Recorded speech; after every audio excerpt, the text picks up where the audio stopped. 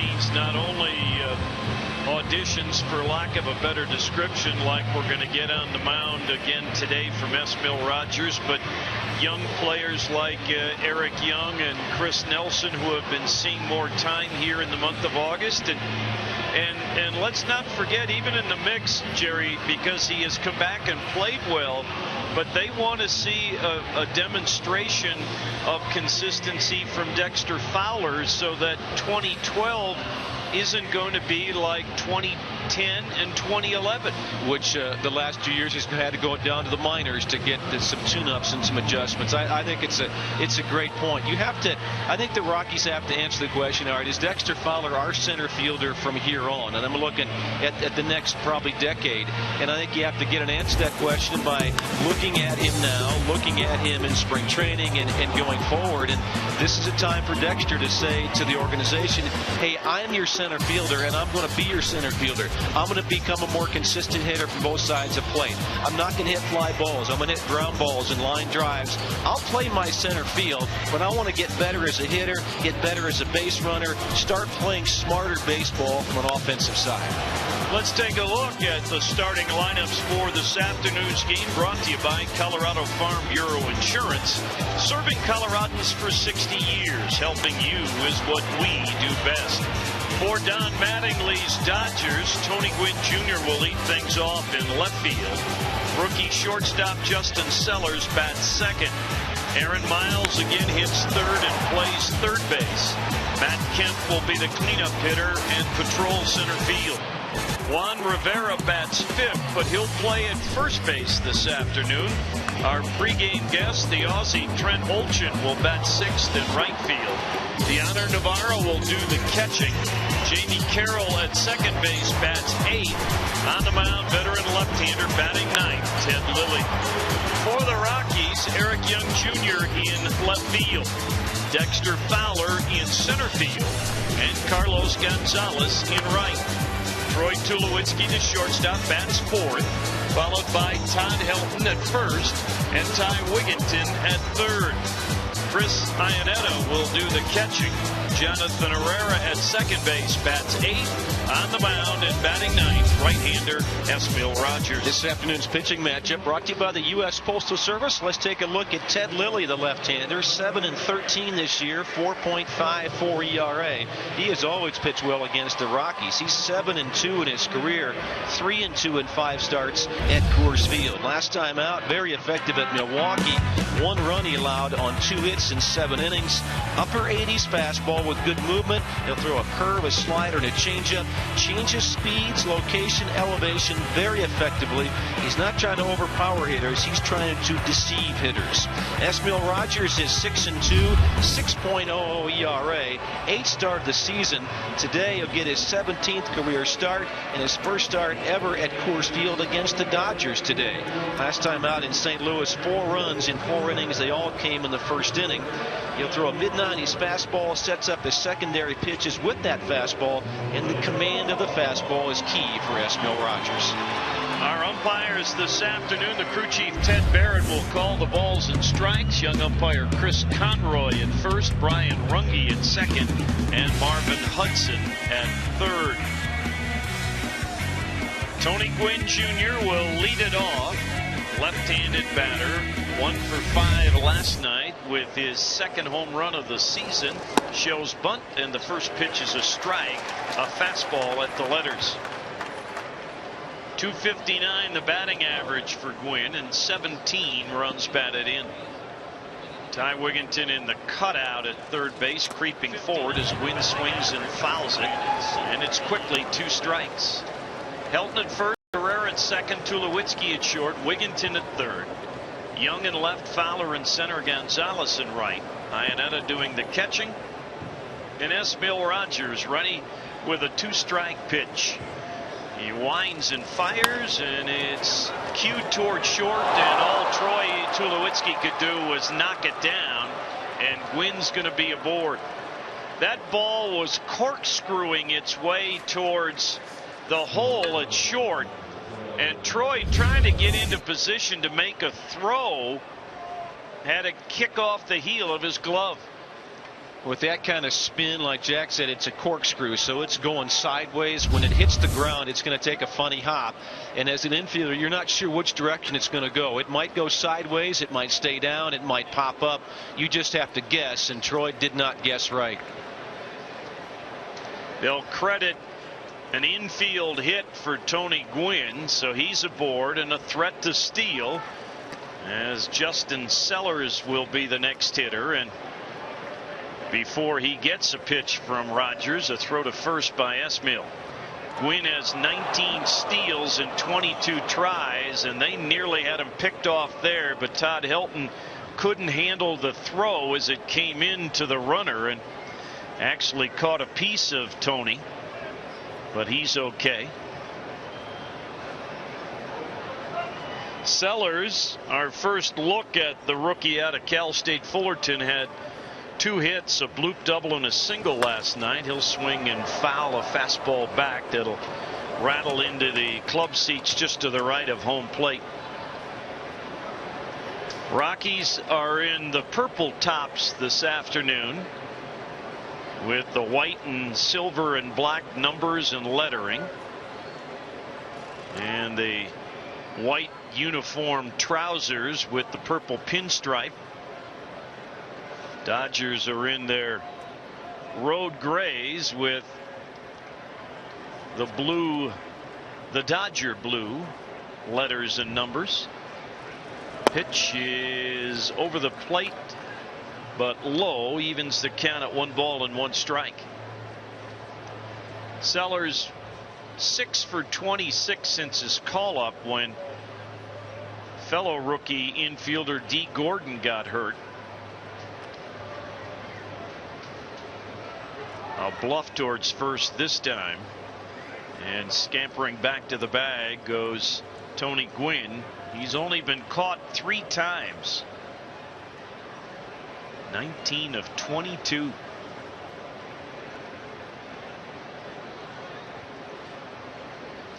Another throw to first, and more of a lob than anything else, just trying to keep Gwynn aware of the circumstances, and all the diving back into the bag. The front of that Dodger uniform for the speedy outfielder covered in dirt and dust.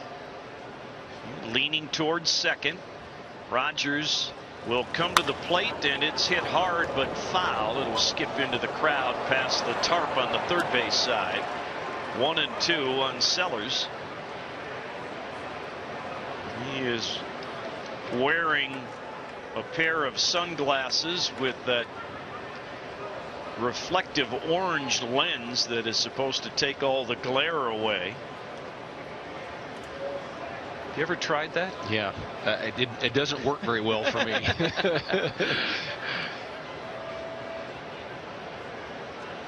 Lob throw over to first to again get Gwynn back. I've tried to wear those for cycling, Jack. Give me the old sunglasses, all right? They'll work a lot better. And some guys, you know, still use the old black shaded stripes below their eyes. Sometimes it's the old stick that you rub it on. Slow roller up the third base side off the bat of Sellers. It'll go foul near the bag. Count stays at 1-2. Of course, in modern times now, and Tulo, one of the guys that does it, they now manufacture them, and they just stick on the cheekbones just below the eyes. I'm not sure I'd want to peel those away. I wouldn't. Yeah, because you would think to make sure that the sweat doesn't make them slide off, that they must be a pretty strong adhesive. Esmill Rogers spending a lot of time with Tony Gwynn Jr. made yet another throw over there, and each time but one, Gwynn has gone back with a dive. Still 1-2 the count on Sellers. There goes Gwynn. The pitch is fouled into the upper deck on the right. I think that would have been interesting because Tony Gwynn Jr. I think slipped a little bit. He kind of spun out with that left foot when he started that motion towards second. Now Mark Razum and the grounds crew do that wonderful job on the infield, and one of the things that is done throughout baseball before the game is started, it gets hosed down to dampen that infield a little bit, and sometimes in the first inning or two you can find a soft spot and have less than solid footing, and maybe that happened to Gwynn. Another 1-2 pitch hit down the left side, and this is going to be trouble. It'll bounce over the wall in the left field corner for a ground rule double. Esmil Rogers hangs a changeup, and Justin Sellers gets a first at bat double just like he did last night. Hit a little bit differently. He got himself a double by flaring one down the right field line last night. This time he was on the pitch. And you wonder sometimes, especially with a young pitcher, you throw all those throws to first base. Do you lose your concentration a little bit and maybe miss the spot you want to throw to the plate? Hard to say, but it certainly can happen. Well, it gives the Dodgers a great opportunity right out of the gate with one of their better clutch hitters on the year, particularly against the Rockies. Switch hitting infielder Aaron Miles playing at third base again this afternoon. And Aaron will float a ball to left field coming on Eric Young Jr. He makes the catch. His throw to the plate will keep Tony Gwynn at third. Good jump on the ball by Ewai. A little bloop to left field. He raced in and made the play. Well, he was playing in because Aaron Miles is a left-handed hitter and doesn't have a lot of power anyway at all, and especially the other way. So good position by Young, and then he got the great jump like Jack described. I mean, that's a baseball that a lot of left fielders without that kind of speed just don't get to. So for the moment, that helps Esmil Rogers, and now Rogers is going to deal with Matt Kemp, and with first base open, they are going to intentionally walk the star for the Dodgers. No Andre Ethier yet for the Dodgers after having an infected ingrown toenail removed. I talked with Andre in the Dodgers clubhouse late this morning, and he said he feels a whole lot better. Jerry and I saw him as we were leaving the ballpark last night, and he was shuffling along like an old man. But that big toe on his right foot, the toenail removed, and he's feeling a lot better. Don Baylor said he is available today. They're hoping to give him another day off. They were saying before the game, if this was the American League, he could DH today and not play the outfield, but that is not the case, obviously, with the Dodgers. He told me that he's still having a little trouble getting up on the toe of that foot when he's hitting. He says, I can do it, but the Dodgers will not have him in the starting lineup, and they'll get Juan Rivera, a power threat at the plate now, a right-handed batter. Bases full of Dodgers and one out here in the top of the first. No score. First pitch by Esmil Rogers is in for a strike to Rivera. Rivera 1 for 4, a double and a couple of runs scored last night. Hitting at .330 with 2 homers and 15 RBIs as a Dodger. You throw in his Blue Jays numbers, .267 on the year, 8 homers, 43 runs batted in. 0-1 pitch is queued up the first base side, foul. It'll die right at the feet of former Dodger great and the pride of Washburn University, Davey Lopes. The Ichabod over there at first base, Jack. 2 strikes on Rivera. Rogers, who has averaged nearly 8 strikeouts per 9 innings in his brief time in the big leagues, would love to get a punch out here. And Rivera, a guy who you can strike out. 0-2 pitch, hit hard but through on the left side for a base hit, and that's going to score a pair of runs. The Dodgers take a 2-0 lead, and again ahead in the count as he was against Sellers. Rogers throws a breaking ball and doesn't execute the pitch. Well, the previous pitch to Rivera, the one he jammed him on, was a 96-mile-an-hour fastball that he had no chance to hit. and he comes back with that breaking pitch right out over the plate. I was surprised it didn't go back inside on him, because he crowds the plate and really got lucky just to get wood on the previous pitch. But I'm sure that wasn't the spot that he was looking for with the breaking pitch. But it was missed, and it wasn't missed by the hitter.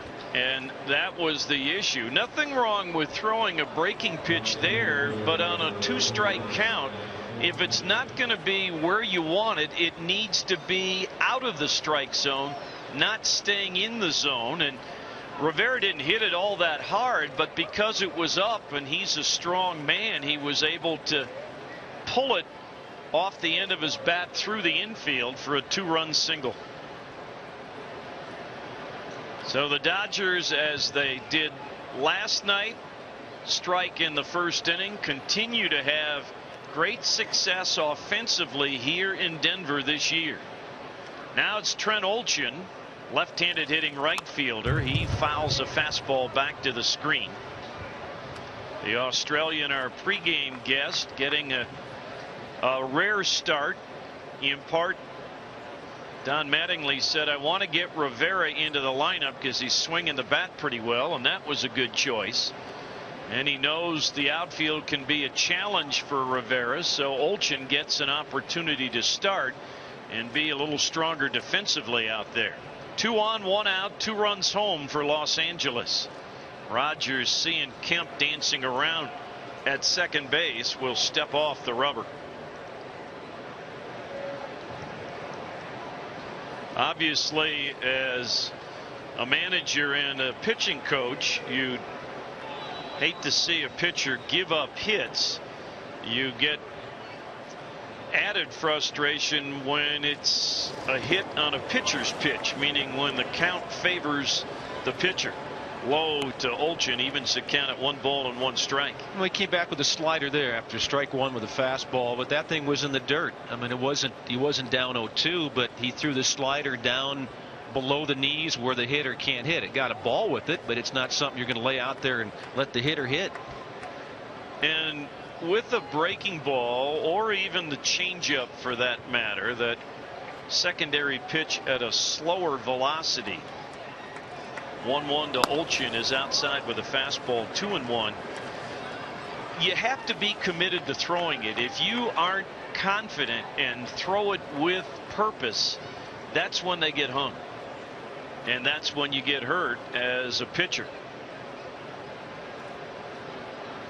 I just think with Esmil Rogers, that fastball can be so good. Hey, any kind of off-speed pitch, don't even throw it for a strike. Throw it somewhere else and come back with a fastball. 2-1 to count on Olchen. The pitch, there's the fastball, but it missed outside. 3-1.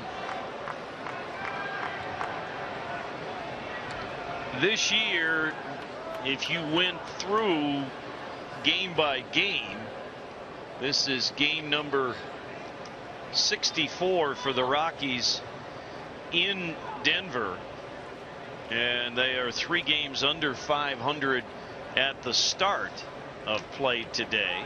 Throw out to second, and just back ahead of the tag is Matt Kemp, and Troy Tulowitzki asking the second base umpire Brian Runge, you sure? Boy, it took a while to make the call, so I wasn't quite sure either whether he was going to say safe or out. Well, I think Troy might have put his foot between the bag and Matt Kemp, and I think he was trying to say he tagged my shoe, not the bag. 3-1 to count on Olchen. The pitch, strike 2 on the outside corner with a fastball. But as I was alluding to, the Rockies in the first month of the season were very good at jumping out early, and the pitchers were good at throwing a 0 up in those first few innings. As the season has unraveled, the starters too often have allowed runs early, and it just puts increased pressure on an offense. Will the runners go on 3-2? Yes, they do, and it's strike 3, throw to third, and Kemp is doubled up. Strike him out, throw him out, double play. But the Dodgers scored 2. Rockies coming to bat. 2-0 Los Angeles on the Rockies Radio Network. They bought the Caffrey's old house next door.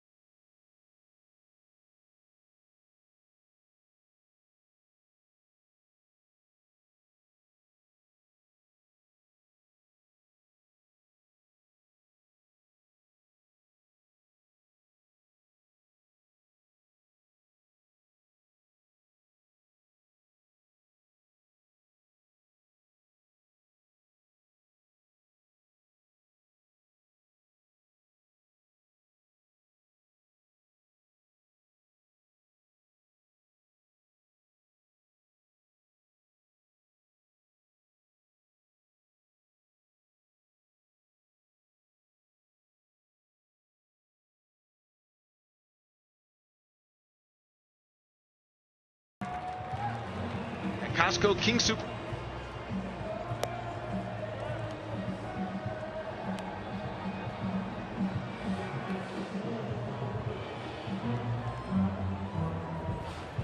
Rockies coming to bat in the bottom of the first inning. We got things started right on time today at 2:10 Mountain Daylight Time. 83 degrees at first pitch. Game time and temperature brought to you by the Colorado-based Honey Smoked Fish Company.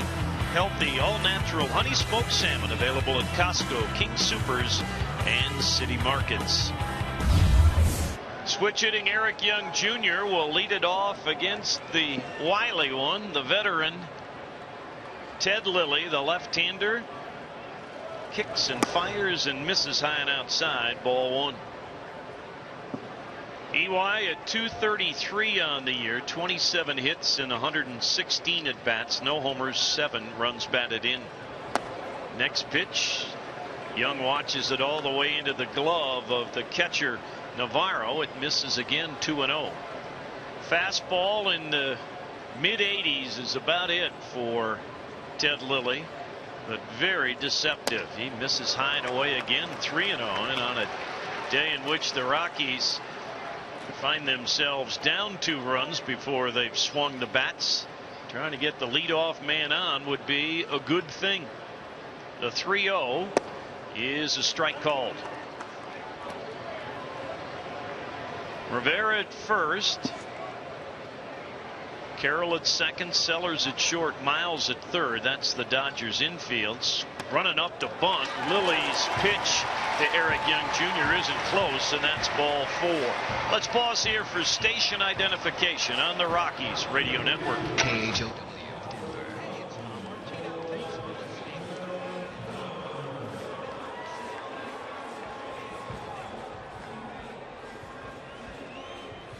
And on for the Rockies. And against Dioner Navarro, he's thrown out 9 of 46, a 20% success rate. Of course, Lilly as a left-hander, and he has a good move to first, which he uses there to chase Young back to first base. Another switch hitter, Dexter Fowler, is the batter. Dex at 264 on the year, no homers, 32 runs batted in. Hitless last night and 4 at bats. Another throw to first. Our IBM mentor of the game today is Andrew Steele from Archuleta Elementary School in Denver. If Troy Tulowitzki hits a home run today, Archuleta Elementary is eligible for the drawing for tickets to a game in September, all a part of the IBM Home Runs for Youth program. Dexter shows bunt, and Lilly misses outside and high to the right-handed batter. Ball 1. And But Jerry, outside of the 3-0 strike that he got, Lilly has not been close. He's struggling to find his mechanics. Well, that's because I was bragging about his great control in the matchup, Jack. Of course. A check on Young, the 1-0 to Fowler. Dexter will take it for a strike. Ted Lilly has been spectacular of late, as Jerry alluded to in his scouting report, yet doesn't have a win to show for it. He's allowed only 4 runs in 21 innings in August. But the Dodgers have not given him support. They have today already. The 1-1 pitch is a curveball that floats high. And, well, that's almost like looking at a slow pitch softball pitch. That was 66 miles an hour, and it seems slower than that. Yes, it did. Dexter Fowler thinking the same thing. He watched that thing all the way into the catcher's mitt, kind of turned backward and looked at it. 2 balls and a strike on Fowler. There goes Young, but then he pulled up and stopped, and Fowler fouled it out of play to the right. I think that was a steal move rather than the hit and run by the fact that Young stopped. Eric must have felt he didn't get a good enough jump and threw on the brakes. 2-2 the count now on Fowler. Dodgers with a 2-run top of the first. Rockies with the leadoff man on here in the bottom of the inning against lefty Ted Lilly. Pitch to Fowler is hit to right field, but Olchen coming in and over near the line will make the catch, and Young goes back to first base. There's classic Ted Lilly right there. You work the hitter to where he's going to reach out and just poke something up in the air. He's a fly ball type of pitcher. Doesn't get away with that in some ballparks. He does at Dodger Stadium, but that's typical right there. He gets a right-handed hitter to hit a lazy fly ball to right field. He beat the Rockies here in Denver in mid-June, but worked only 5 innings in the game. Gave up just a run on 4 hits, but worked a lot of long counts. Carlos Gonzalez, the hitter, and on the run goes Eric Young Jr., and the ball popped out of the hand of Navarro, and Ewy's in with his 13th stolen base of the year on a ball 1 pitch to Gonzalez. Good judgment by Ely there. Of course, it's a little more difficult for that catcher to feel comfortable throwing when there's a left-handed batter. And now Carlos, who knocked in one of the Rockies' runs last night, has a chance to chip away at the Dodgers' lead. A 1-ball count on him. And there goes Young towards third. The throw down there. He is in there. At first, Marvin Hudson, I couldn't tell if he was going to call him out or safe. It was a very abbreviated signal. But then once the ball popped out of Miles' glove, it became academic that Young was safe. I don't know that Miles ever got the tag on him, and he dropped the ball anyway, so doubly safe, I guess, on that play. Into third on another ball makes it 2-0 on Gonzalez, as the speed of Eric Young Jr. trying to be something that'll pay dividends for the Rockies, and it does, as Gonzalez grounds to first. He is out there, but Eric Young Jr. scores, and the Rockies get a run back without a hit. There's where speed plays a big part in baseball right there. A couple of stolen bases, and then on a play where most runners are going to stay at third base, he goes because he's got that great speed. So he takes 3 bases, really just using his natural ability. Coors Field, a great place for group outings. Groups of 25 or more receive discounted pricing, scoreboard recognition, other great benefits. Call 303-ROCKIES for more information, or online at ColoradoRockies.com. Drive to left field by Troy Tulowitzki, and we are I was going to say tied, and Marvin Hudson said it was foul. And here comes Jim Tracy, and we may have a video replay on this one. This is one of the ones that's replayable, that's reviewable, home run calls or lack thereof. Watching that ball go, I thought it stayed fair. Now the left fielder Tony Gwynn Jr. made the signal that it was foul. And apparently Jim Tracy got an explanation from Marvin Hudson that he is not going to pursue any more discussion, and there will not be a replay. It's just allowed strike one. This is Troy Tulowitzki bobblehead day, and he had a lot of heads bobbing on that one, hoping to get home run number 26. He had mind bobbing trying to figure out whether that was going to be a home run or not. .307 batting average, 25 homers, 85 runs batted in. Next pitch is the hardest fastball of the afternoon by Lilly to this point at 87 miles an hour, and he spun Tulo away to the displeasure of the Rockies faithful. And that's interesting to me right there. You get a cleanup hitter who nearly hits a home run. You come back and brush him off the plate. 1-1 pitch. Troy fouls it to the right. It'll drop behind the first base dugout. Not that Lilly was trying to hit Tulowitzki, but I think there's a message sent right there. Hey, you're going to come close to hitting a home run. I will maybe throw you inside and get you off the plate a little bit here. And then came back with a changeup away. So he's ahead in the count. 2-1 Dodgers with 2 outs here in the bottom of the first.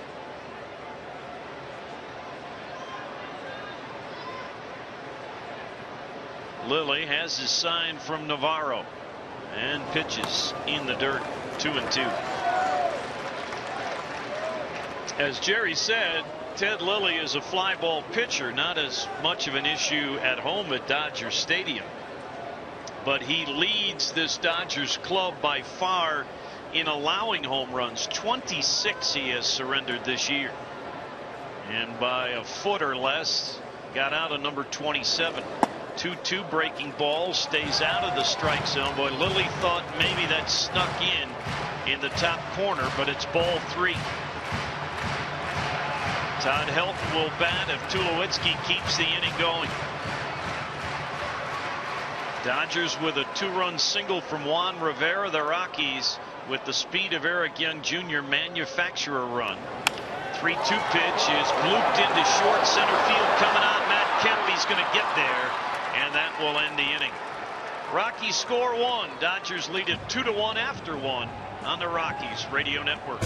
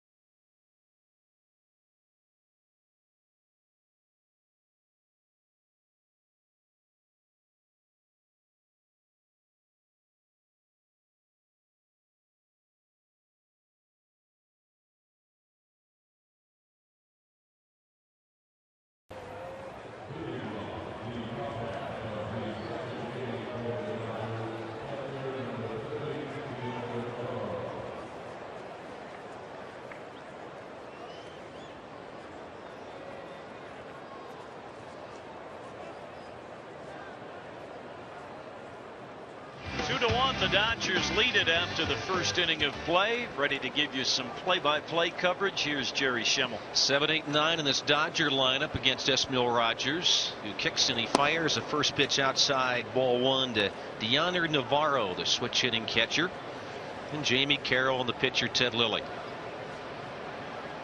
Pitch here, hit in the air to left field. Coming on is Eric Young Jr. and toward the line there to make the grab. 2 pitches and 1 out in the second inning for the Dodgers. Jamie Carroll steps in there now for the second straight ball game, hitting in the number 8 hole for Don Mattingly's team.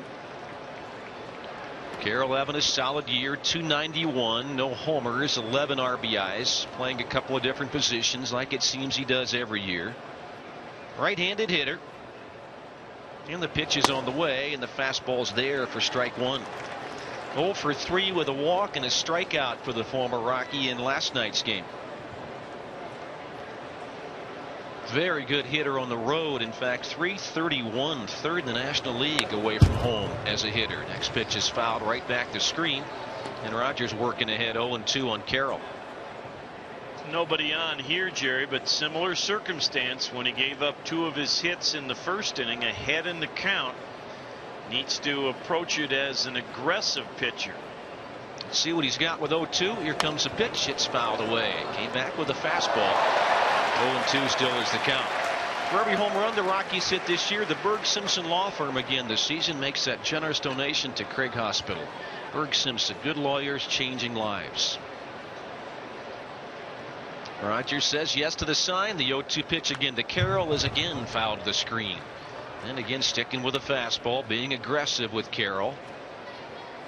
Same, he can be a tough out. 0-2 the count on him.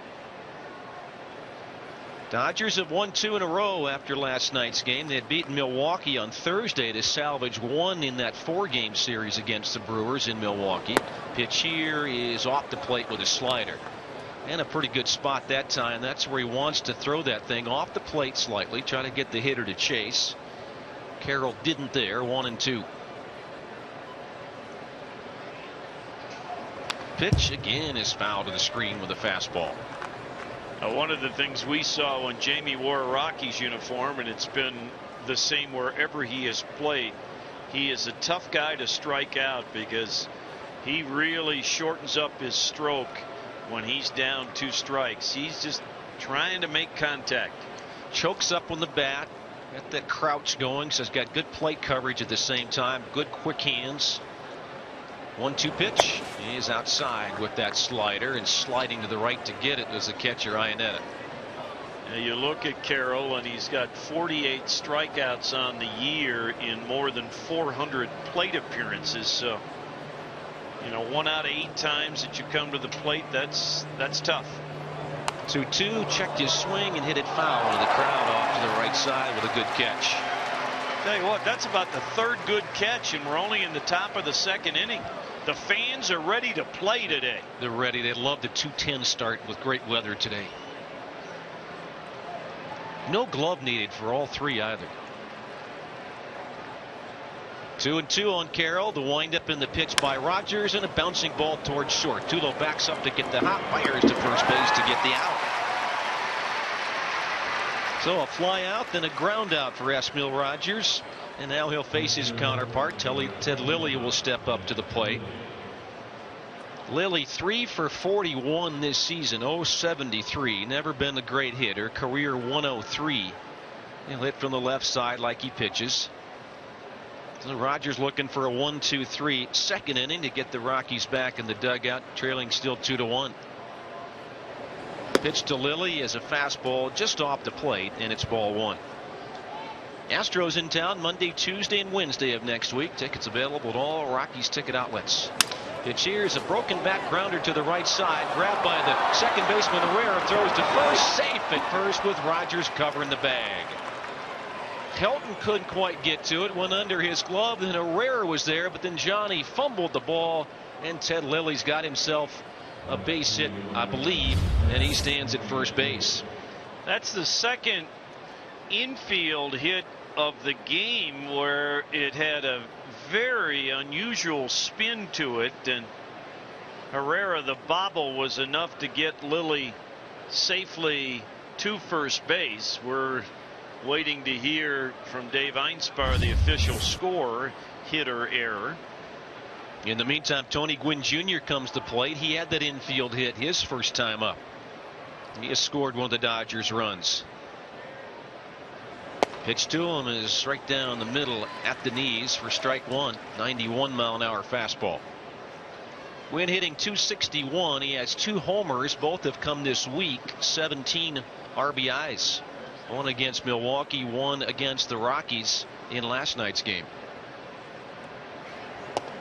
Pitch is low, and the count 1 ball, 1 strike.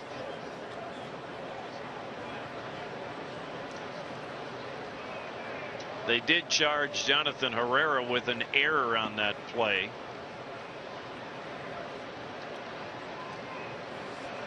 Very short lead for Lilly at first. The pitch to Gwynn is right there at the knees again for a strike. Keeping the fastball pounded down low at the knees on both of those strike calls to Gwynn. So it's 1-2.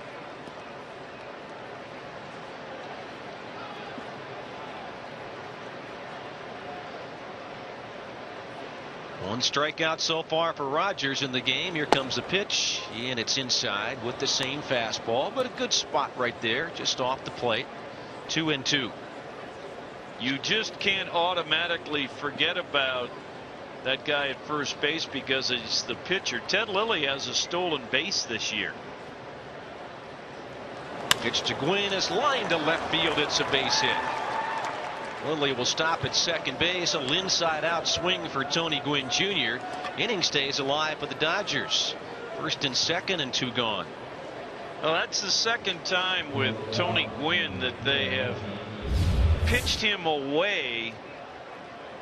You know, not to take anything away from Tony. He hit a home run last night, but he's a guy you got to bust inside more. Right?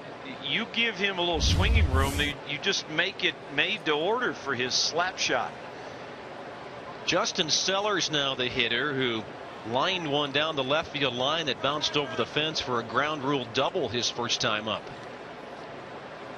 He scored a run. He had Gwynn at first when he did that. He's got Gwynn there again and Lilly at second. Pitch is a fastball that is in there for strike one. Beg your pardon, off speed pitch, a slider to get strike one from Rogers.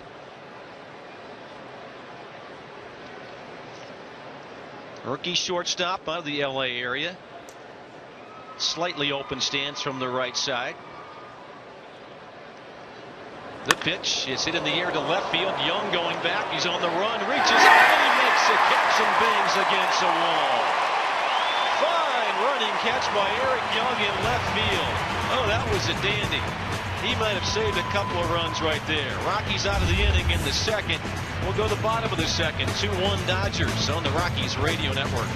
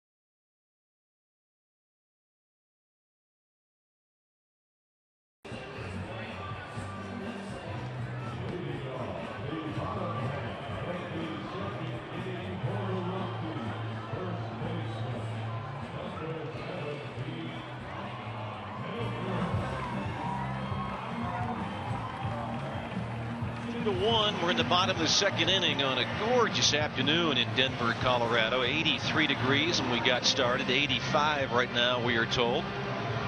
Rockies will send up Todd Helton to get going in the second inning. Rockies score run without a hit back in the first. A walk to Eric Young. He stole second, stole third. Came in on a ground out by Carlos Gonzalez. Helton hitting .310. He has 13 homers, 63 RBIs. Lefty on lefty matchup here. And the breaking pitch is outside, ball one to Todd. 1 for 3 in last night's game with the double. It was career number 552 as the doubles go. Number 22 on the all-time list is Todd in that category. Pitch here, hit in the air to left field. Wynn retreating, warning track. Then the wall. It's gone. Just kept carrying. Todd Helton has tied the ball game. Solo home run. It's 2-2. Todd continuing to have the rebound year, not only overall, but against left-handed pitching again. Hitting close to .290 on the year against the lefties. His 14th homer this year, number 347 in his career. Gotta love it. A lefty on lefty, you go the other way and hit the home run. Ty Wigginton stands in now for the Rockies, and he swings and bounces one off the glove of the pitcher. Lilly grabbed by the shortstop, throw to first base is in time. Nice play by Sellers to charge the ball, barehand the thing, and get Wigginton by maybe a half a step. We'll credit Lilly with an assist because he did get a piece of it, and unfortunately for the Rockies there, Jerry, he didn't get enough of it. He did slow it down, but it rolled through enough that it got out to where Sellers could make the play. Had it stayed on the grass, Wigginton beats it. Yeah, Wig is looking for that thing to die behind the pitcher's mound. It kept rolling. Chris Iannetta with one out, steps in, slow breaking pitch. He looks at ball one. 67 miles an hour with that pitch. That's from the Timothy Fine Jewelers of Colorado Speed Gun. Batting practice type of velocity there.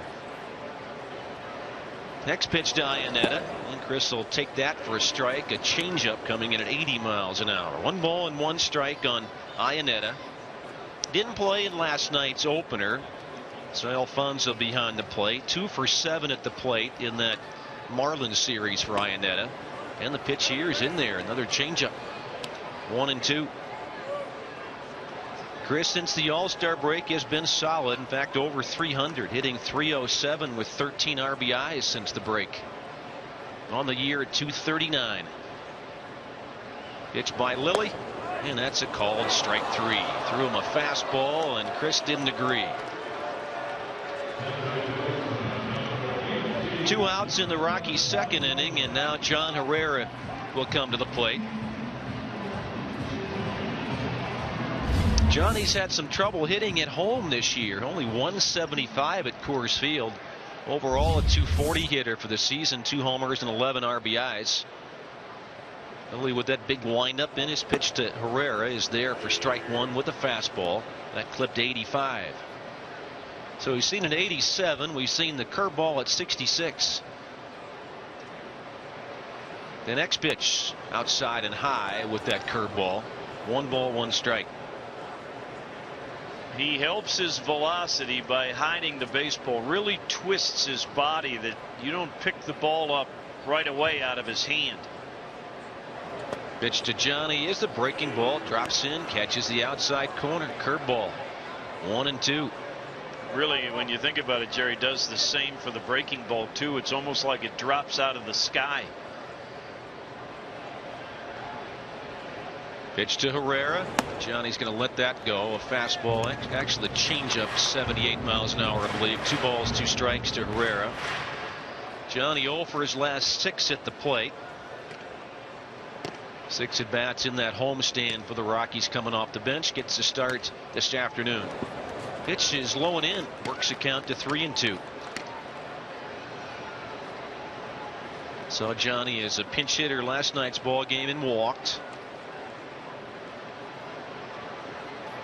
Switch hitter from the right side. Here comes a 3-2 pitch from Lilly. And it's a called strike 3. Changeup caught the outside corner, and Herrera didn't care for the call either. So 2 strikeouts to finish off the Rockies. After the home run by Todd Helton, the Rockies go in order. But after 2, the Rockies have tied the ball game up. We got a 2-2 tie on the Rockies Radio Network. Chances are.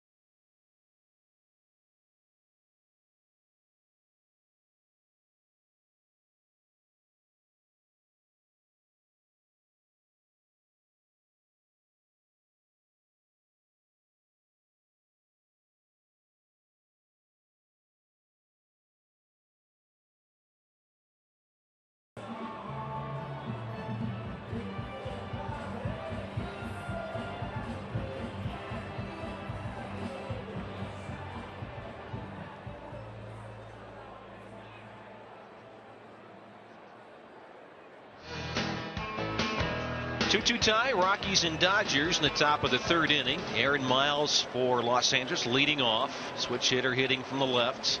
And Rogers goes back to work. First pitch in there, strike 1 to Miles. Fly to the left his first time up. And here hitting 3rd again today. Did the same last night for Don Mattingly.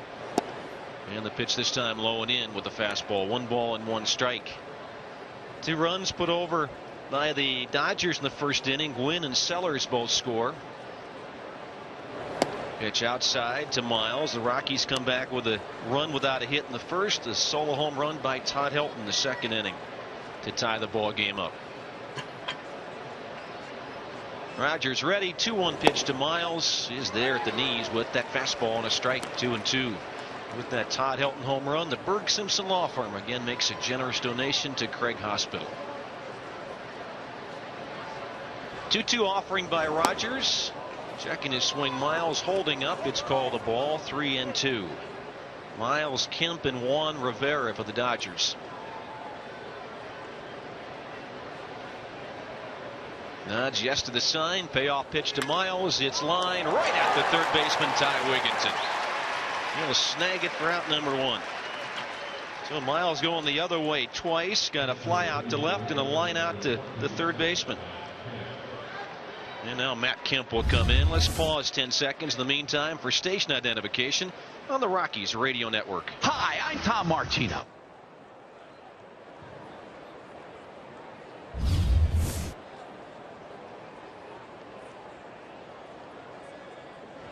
Matt Kemp at the plate. 1 out and nobody on for the Dodgers. 2-2 tie in the 3rd. And Kemp will swing right through the first offering and strike 1. Kemp with a wonderful year going. .317 the average. 28 home runs, 90 RBIs. Here comes a pitch to him, and that fastball is inside. 1 ball and 1 strike. And you throw in the fact that he's got 33 stolen bases, and you're looking at an MVP type candidate. Dodgers win a few more games, he certainly will get a lot more votes. He's had quite a year. A swing and a miss again on the next pitch. 1-2.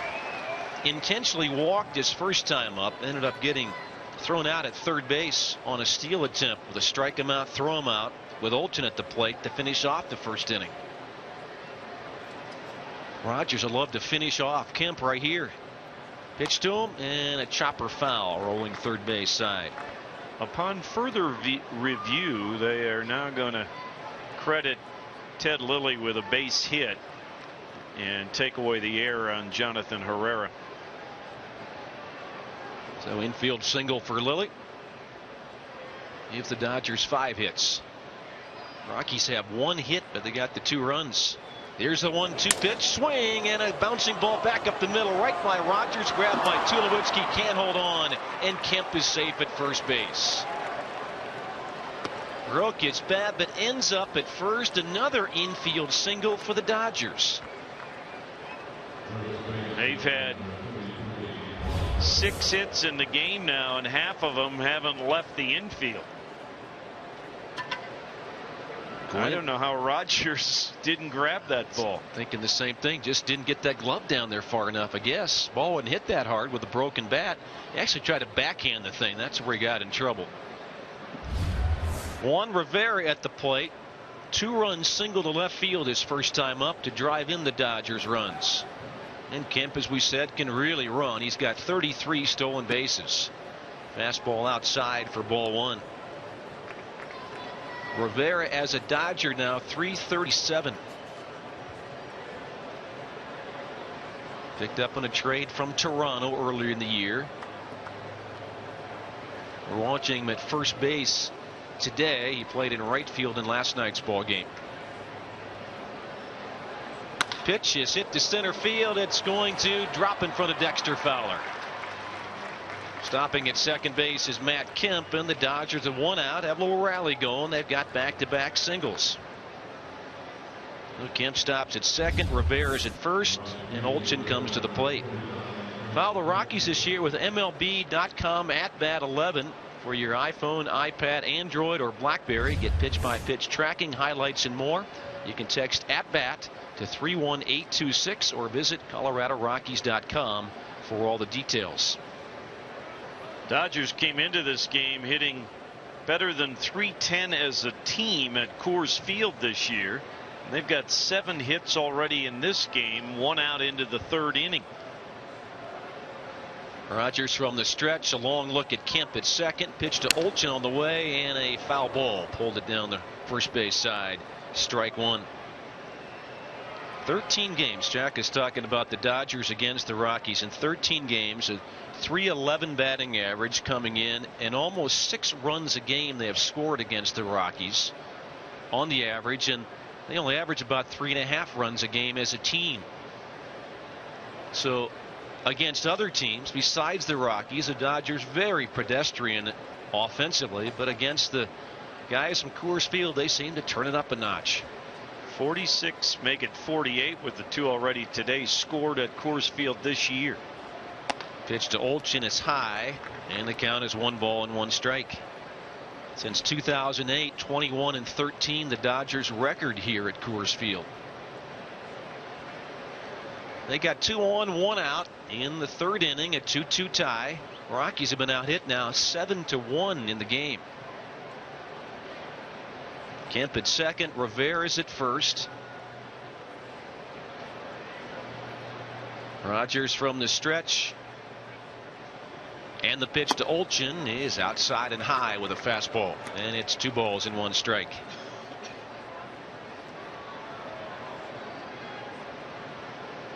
So Rogers able to work out of a jam in the 2nd inning. Got help from his left fielder, Eric Young Jr. on a great catch of Justin Sellers' line drive. Something like a double play ball would help him out right here.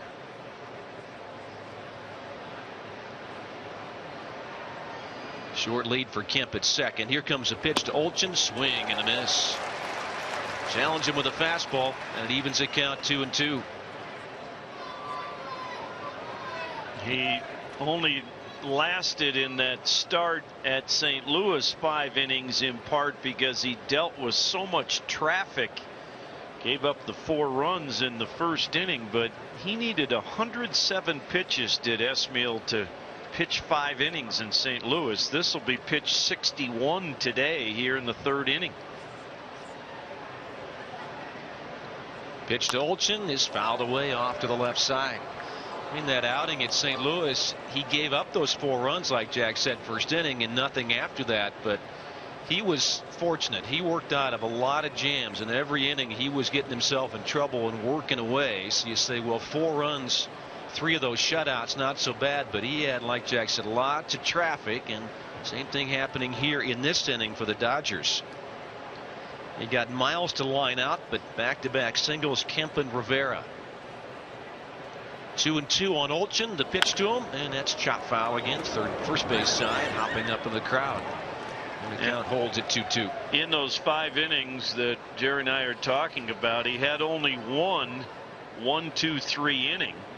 Had 6 hits and a career high 7 walks in that game, but was able to get a double play and some big strikeouts to keep the damage from being worse than it could have been. Not just the Ionetta sign. He'll look at Kemp at second base, play out there, and throw is a little late. Kemp back in time with a hands first dive. Didn't have much of a lead, but Tulo sneaked in behind him.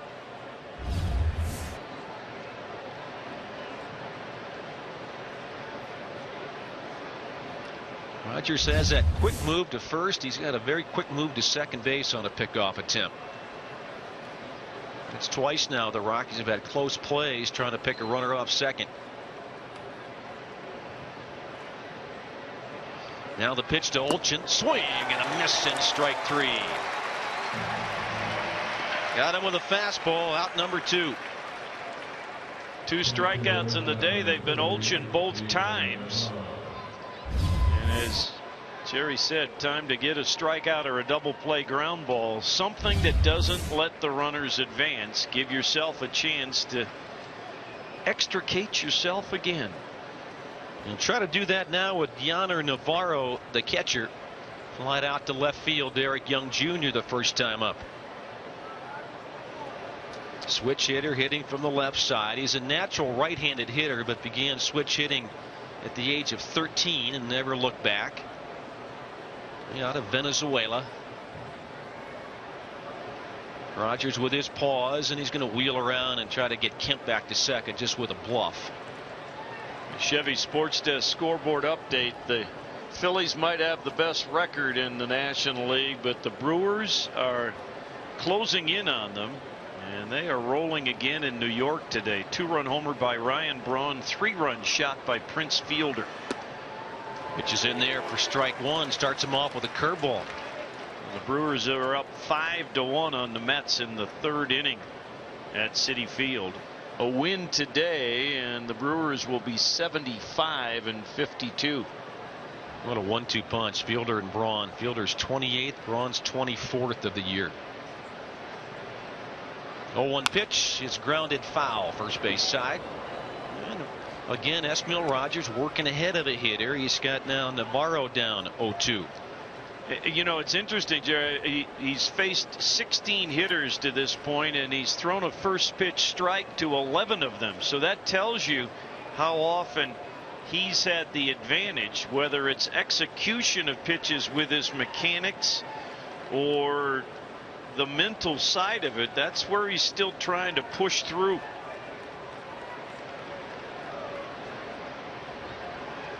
Oh, 2 pitch, swing and a miss in strike 3. Slider got him that time. Back-to-back strikeouts to get out of the jam in the 3rd inning for Esmiel Rogers, and he sprints to the dugout for the Rockies. We'll go to the bottom of the 3rd. It's a 2-2 tie at Coors Field with the Rockies and the Dodgers.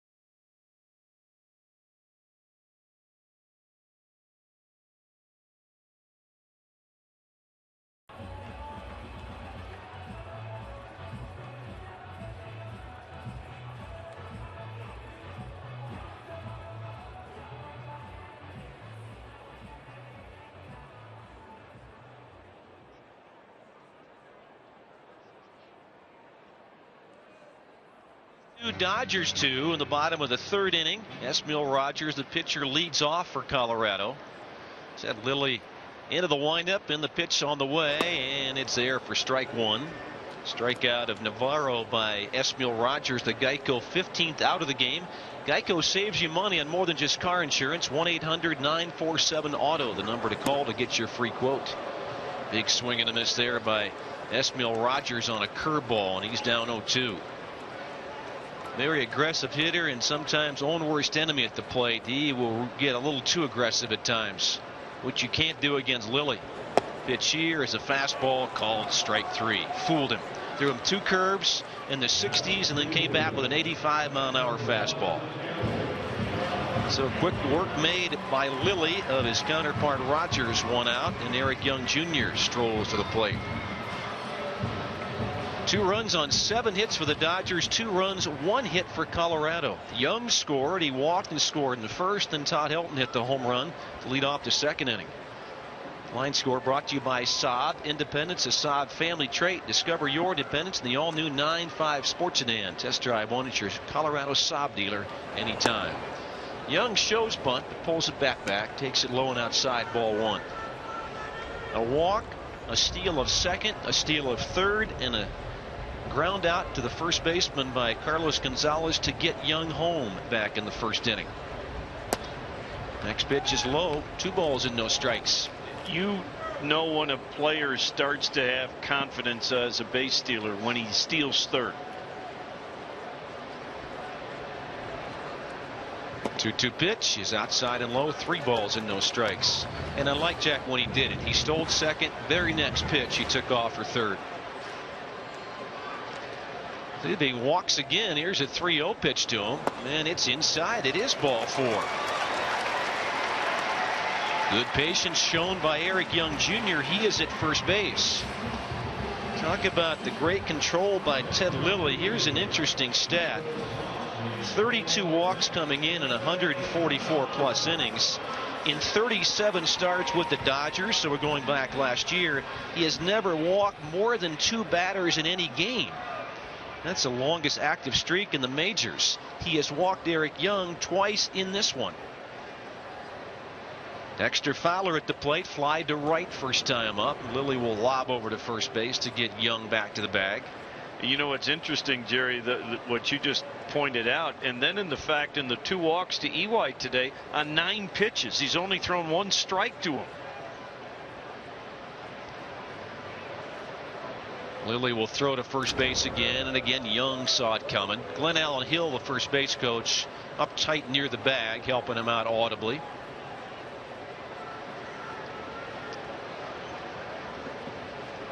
Even against the lefty, Young gets that pretty good lead away from first. Rivera holds him on.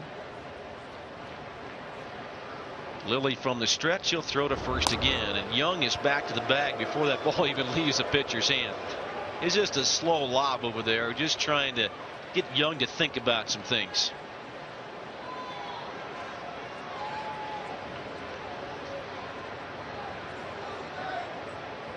Now the pitch to Fowler, high and outside for a ball. Jim Tracy in this situation, Fowler hitting Young at first, not afraid to put a hit and run on. He may wait and just make sure that Lilly throws a strike first because he's thrown 5 in a row out of the strike zone. We'll see what he's got in mind. Pitch to Fowler. Dexter hits in the air to center field. Kemp going back, but he's got lots of room out there, and he'll make the grab. Young thought about tagging, but Kemp's got a great arm and not deep enough anyway, and there are 2 gone. 2 outs for Carlos Gonzalez. Drove in Eric Young with a ground out to first base, his first time up. Interesting history against Ted Lilly. He's got 4 hits. 3 of them are home runs. He's 4 for 12 and 3 long balls.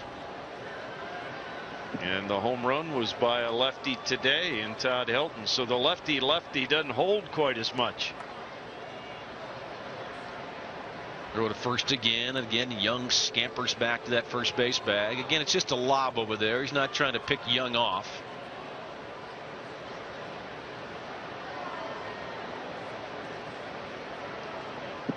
Carney Lansford saying before the game, you have to be patient with Lilly as a hitter and patient with him as a base runner, especially at first. The pitch, there goes Young, throw to second base. The high throw, safe at second base is Young. Another stolen base for EY, his third of the game. And the Rockies have that man in scoring position with 2 outs. Ted Lilly tried to slide step there and speed up a fastball that was high, but Navarro's throw was high, and EY's halfway to Daddy's record of 6 steals in 1 game. He took off for third in this situation last time. Sellers trying to keep him close to the bag at second. He edges back that way. 1-0 the count on Cargo. And the pitch to Carlos Gonzalez is there for a strike. He threw him that breaking pitch, and it's 1-1. Well, the steal at third first time around was to get into scoring position with less than 2 outs. Here, with the power respect that Cargo gets from the outfield, less of a need, because any kind of base hit should score him. 1-1 pitch is thrown behind Carlos Gonzalez and goes back to the backstop. No need for a steal. He can jog to third base, and that's what Eric Young has done. Well, that's the second time in this at bat that we've seen Lilly try and speed up a fastball and have horrible mechanics. The wild pitch is just his second of the year. That ball thrown behind Cargo, and it wasn't even close to him. It was so far off the plate. Wasn't like he was going to hit him either. 2-1 the count. The pitch and a base hit to center field. That'll score Eric Young. Big turn for Cargo, and he's going to hold right there. He's done it again. He's driven in Eric Young Jr. to give the Rockies the lead this time. It's 3-2 Colorado. We talked about it last night. The best hitter in baseball this year with a man in scoring position and 2 outs. Cargo delivered last night. He delivers again this afternoon. And in that situation, he is hitting over 470 on the year. And I just love the swing. Even the second time around, looking even better. Didn't overswing, went down and got a pitch. Just was looking for a base hit. And he got it. He's at first now. Edging away even further from the bag, and the pitch to Tulowitzki is in there for a strike. A curveball at 68 miles an hour. Troy flied to shallow center his first time up, and that was after he nearly hit a home run. Hooked it just foul down the left field side. Then Lilly came back to jam him to get the out. Pitch to Tulowitzki, chops it foul, third base side. Swinging hard at a high changeup that time, and Troy is down 0-2. This is one of the guys that Troy has not matched up well with in his career, and not all that surprising in that Troy is such an aggressive hitter that Lilly really tries to keep him off balance. Troy just 3 for 22 in his career against Ted Lilly. Lilly will deliver home. The pitch is popped up behind the plate. Navarro taking a look, but it is out of play. Up in the seats by a couple of rows. Still 0-2 to Troy Tulowitzki.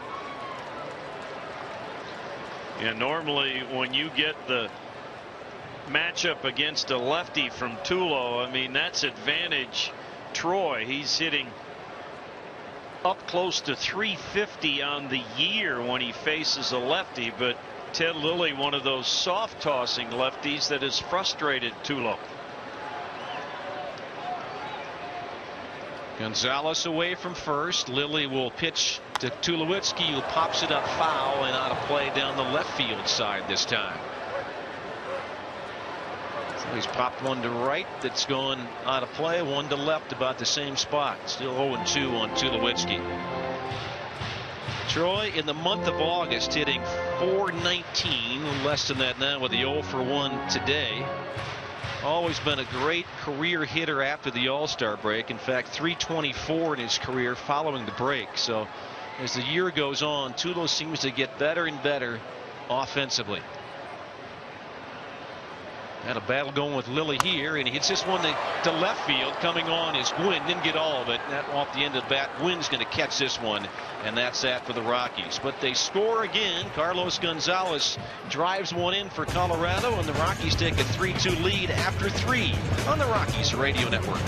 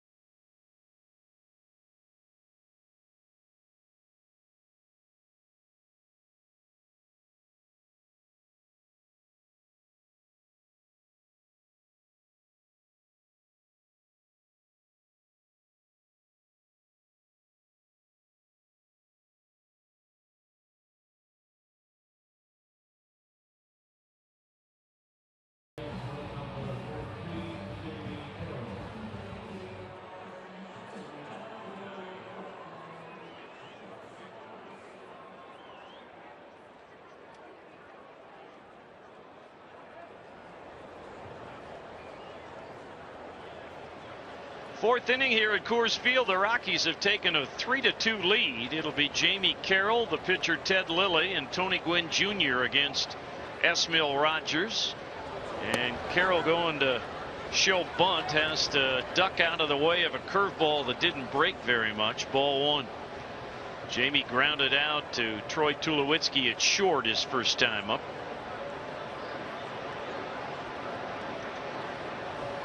One 0 pitch is low. 2 balls and no strikes. Dodgers have out hit the Rockies 7-2, but the Rockies have a 3-2 lead. Rogers' 2-0 pitch to Carroll is a strike at the knees. 2 runs, 7 hits, no errors for the Dodgers. They've stranded 5. The Rockies 3 runs, 2 hits, no errors. They've left a man on. Eric Young Jr. has scored 2 of the 3 runs. Fastball on the outside part of the strike zone for a called strike 2 on Carroll. Carlos Gonzalez has knocked in 2 runs with a ground out and a single, and Todd Helton has his 14th homer of the year. Rogers into his motion. 2-2 pitch sliced away from Cargo, heading into the right field corner, but a foul ball. Rockies baseball brought to you in part by Mattress King. From Aurora to Avon, Fort Collins to Colorado Springs. Find out why Mattress King says nobody beats the king. Nobody. Carroll back to home plate. Gonzalez back into position in right field. Jamie taking a moment. Practice swing. Now digs back in. And now time called at the plate. Jamie had a bug pestering him. He's ready. 2-2 pitch. Fouled away again. This will get into the sweets on the first base side.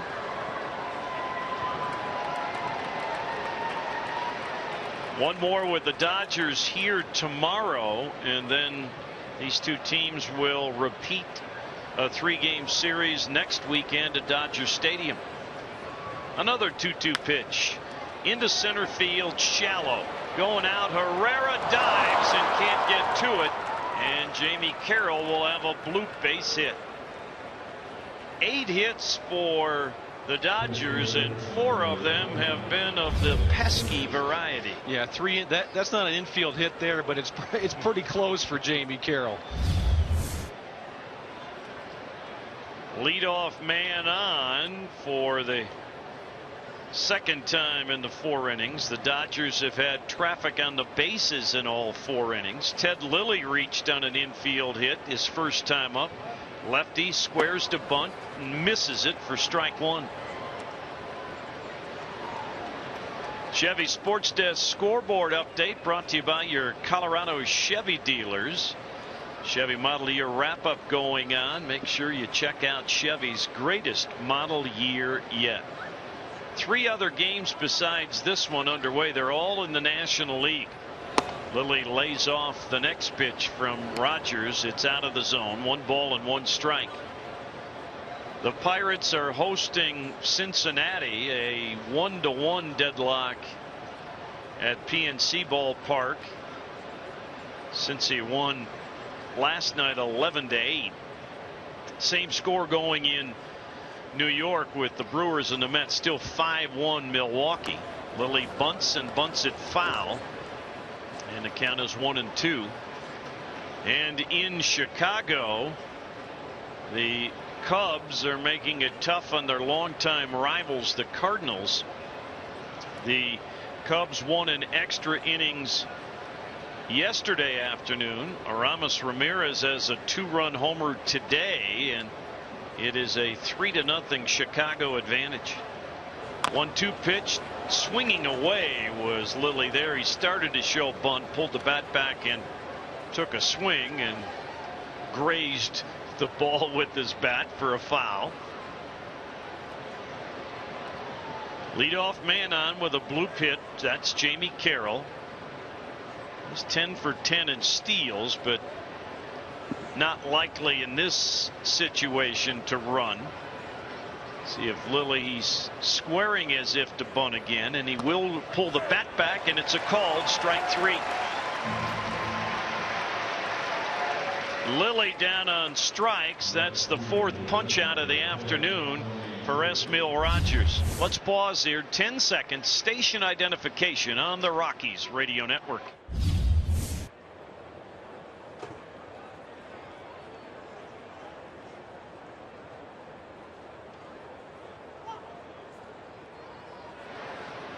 Along with Jerry Schimmel, and this afternoon filling in for Mike Rotolo, our producer engineer Shannon Scott. Jack Corrigan saying thanks for joining us on this beautiful August afternoon. No TV for you today. Got to go back to the old style, listening to it on the radio. You're stuck with us today, Jack. Throw to first, and back with a dive goes Jamie Carroll. Dodgers have a few guys who run very well, headed up by Matt Kemp with the 33 steals. Tony Gwynn Jr. with 19. As we mentioned, Carroll is 10 for 10. They have stolen 97 bases on the year. Rockies with 86.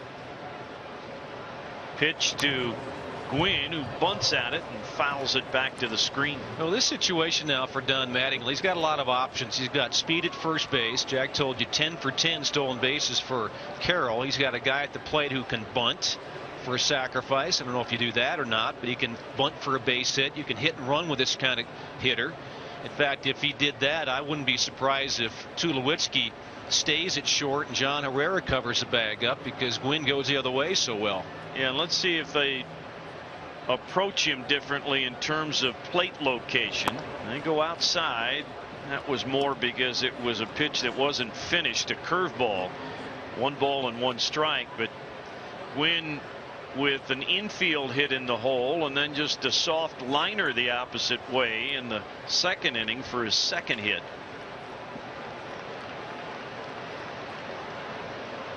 Glance over at Carroll and a throw to first, and had Todd Helton hung on to the ball, the ball never got to him, but you could tell by the movement of Chris Conroy, the first base umpire. I think if that ball had been caught, he might have called Jamie Carroll out.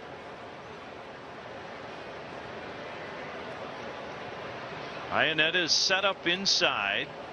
The pitch to Gwynn is fouled, and it goes to 1 ball and 2 strikes. We talked about the Rockies trying to get a look-see on guys like Eric Young Jr., among others, in these final games of the season. You're still trying to compete and win as many as you can because you never know in baseball. I think the Dodgers are doing the same thing, trying to give Tony Gwynn more of an extended look. He's not your typical corner outfielder with power, but you don't need that because of the power of Matt Kemp in center field. Pitch to Gwynn just off the inside corner with a fastball. I thought that was well located by Rogers. The count evens at 2-2. Yep, I like the idea too. Hey, throw him inside. He's hit the pitches the other way the last 2 times up there to get base hits to left. Bust him inside, see what happens. That one just off the plate, but boy, not by much. Throw to first, and just back this time is Carroll. Jamie with the 2-2 count, trying to extend his lead, perhaps running on 2-2. And he got back just ahead of Helton's tag. Not going. The 2-2's hit to Helton. He'll go to second for 1. Tulowitzki back to first, not in time. Good play by Todd, coming off the bag to handle a tricky bounder at him. He threw to second, to get the lead runner Carroll. But the relay to first, they really didn't have a chance to get Gwynn. No, Gwynn runs too well. I don't think you're going to get him at any point. Great play by Todd. He had to contend with a runner running down to second base, but was able to get to the side of him. That's always tricky for the first baseman. But Todd seems to be able to make that play as well or better than anybody. You get an even faster base runner on now, but 2 outs. Justin Sellers, the hitter. And at least in the first 2 at bats, Justin Sellers likes what he has seen from Esmil Rogers. Ground rule double in the first inning, and he scored the second of the 2 Dodgers runs. And then last time up to end the second inning, good running catch before he hit the wall by Eric Young in left field. Right-hander against right-hander. Throw to first, and back goes Gwynn again. This was a common theme in the first inning when Gwynn was aboard. 3-2 Rockies, 2 outs. Gwynn the base runner at first here in the top of the 4th. Rogers sets, comes to the plate. It's a pitch out, and nothing happening except for Ted Barrett, the home plate umpire, to say ball 1.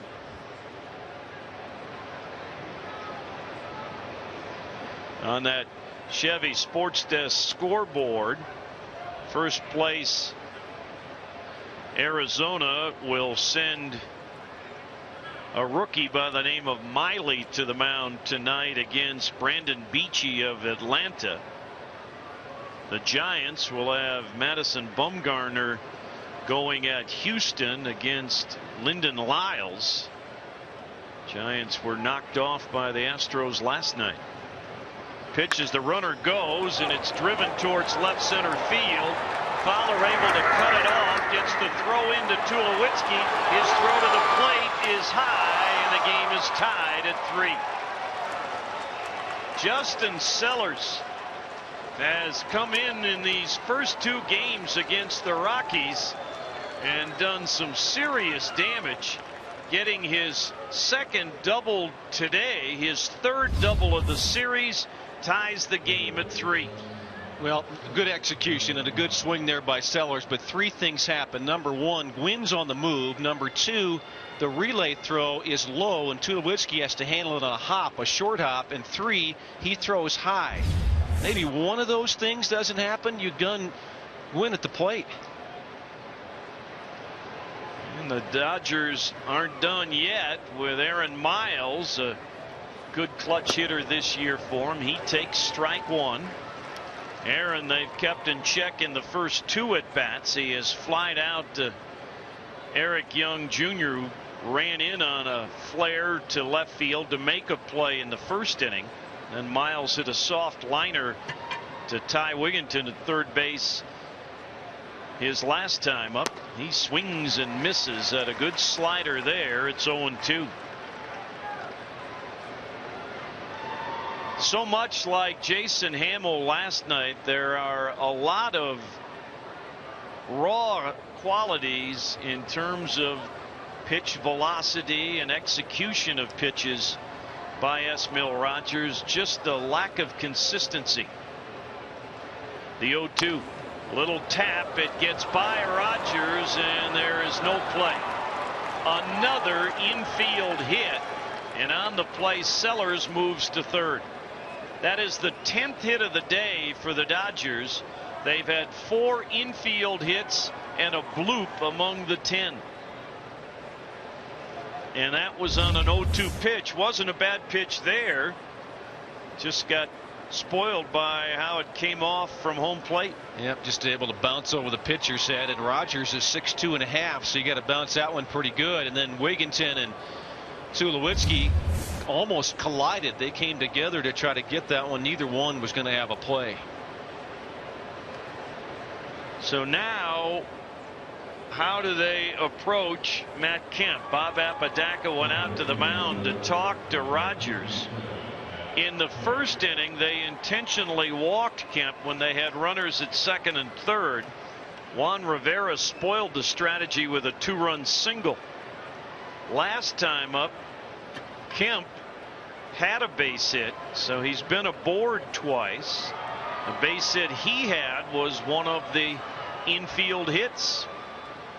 Chopped it over the mound. Righty against righty, and Kemp will foul the first one into the upper deck on the right side, and somebody in the first row reached across. Boy, it is a day for the fans, showing you how to catch a foul ball.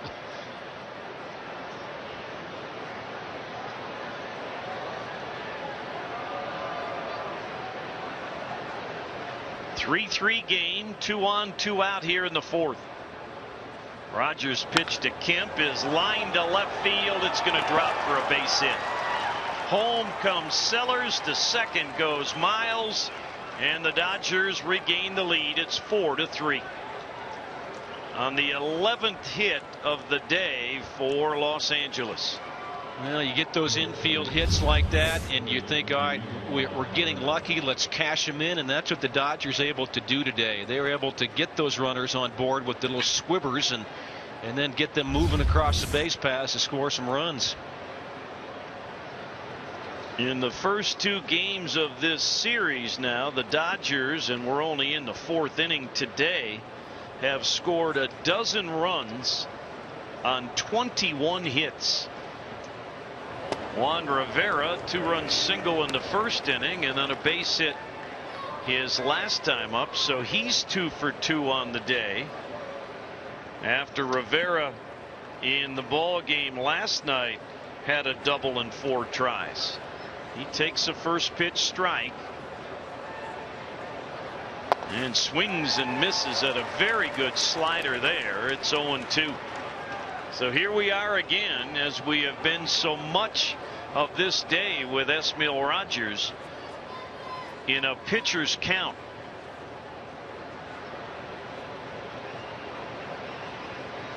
Trying to strand 2 and keep the Dodger advantage at just a single run.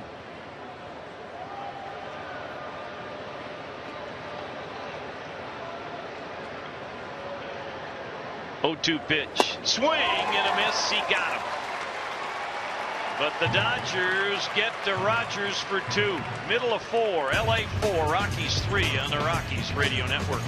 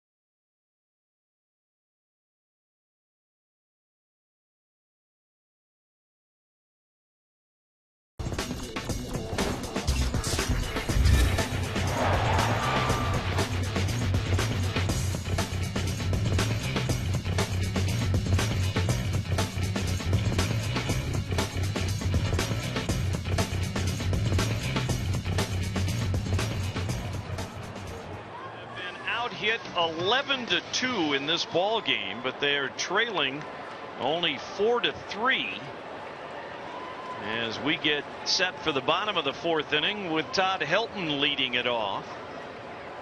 And Todd will take a strike on the inside corner. Helton celebrating his 38th birthday today and got the day off, at least baseball wise, to a good start with a home run off Ted Lilly. Checks his swing on the next pitch, and he held up on appeal. Down at third, Marvin Hudson said no swing. 1-1 on Todd. It was the opposite way on the home run for Helton. His 14th, 64 RBIs now. 1-1 pitch is low, 2 balls and a strike. Rockies have 2 hits on the day. The Dodgers have 4 different players who each have 2 hits, but it's just 4-3 LA. 2-1 to Helton is pulled to the right side, just foul outside the first baseline. 2 balls and 2 strikes on the Rockies' first baseman.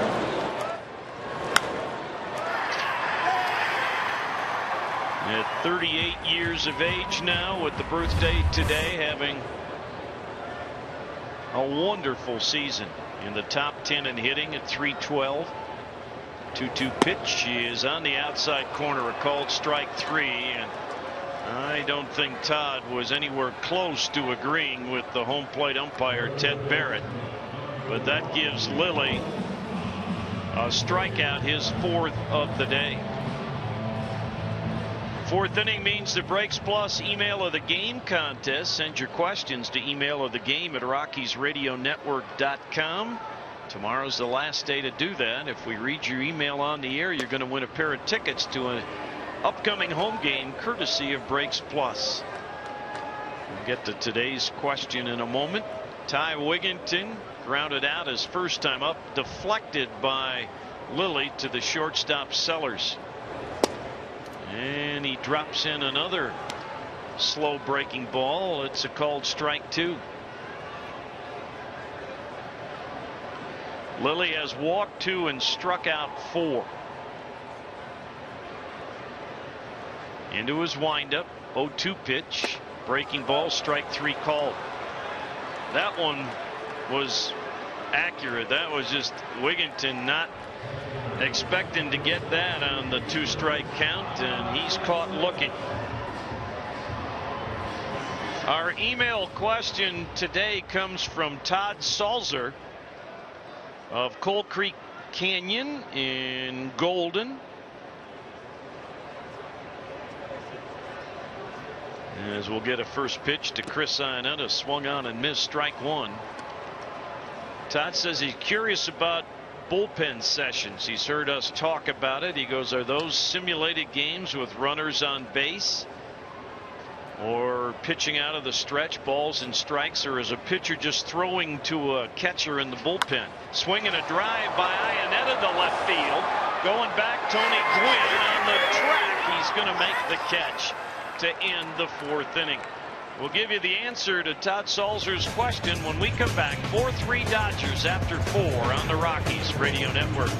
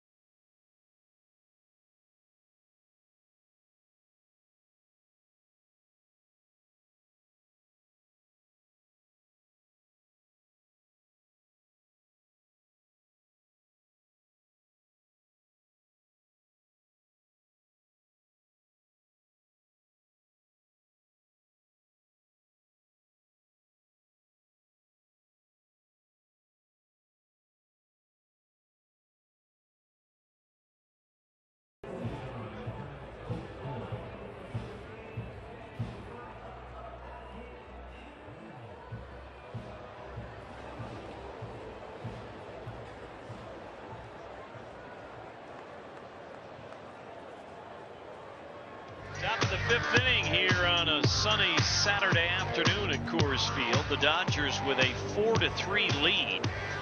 Left-handed hitting outfielder Trent Olchen will lead it off against Esmil Rogers. Olchen shows bunt and takes strike one. He has struck out twice. Getting the start this afternoon, the young man from the Sydney, Australia area. Fourth Australian to play for the Dodgers. Checked his swing low. 1 ball, 1 strike. Interesting talking with Trent as part of our Breaks Plus Rockies on Deck show. I asked him about baseball and the Sydney Olympics in 2000. 1-1 pitch. He lines it off the glove of Herrera, who knocks it down, but it'll be a base hit. And again, the Dodgers will get a man on. They have collected a dozen hits in the game. 10 singles and 2 doubles from Justin Sellers. But Olchen, in those little funny twists of life, was the bat boy at the Olympic Games for the U.S. team in the gold medal game. And the manager for the U.S. team that year, one Tommy Lasorda, the former Dodgers manager. And here's Olchen wearing an LA uniform. First pitch swinging the left fielder, or into left field. The ball off the bat of the catcher Deoner Navarro, and Eric Young Jr. coming in made the catch. Got to get back to our Breaks Plus email of the game question from Todd Salzer about bullpen sessions. It's not a simulated game. I mean, when they have a simulated game, yes, they do have batters at the plate and go through pitch counts and all of the process. A bullpen session accomplishes a couple of things. It maintains the arm strength of a pitcher between starts, and bullpens are usually done by starting pitchers more than relievers. Pitch in for a strike to Jamie Carroll, who has a single and 2 tries today. It can be a teaching session to work on some things, make some evaluations. So they're looking at a guy's delivery and is he throwing strikes, and they'll work from both the windup and the stretch. Carroll swings, lines it to left field. Eric Young makes a sliding catch, diving to his right for the second out. Now, Lewi's been a busy guy today, offensively and defensively. Well, he's really worked on his outfield defense. He's been working with Glenn Allen Hill almost every day, we are told, because he felt like if he was going to stay in the majors, it may be in the outfield instead of second base, and that extra work has really paid off. He's made some fine catches in this one. Getting better jumps on the ball, I think. A little better read off the bat. Absolutely. And when you get a good jump like that, and then you make a couple with a good jump, then your confidence starts to soar. So to wrap up our question, for example, today, Alex White, the rookie pitcher acquired from Cleveland, who's going to start Tuesday against the Astros, did his bullpen work today. Ted Lilly swings, hits it to second, backhanded by Herrera. He'll flip to Tulowitzki for the force to end the top of the 5th. Good question, Todd. You're going to win tickets to an upcoming home game. 4-3 Dodgers, middle of 5 here on the Rockies Radio Network.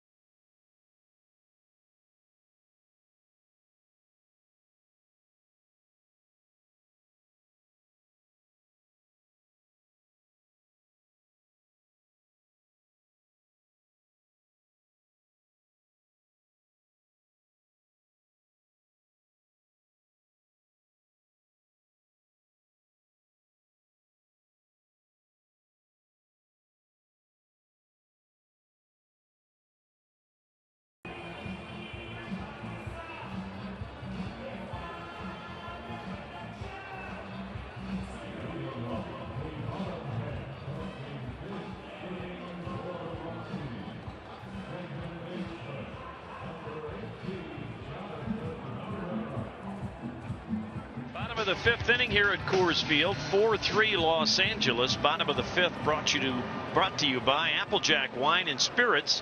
Applejack minutes from anywhere at I-70 in Youngfield.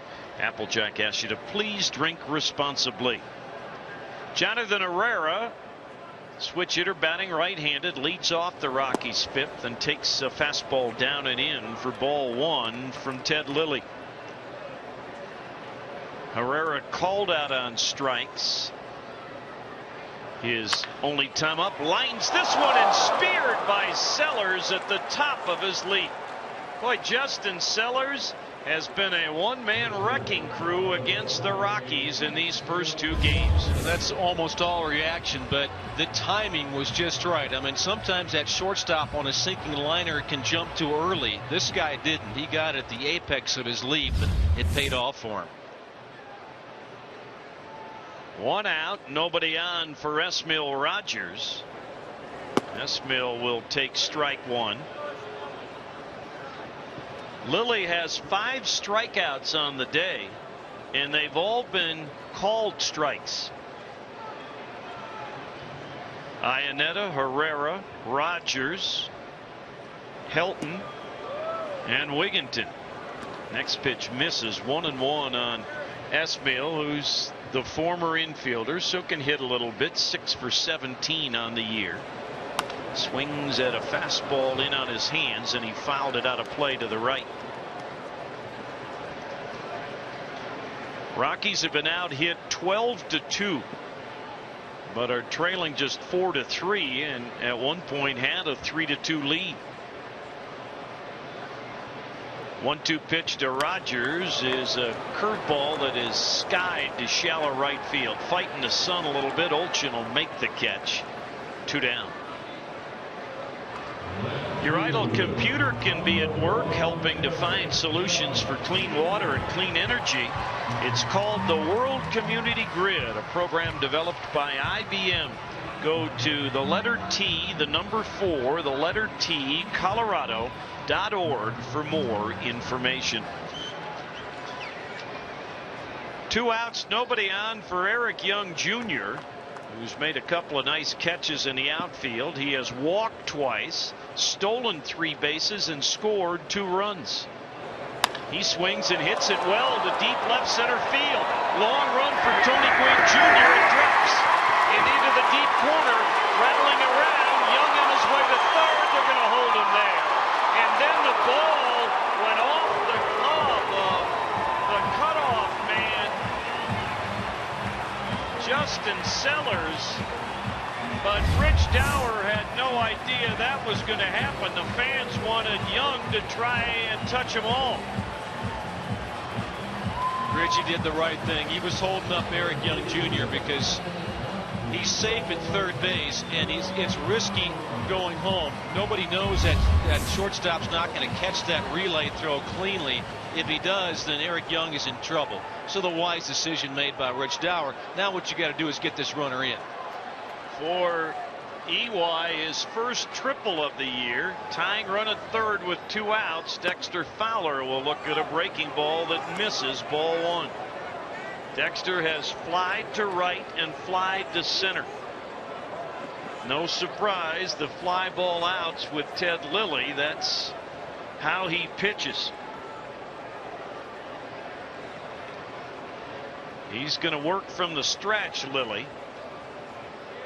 1-0 pitch, way outside, and oh my goodness, Deoner Navarro saved a wild pitch there. Came out of his crouch, had to reach up and across to save it. 2-0 on Fowler. Lilly has already uncorked a wild pitch today. 2-0 to Dex is a strike at the belt on the inside part of the plate.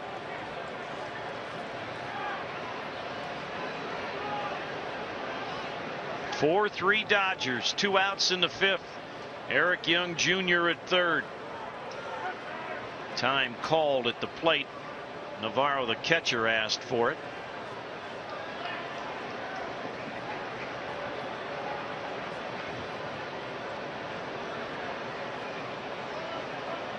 Lilly gets into the set position. 2-1 pitch, way outside again. 3 balls and a strike. First one that nearly went to the backstop was a fastball. That one was a changeup, but again, Navarro had to really make an effort to grab that pitch. Carlos Gonzalez on deck. Lilly's 3-1 to Fowler.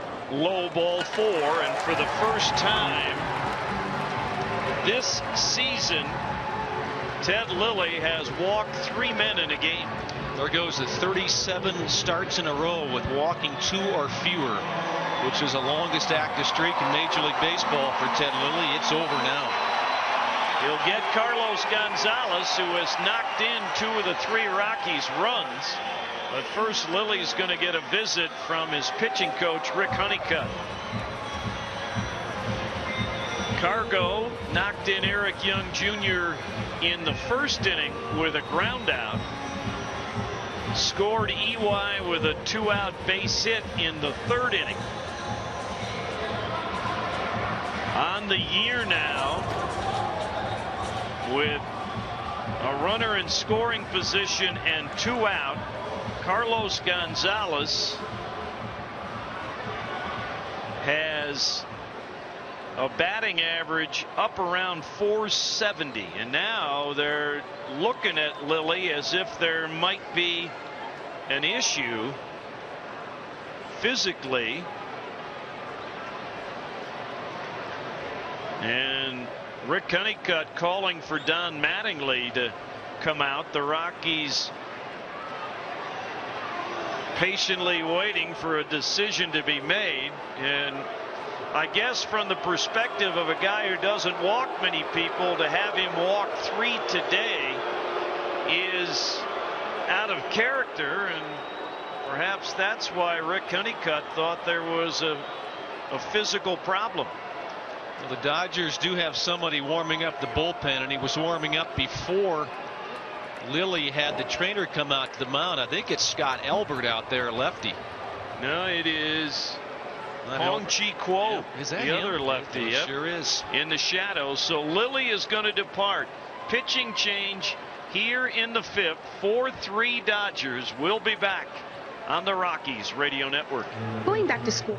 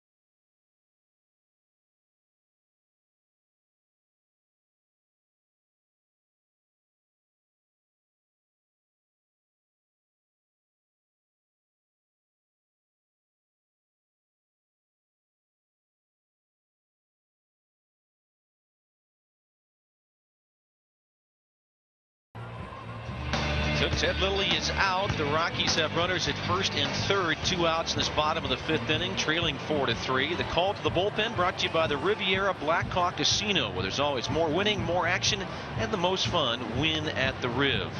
Left-hander Hung Chi Kuo will come on. He's 0-2 this year in 25 appearances.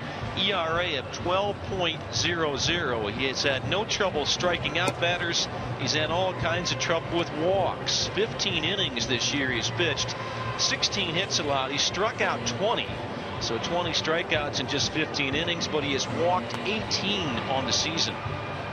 He is obviously a much different pitcher than Lilly in terms of velocity.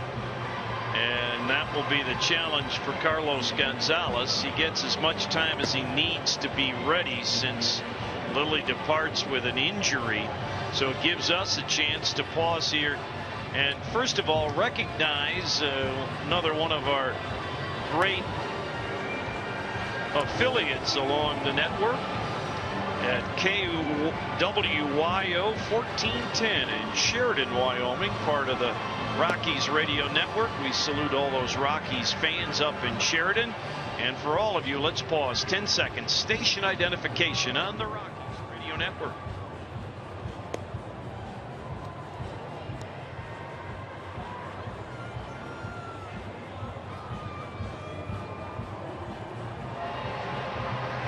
Whoa, still in the midst of warming up.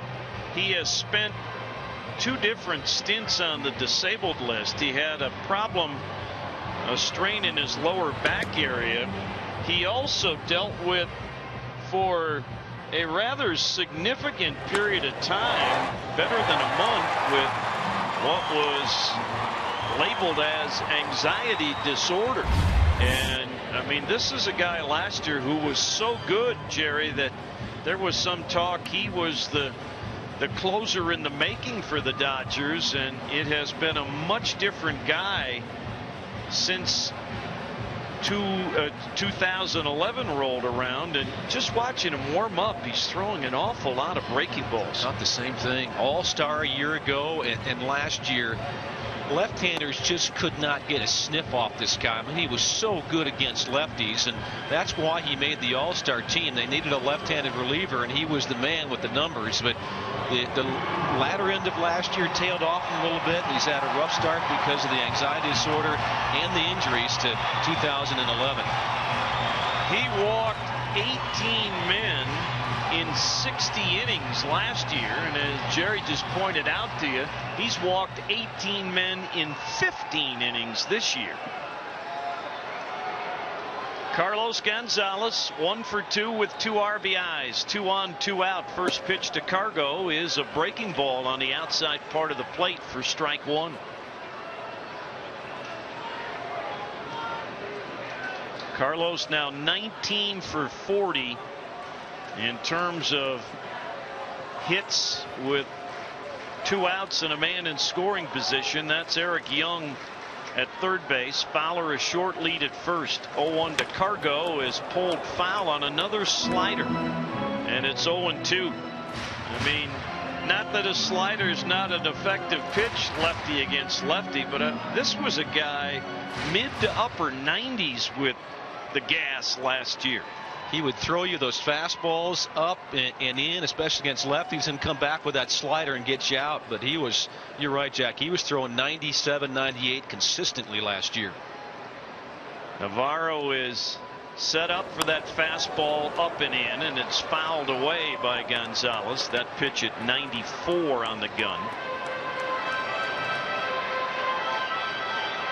Chevy Sports Desk scoreboard update. Yuniesky Betancourt has gone deep for the Brewers. They now lead the Mets 7-1 after 6 innings in New York. Here it's 4-3 Dodgers, 5th inning, 2 on, 2 out. 2-strike pitch to Gonzalez, swing and a miss, got him with the fastball, and the Rockies can't tie it up. After 5, Dodgers 4, Rockies 3 on the Rockies Radio Network.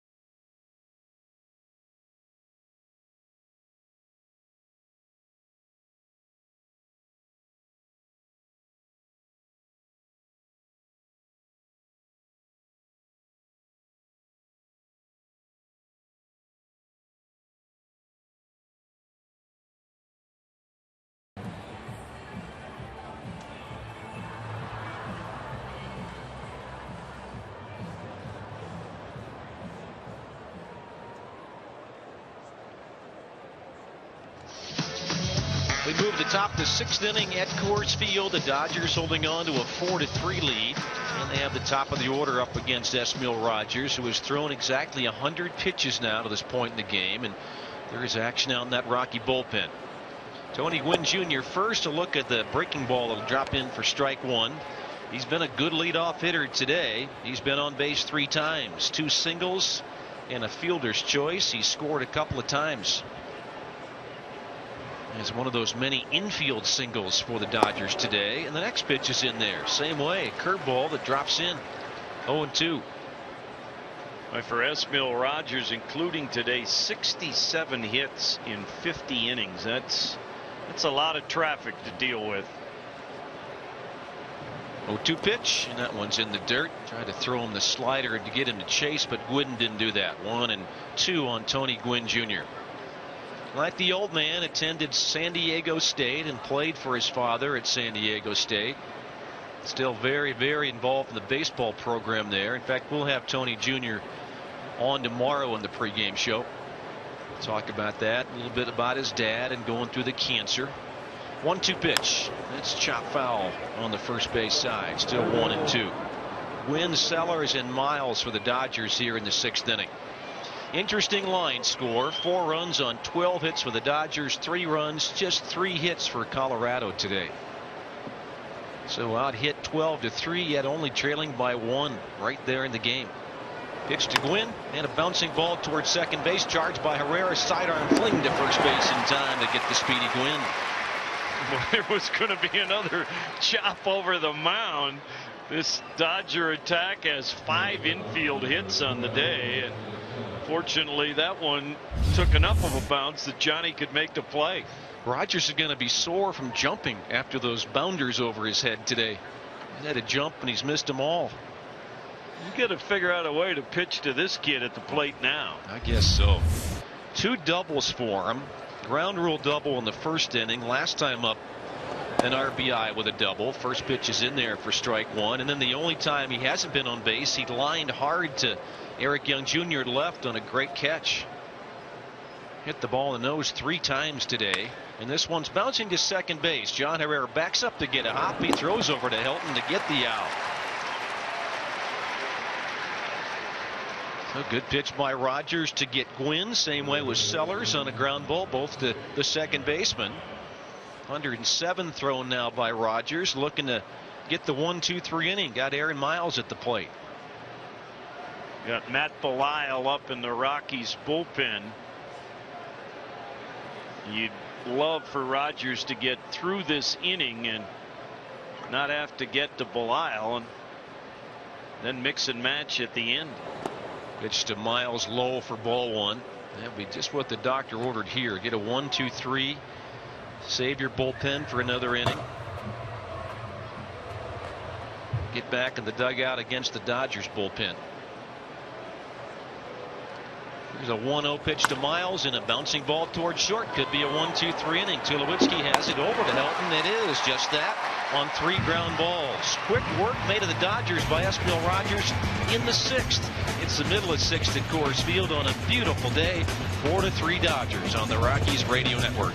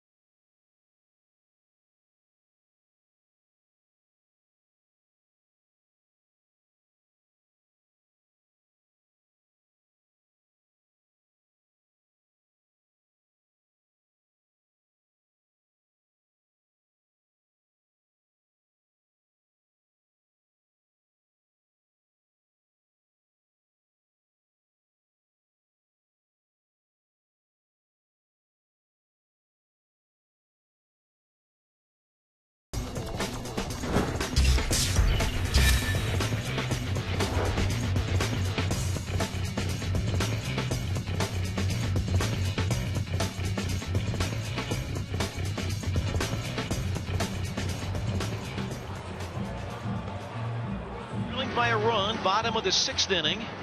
Hung-Chi Kuo will come back on the mound for the Dodgers to start this frame against Colorado. And 4, 5, and 6 coming up in the Rocky lineup. Troy Tulowitzki is first. Troy 0 for 2 against Ted Lilly. A fly to shallow center field and a fly to left field in his 2 at-bats. Lilly's line 4 2/3 innings, 3 hits, 3 runs. All were earned. 3 walks, 5 strikeouts. And that means another no decision for him because he didn't go the 5 innings, so he remains winless in August. Pitch to Tulowitzki, a fastball upstairs for ball 1 to Troy. And stopped a streak of 37 starts in a row, issuing 2 walks or fewer, giving up the 3 today. No matter how hard Kuo throws, Tulo's probably the happiest guy in the ballpark that Lilly is gone. Thinking the same thing. 1-0 pitch, fouls it out of play off to the right side. Threw him a fastball at 93 miles an hour. And the speed gun brought to you by Timothy's Fine Jewelry, where your unwanted gold could be worth thousands. The Tulo chant around Coors Field on a beautiful day and a big crowd this afternoon. Tulowitzki, Helton, and Wigginton. Troy with a count of 1-1. Kuo working from a stretch, and here comes a pitch to Troy, and he fouls that one right back to the screen. Took a big rip on it, and it's 1-2 on Tulowitzki. Troy, as I mentioned, 0 for 2 against Lilly. Now 3 for 23 is all in his career against the southpaw. Steps out of the batter's box, adjusts those batting gloves. Hung-Chi Kuo working from the third base side of that pitching rubber as the lefty. Ready with a 1-2, and it's flying down the right field side, out of play. Foul ball. Rockies trying to buck a trend in day games. The last couple of years before 2011, so good during the day, but this year a completely different story. 12 and 26 is all the Rockies could muster with their record in games in the sunshine. Of course, 16 of those losses are on Sundays. 1-2 pitch, low to Tulo. 2-2. Rockies with the 17-game losing streak on Sundays. The last one, the night game in St. Louis. So 16 of the 26 losses on Sunday. Right-hander Josh Lindblom is up in the Dodger pen. Matt Belisle continues to throw on the Rockies side. 2 balls, 2 strikes against Tulo, and the pitch to Troy outside and low works the count to 3-2. Remember all the walks that Kuo has had trouble with this year. Gets a baseball back from his catcher and snaps at it. He didn't like the pitch.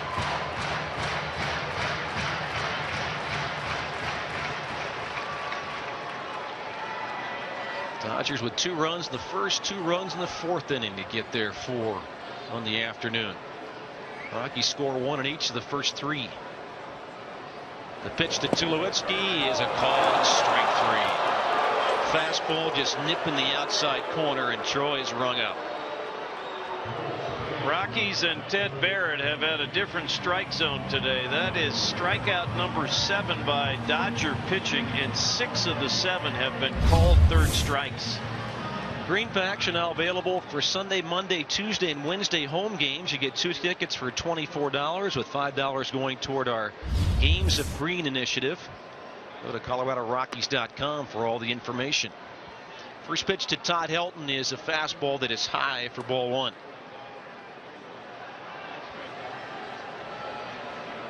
Lefty on lefty here. Todd with a home run to the opposite field against Ted Lilly. That got the Rockies their 2nd run. That was a leadoff home run in the 2nd. And they struck out last time. He was one of those victims of a called third strike. And the swinging strikeout of Cargo to end last inning is the only punch out that hasn't been called. 2-0 with Helton. The pitch by Kuo. He is there for a strike. I don't think Todd agreed with that one either.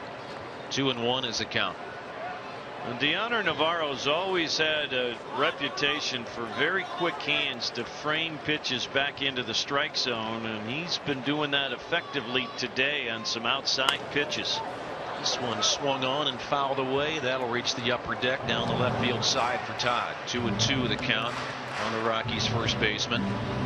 And what I mean by that, it's almost an art. It's the ability as you're catching a ball, sometimes with a lot of velocity, but catching it as you're pulling your glove into the strike zone.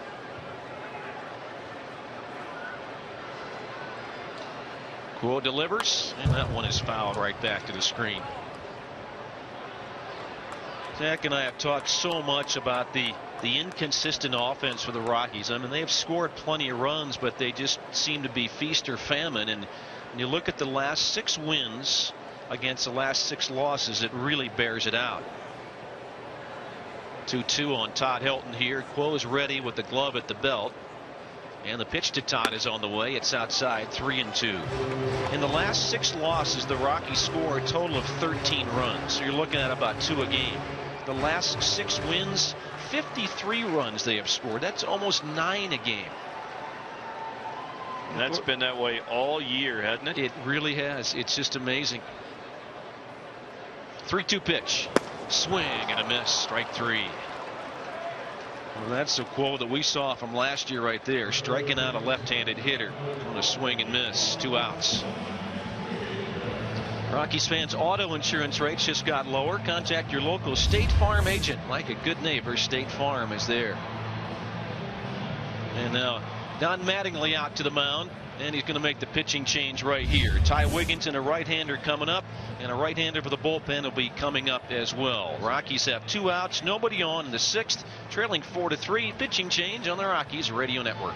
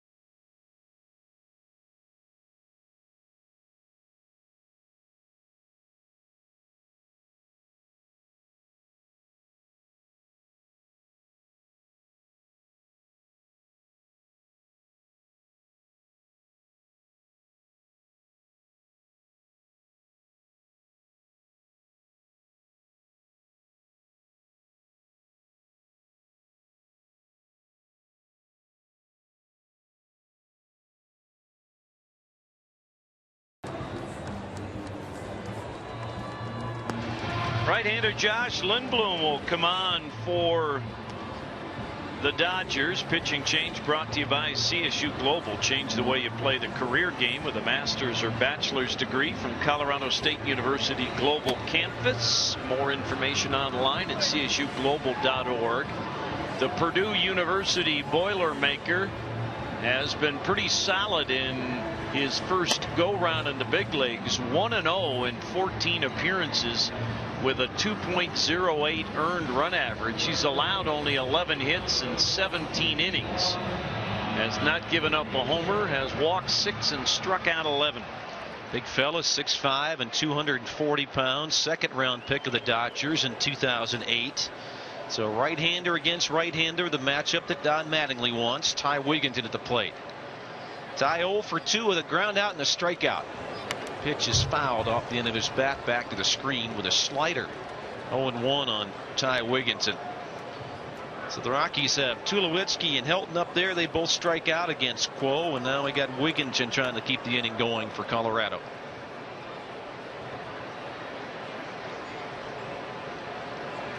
Lindblom with the pitch, and it's low. 1 ball, 1 strike. 204 batting average by opponents so far against Lindblom in his career. Right-hander's only 139. Pitch here is a strike call with another slider. That's a good movement on that one. A good spot with that pitch. 1 ball and 2 strikes. Shadows starting to come over home plate. Might be a little bit of a challenge for the hitters to get that spin as quick as they'd like. 1-2 pitch, and that's popped up on the infield right behind the mound. Shortstop's going to take charge. Sellers makes the grab. It's a 1-2-3 6th inning for Colorado. So we're on to the 7th. The Rockies are still down 4-3 on the Rockies Radio Network.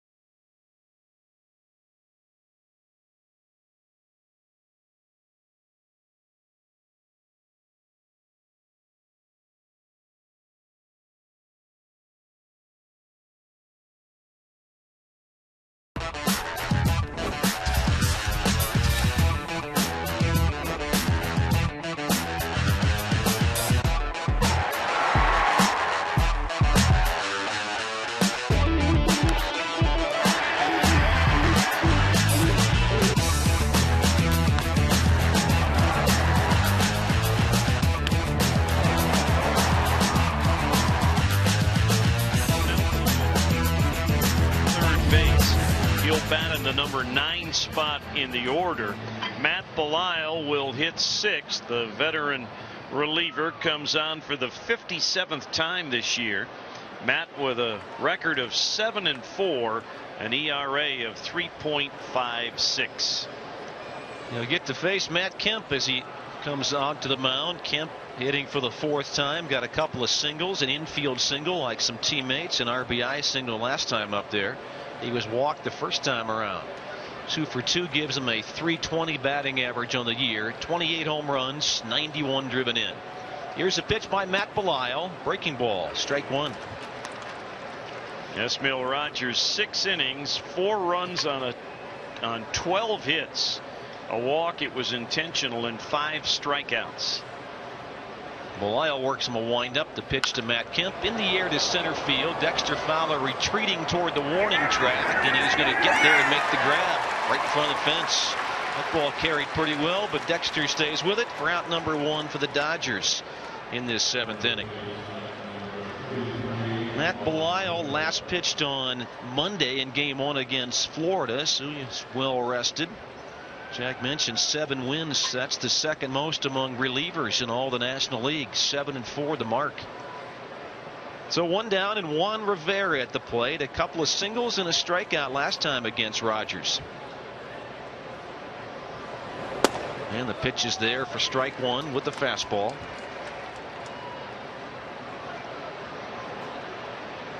Trent Olchen on deck for the Dodgers. Close stance from the right side for Juan Rivera, and the pitch is on the way. Slice foul down the right field side with the sunshine and the crowd, and it's 0-2.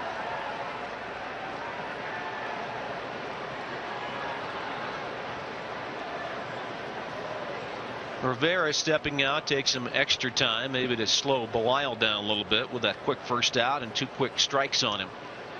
Now the 0-2, and it's a bouncing ball grabbed by Todd Helton in the backhand. He will get to the bag ahead of the runner for out number 2. Nice play by Todd. Did a nifty job of staying with a short hop, going down to one knee to make the play. Behind the scenes tours of Coors Field available Monday through Saturday and give you the chance to see exclusive areas of the ballpark. Group and individual tickets are available. For information, call the Rockies. 303 Rockies is the number. 2 quick outs for Matt Belisle, and now Trent Olchen at the plate. Struck out his first 2 times and then singled sharply his last time up. Curveball will drop in there for strike 1 to Olchen.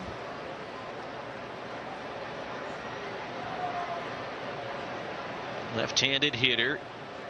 On the edge of the grass, Nelson at third. The pitch this time caught the outside corner with a fastball. 0-2. Now Nelly will back up a few strides at third base. 7 pitches, 7 strikes for Matt Belisle. Trying to finish off Olchen here, get the Rockies a 1-2-3. They had one back in the 6th.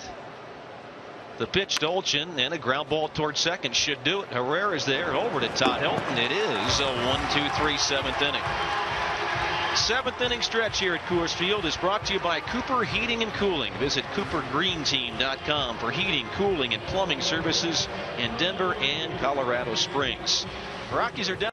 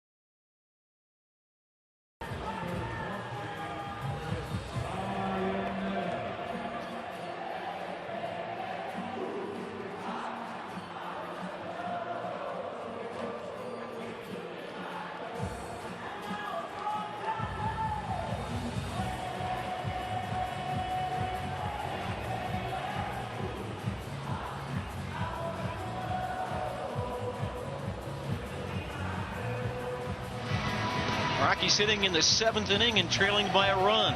Chris Iannetta will lead off, and then John Herrera and Chris Nelson.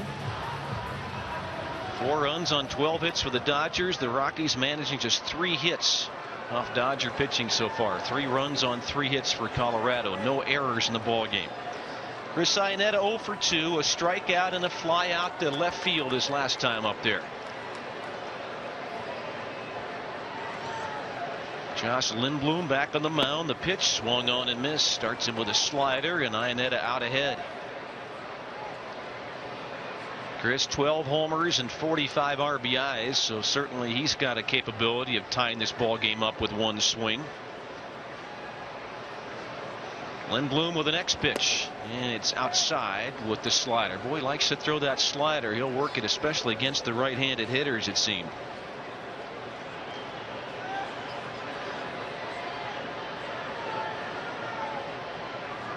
And the 1-1 to Iannetta. It's fouled away off to the right side. There is the fastball that hit 92. We saw one at 93 against Wigginton. So 1 ball, 2 strikes on Iannetta. So the Rockies out hit 12-3, yet right there in the ball game, trailing by just a run, and they got 3 innings to go offensively. Playing Iannetta straight away and deep.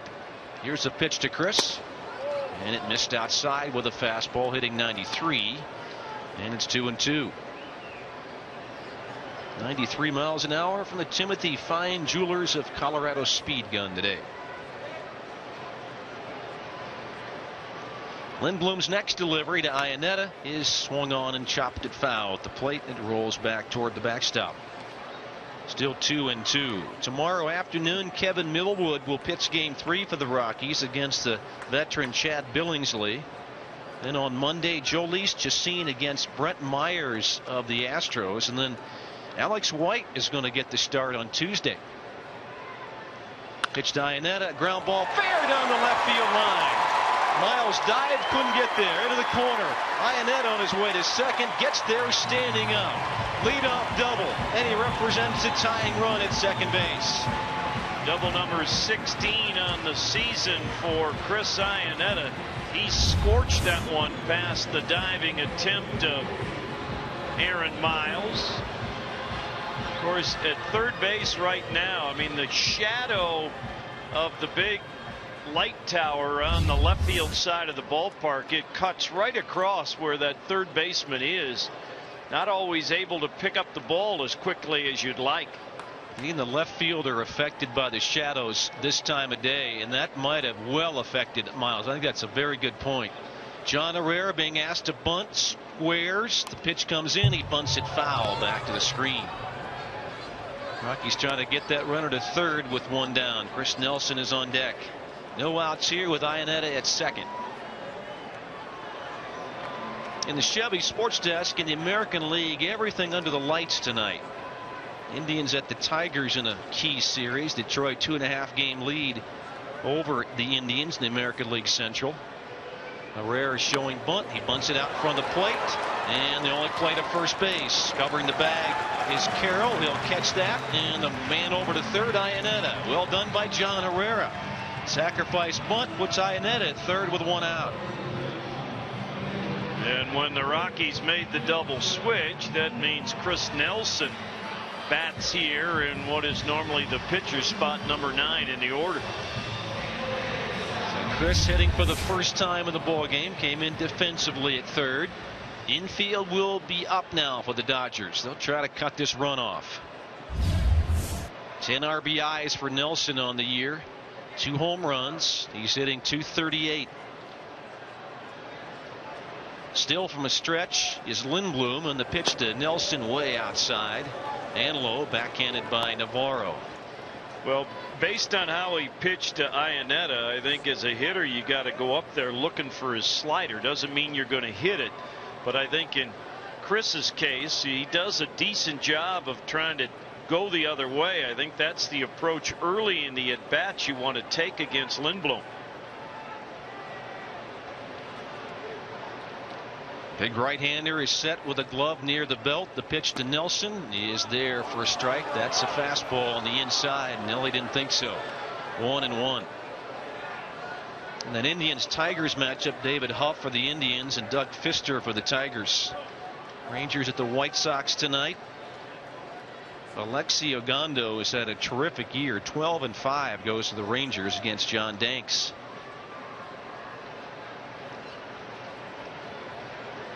Iannetta away from third base, I should say. Here's a pitch to Nelson, and it misses away. Another slider. 2-1. Red Sox at the Royals. The Red Sox have Tim Wakefield starting. Felipe Paulino, the former Rocky for the Royals. Yankees at the Twins. A.J. Burnett, the starter, against Francisco Liriano. Mariners at the Rays tonight. Charlie Furbush, Jeremy Hellickson going for Tampa Bay. 2 balls and a strike to Nelson. And the pitch to Chris. Swing and a miss.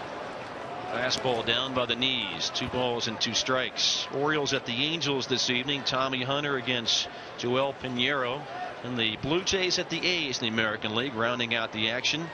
Henderson Alvarez for Toronto. Gio Gonzalez for Oakland. Chris Nelson's got to put this ball in play somehow, some way.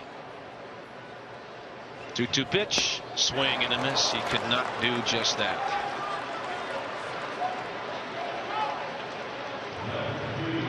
Eric Young Jr. will stride up there now with 2 gone and the runner at third base.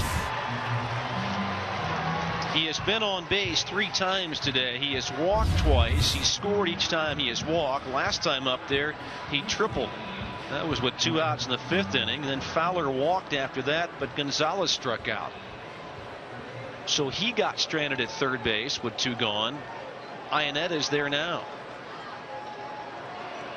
Rockies in the first 2 games of the series are 2 for 16 with runners in scoring position.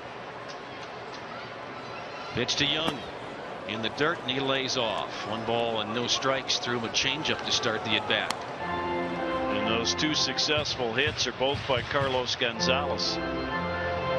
Although Cargo was a strikeout victim with Young at third base back in the 5th inning.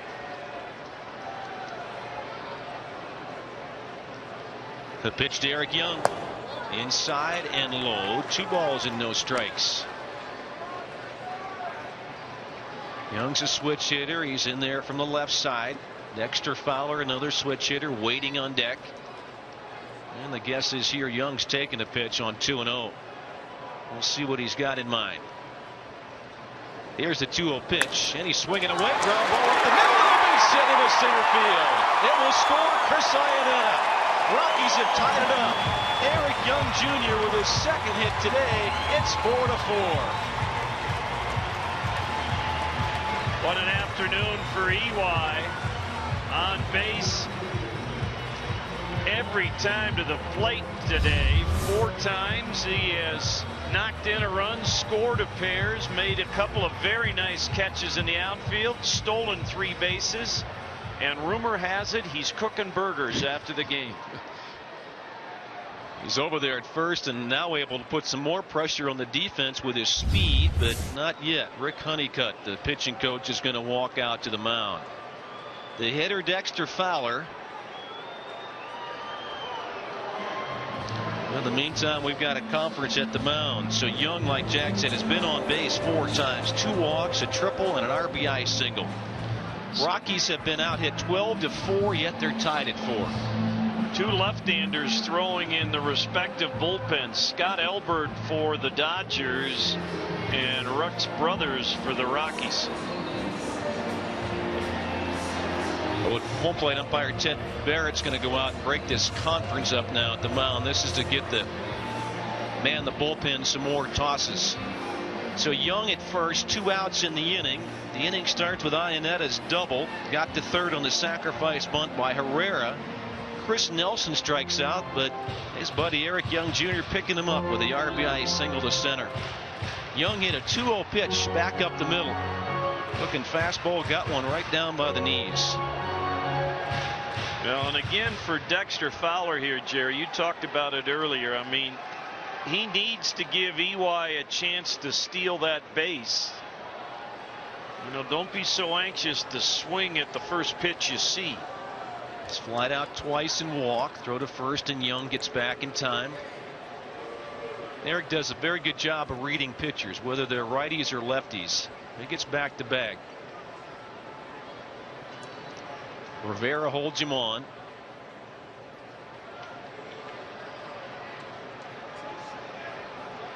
Lindblom comes set.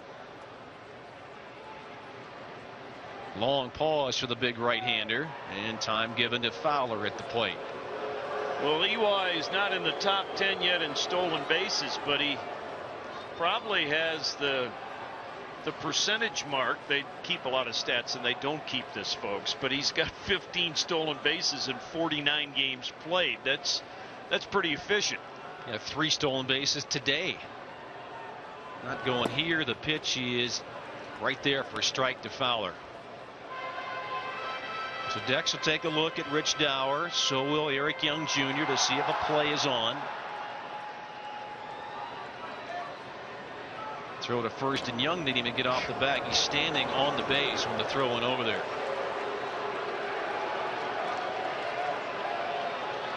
And the crowd not very appreciative of that fact. Yeah, especially the one sitting in the sun. Yeah.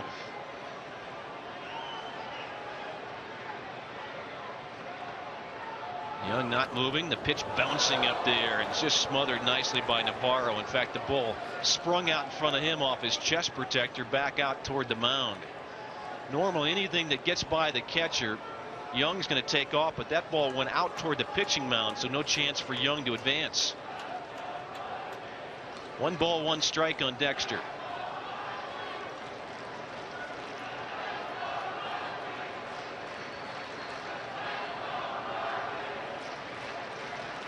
Lindblom gets a sign that he likes. Young's got his lead from first and a good one. Here's a pitch to Fowler, and it's high with a fastball, and it's 2-1. Dexter's showing good patience.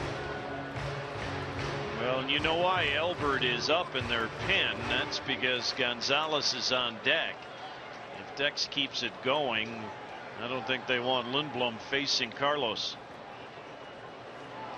Dexter's actually been a very good hitter with runners on this year, and especially runners in scoring position. Don't have one here now, but Young's trying to get to second, and he may get there with the walk because it's 3-1 on Fowler. Next pitch was outside.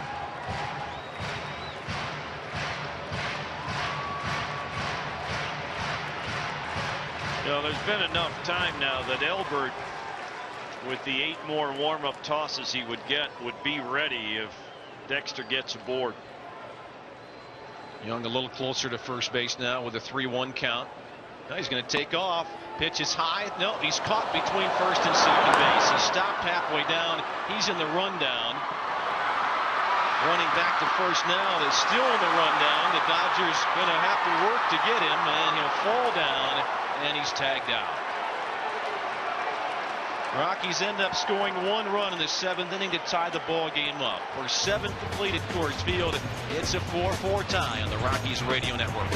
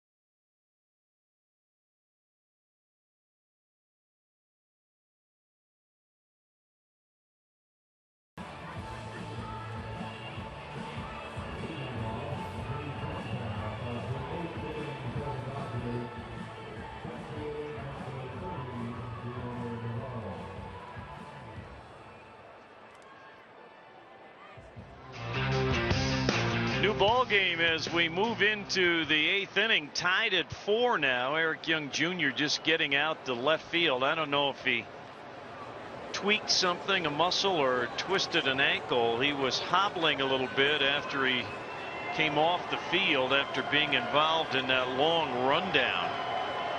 But he remains in the game out there in left field.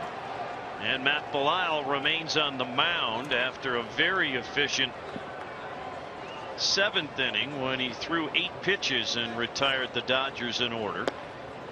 He gets the switch hitting catcher Dioner Navarro, and he'll throw a first pitch strike to him. Navarro has flied out twice to left and struck out. Nelson up on the grass at third. The Belisle fastball misses outside and low. 1 ball and 1 strike. Jamie Carroll and then the pitcher's spot will follow. Pitch, checked his swing, and it apparently missed with a fastball. 2-1. Rockies baseball brought to you in part by Mattress King. Be sure and find out why. Mattress King says nobody beats the king. Nobody. 2-1 pitch, high, deep, and fortunately foul. Way out of here down the right side, but you could tell the angle on it. It was not going to stay fair. 4 runs on a dozen hits for the Dodgers, 4 runs on 5 hits for the Rockies. 2-2 pitch to Navarro, a ground ball through the hole on the right side for a base hit. Helton hugging the line, and Navarro found the space between Herrera and Todd.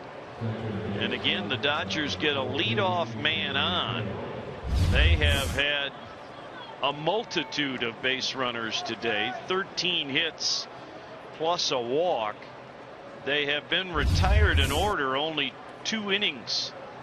The 6th, the last inning worked by Rogers, and then the 7th with Belisle. Now the leadoff single for Navarro. Jamie Carroll at the plate.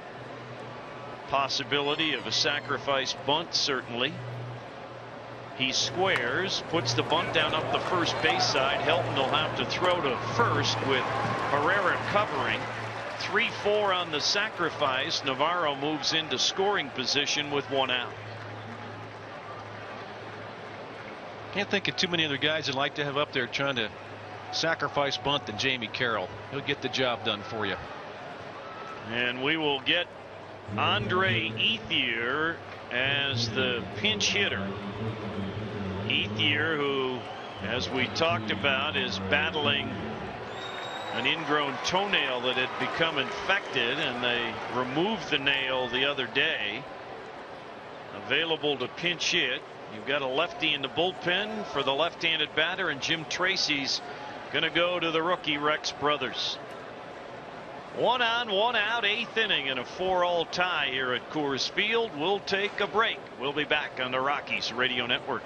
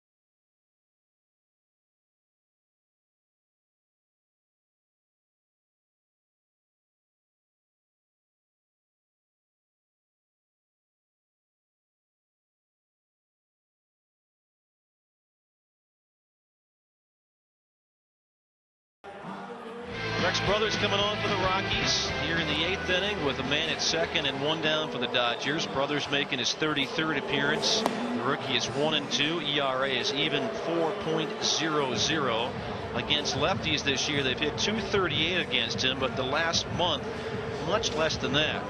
Lefties is 2 for their last 15 against Rex Brothers, 7 strikeouts and 1 walk since July 21st.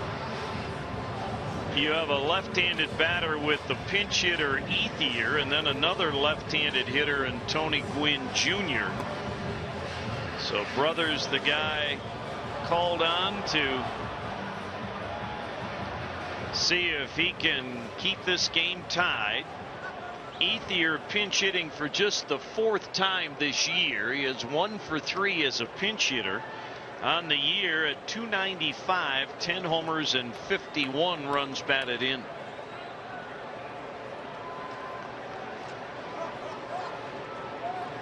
Deoner Navarro, not great speed, so a solid single to center or right. They may not send Navarro home. Hit the left field. We'll have to see. First pitch, a breaking ball that didn't do much. Stayed upstairs for ball 1.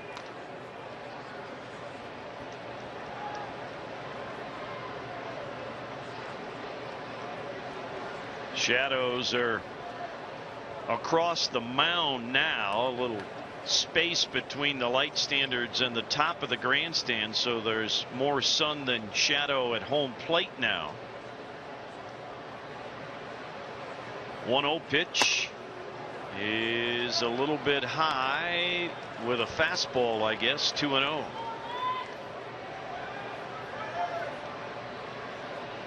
As Rex Brothers matures on the job, control an issue. The walks have plagued him at times, averaging better than a walk every other inning, which is a little higher than you would want, to say the least, as a relief pitcher, especially in these kinds of circumstances. 2-0 to Ethier, and that one's high. 3-0 with another breaking ball.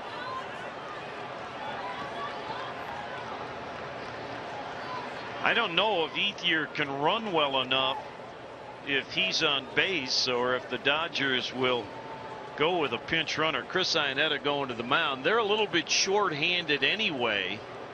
I mean, Casey Blake has been bothered with a pinched nerve in his shoulder and neck area. Got Ethier with his ingrown toenail problem. Rod Barajas, the backup catcher, is a little bit iffy after he tweaked a groin last night, so not a whole lot in the way of options for Don Mattingly. I'm sure Ethier has the green light here on 3-0. He takes a pitch, and it's a fastball on the outside part of the plate. 3-1.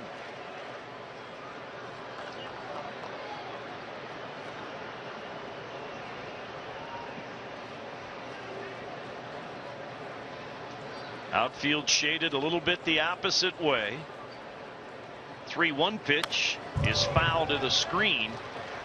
Chris Iannetta wanted that fastball on the outer half. It was more on the inner third, but Ethier fouled it back.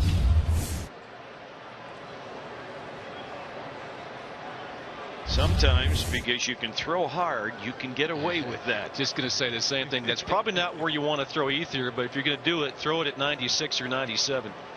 So he's worked the count full. Brothers with a 3-2 pitch. Swing and a miss. He got him with a slider. Forced strikeout number 1 for Rex. Strikeout number 6 for the Rockies. And out number 2 here in the 8th. Well done by Brothers. Set up with the fastball, 1 in and 1 out, then came back with a slider to Ethier. He's thinking at the plate, all right, got a rookie out here in a tight game. I'm looking fastball, threw him the slider and fooled him. You get from a power hitter to a pesky hitter, and Tony Gwynn Jr., who has scored 2 of the 4 Dodger runs. He's 2 for 4 on the day. 2 singles, a fielder's choice, and a ground out. Navarro at second with 2 outs. Brothers pitch to Gwynn is a fastball on the inside part of the plate at 97.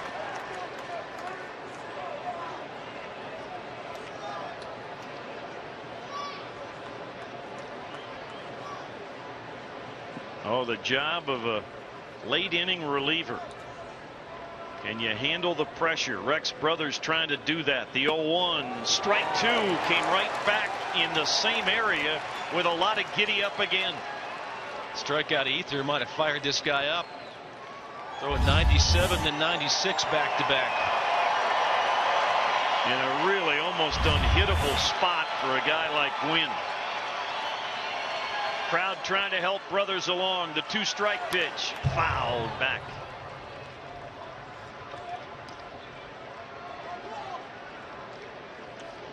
Wild game in New York today. The Brewers up 7-1 going into the bottom of the 7th. The Mets have scored 5 in the 7th and 3 in the 8th. A 9-7 New York advantage as the Brewers bat in the 9th. Here we're tied at 4. A runner at second, 2 outs for the Dodgers. 2-strike pitch to Tony Gwynn Jr. in the dirt. Iannetta knocked it down but couldn't keep it from getting away from home plate, and Navarro moves to third on the wild pitch.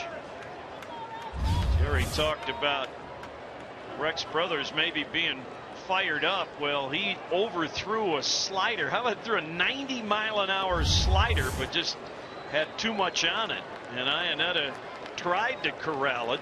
No chance though.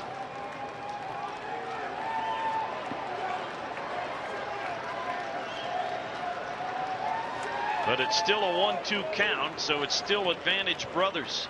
His pitch. Swing and a miss. He got him with the slider. And the Dodgers don't score. Middle of 8th. We're tied at 4 on the Rockies Radio Network.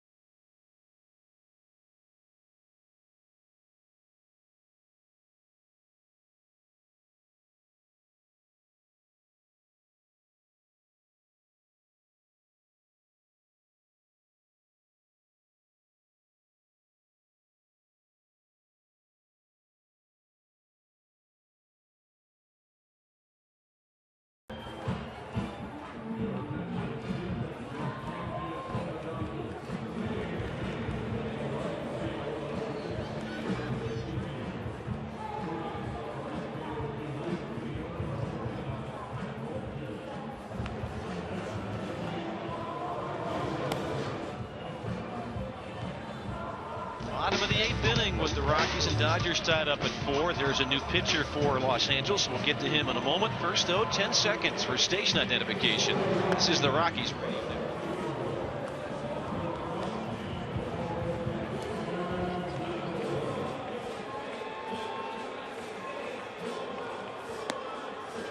That new Dodger pitcher is left-hander Scott Elbert. It'll be his 33rd appearance of the year, including one last night. He's 0-1, 2 saves, 3.18 ERA through 2/3 an inning last night. Clean 2/3, allowed just the 1 hit to the Rockies.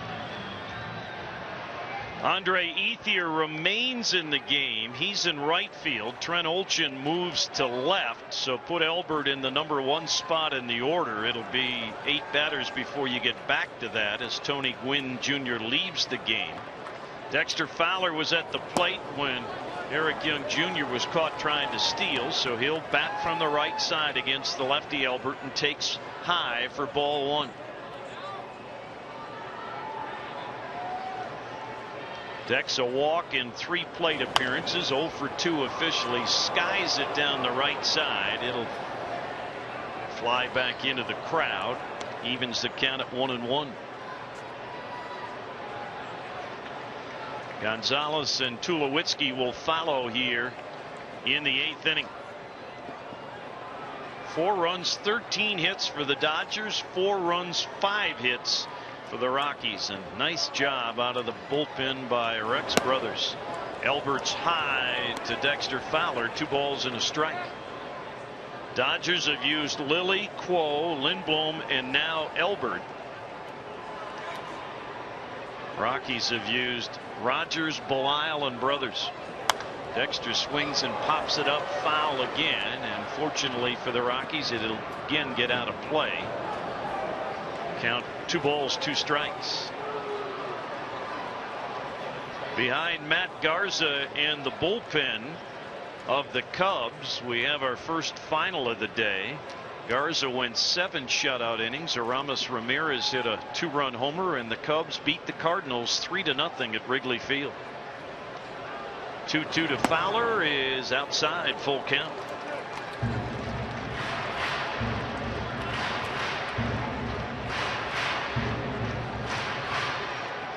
Outfield straight away for Dex. No homers this year for Fowler, but a lot of extra base hits. 3-2 is swung on and missed. Got him with a slider up and gets a strikeout for the Dodgers. That's their 10th strikeout of the afternoon out of their pitching staff. They come in with the best pitching staff, at least in terms of ERA, over the last 2 months. Carlos Gonzalez 1 for 3 with a pair of RBIs, and it's a breaking ball for strike 1.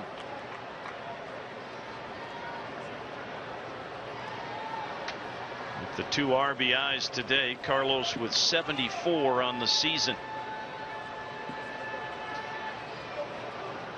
Pitch, swinging a foul at the plate on another breaking ball from the left-hander. It's 0-2.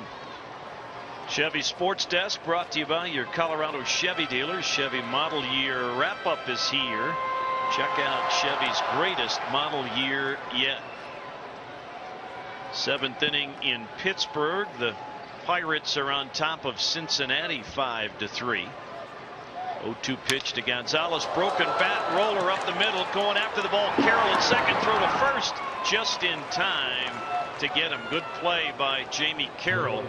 That bat broke into several pieces, and Jamie Carroll raced in and got that grounder right at the cut of the grass and threw out Gonzalez. Well, maybe Carlos had a chance there. Didn't get out of the batter's box all that well, but Carroll played it just right. Charging a ball that's not hard hit, and you got to do that against a guy who runs like Cargo. So 2 outs, nobody on for Troy Tulowitzki. Tulo 0 for 3 on the day. Elbert's pitch is high and outside, ball 1.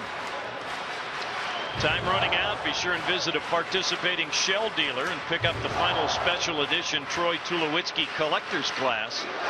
This one features Troy hitting for the cycle. They're available while supplies last with the purchase of gasoline for the benefit of Children's Hospital. Troy will take a fastball for a strike. Count evens at 1-1. With the later start today, the shadows become a little bit more of a factor than in the normal 1:10 start. 1-1 pitch is outside, 2-1 to Troy. Of course, I think from the perspective of those of us in the press box and the stands, it seems worse than it actually is, but when you're trying to pick up the spin of the baseball, the shadows do give an advantage to the pitcher. 2-1 to Troy is outside, 3 balls and a strike. The left-handed hitter Helton on deck. You can see Elbert being cautious with Troy. All 4 pitches have been away. He's gotten 1 strike in the count.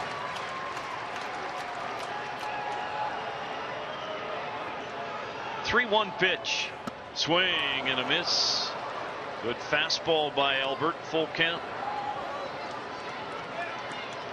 You know, this guy has really helped the Dodgers when Quo had all of his issues. They needed somebody from the left side out of their bullpen, and this youngster has been able to help LA. 3-2 pitch. Swing and a miss. He struck him out. And that will end the Rockies' 8th. We're tied at 4 here on the Rockies Radio Network.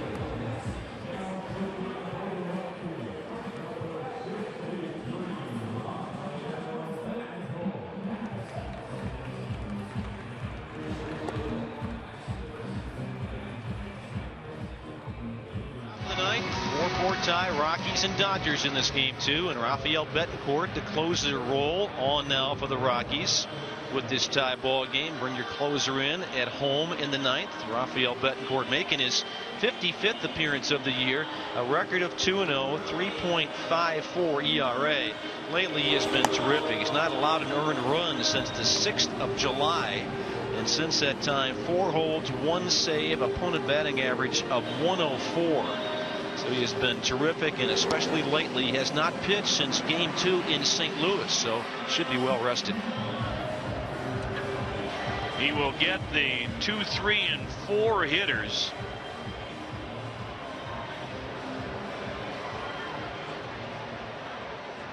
It will be Justin Sellers and then Aaron Miles and Matt Kemp.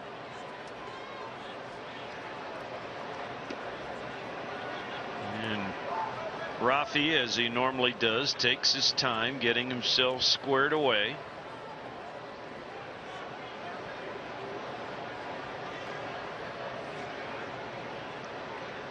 And Sellers, knowing that from the scouting report, took his time getting into the box.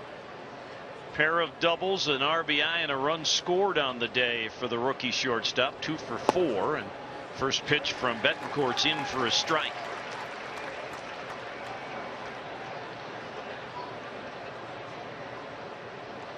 Nelson is back at third.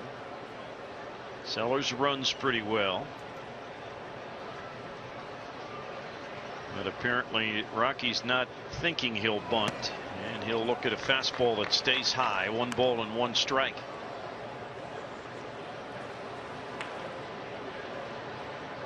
Helton, Herrera, Tulowitzki, Nelson, the Rockies infield first to third. Young, Fowler, Gonzalez left to right in the outfield. Chris Iannetta going all the way behind the plate. Now Betancourt on the mound. 4th Rockies pitcher of the afternoon. 1-1 pitch is popped up back by us, and it will be grabbed by a fan. Thought he had it, and the guy next to him grabbed it. 1-2 on Sellers.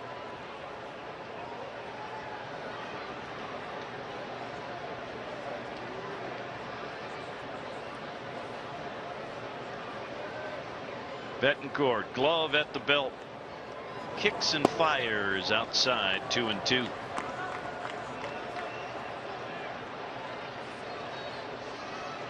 some moving around in the Dodgers bullpen, but I don't know that they'll get anybody up until they get a man aboard here in the ninth, if that takes place. We'll see what Don Mattingly has in mind. 2-2 to Sellers.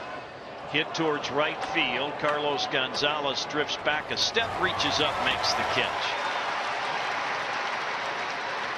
You get Sellers, who, for a kid with less than 50 at bats in the big leagues, he's been making us hold our breath at times here this afternoon. First out in the Dodgers ninth. And a final reminder, today is the last day to get in your, I should say tomorrow, the last day to get in your email of the game questions to win in the Breaks Plus email of the game contest. The winners receive a pair of tickets to one of the remaining home games. Aaron Miles, switch hitter, batting left-handed, will take strike one from Rafael Betancourt. Send your questions to email of the game at RockiesRadioNetwork.com. Your first and last name, city where you live, and contact information should also be included. Miles 1 for 4 on the day. Oh, one pitch swing and a miss. A little bit of giddy up. Hi, how are you? Hello, fastball there.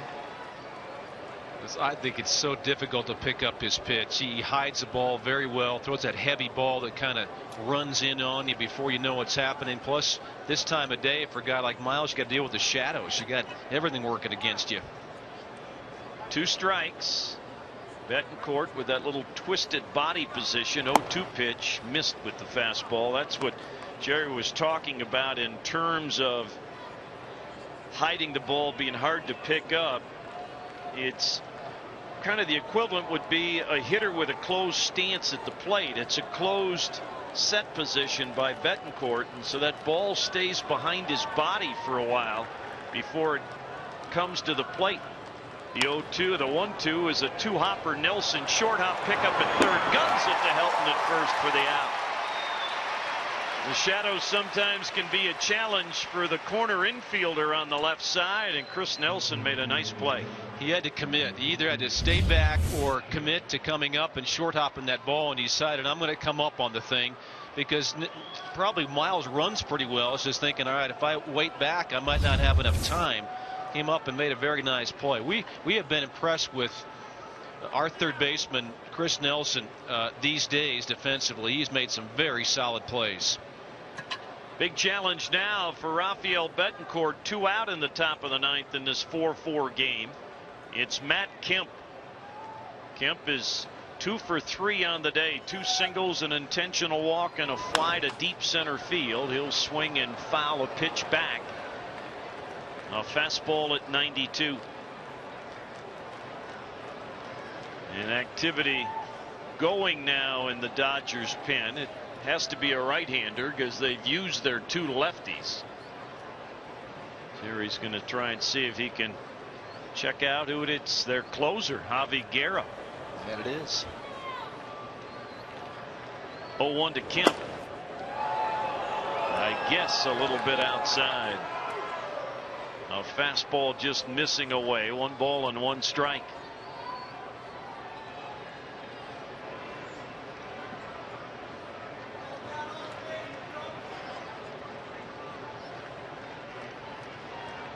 Two outs in the Dodgers ninth in a 4-4 game. Bases are empty. The cleanup hitter, Matt Kemp, the batter. Rafael Betancourt's 1-1 pitch. Fouled away again into the upper deck behind home plate before it caroms back down. Almost got all the way down to the lower deck, but somebody on the club level gets a souvenir. 1-2.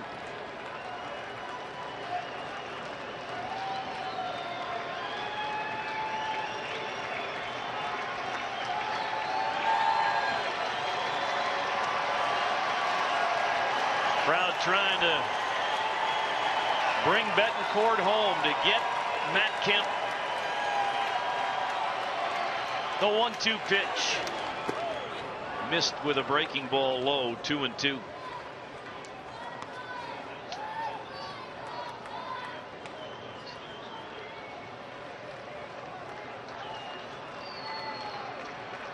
2 balls, 2 strikes.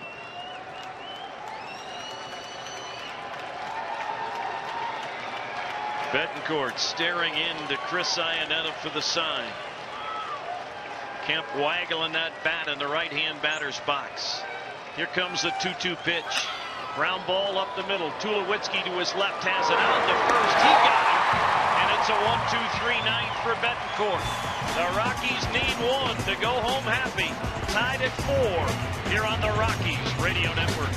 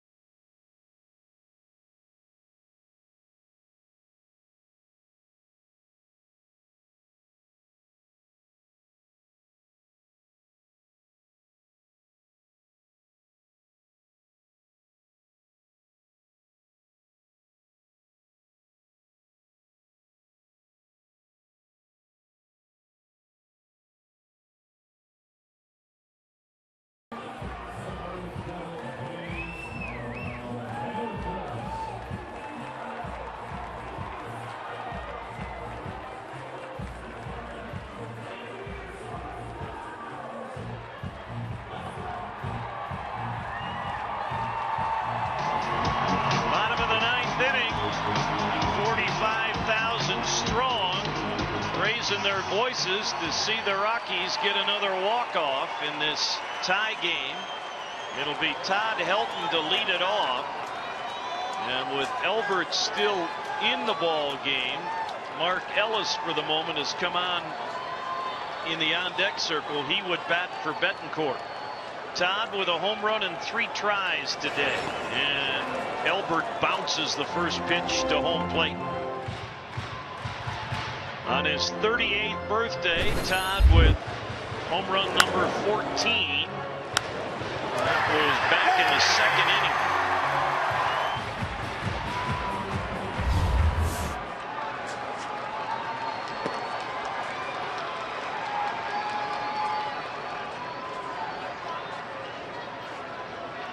Navarro needed a moment. That bounced ball to the plate hit him, and he had to shake it off. He's okay now. The 1-0 pitch is a strike from Elbert, who retired the Rockies in order in the 8th inning with a pair of strikeouts.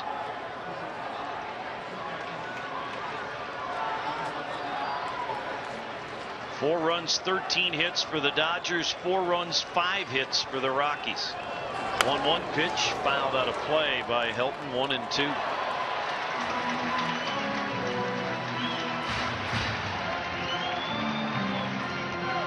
Rockies got a walk-off on a Jason Giambi home run.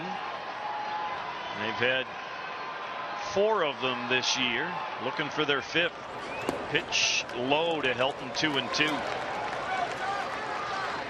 Mentioned the attendance, 45,195 today. Don't forget, if you'd like to be a part of this, there's a way to do it in style. 2-2 pitch. Todd fights it off with a foul ball to the left. Log on to wellsfargo.com/Rockies. There you can find details about purchasing 2-for-1 club level tickets. Wells Fargo NA, member FDIC.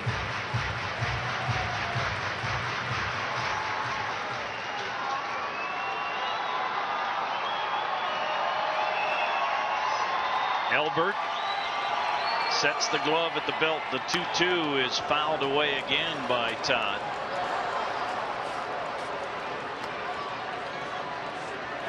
Feeding him a pretty steady diet of fastballs away and hard sliders in the same manner. They have not tried to throw anything on the inner half yet. Another 2-2.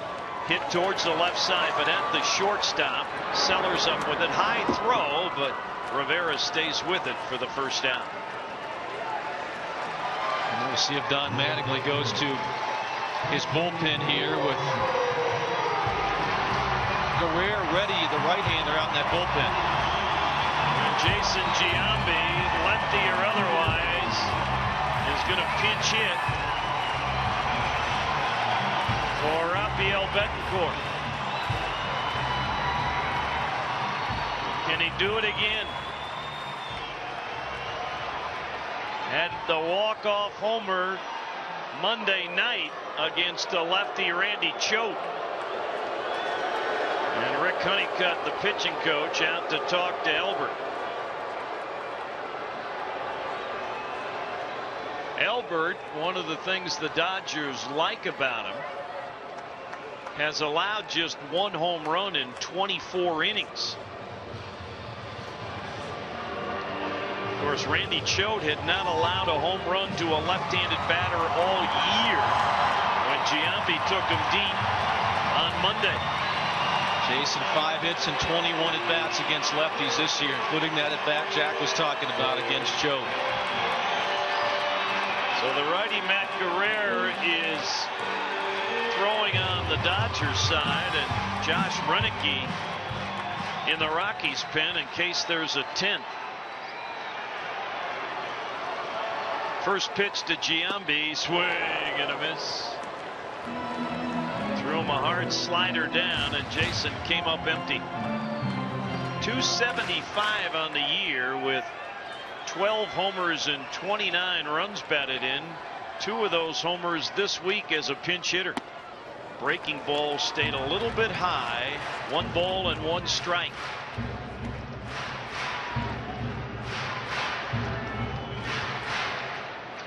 Jason saying how much he loves that pinch hitting role now. 1-1 pitch. Breaking ball lined into center field for a base hit. So the winning run is aboard. Giambi will be lifted for a pinch runner. And the Rockies have a chance to win it here in the bottom of the 9th. And Aaron Cook will come out and run for Jason Giambi, who comes through again in the pinch. And now Don Mattingly will go to his bullpen for the right-hander Matt Guerrero. 4-4, bottom of the 9th here in Denver. We'll be back on the Rockies Radio Network.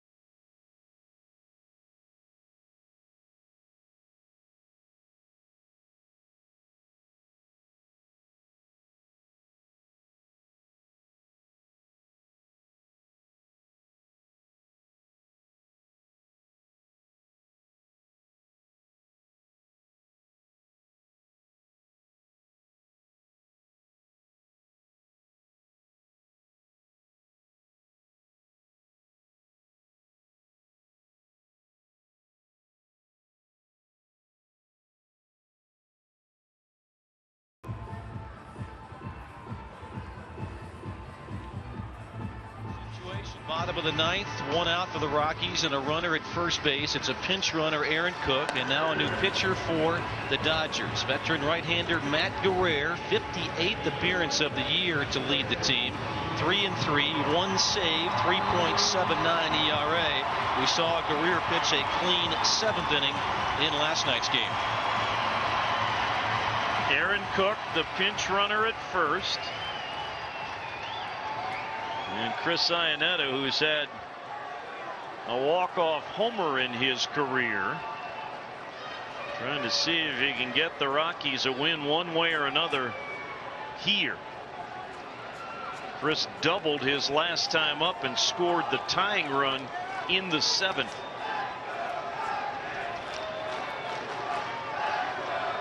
Guerrero's pitch in on the hands of Iannetta and fouled over the screen for strike one. Let's pause for station identification on the Rockies Radio Network.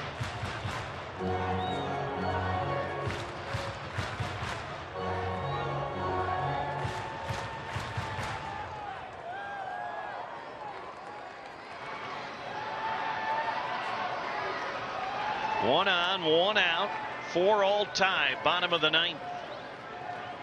Guerrero's pitch to Iannetta is high, 1 ball and 1 strike.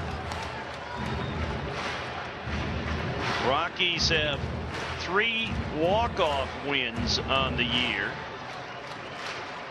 against the White Sox, the Braves, and then Monday against Florida.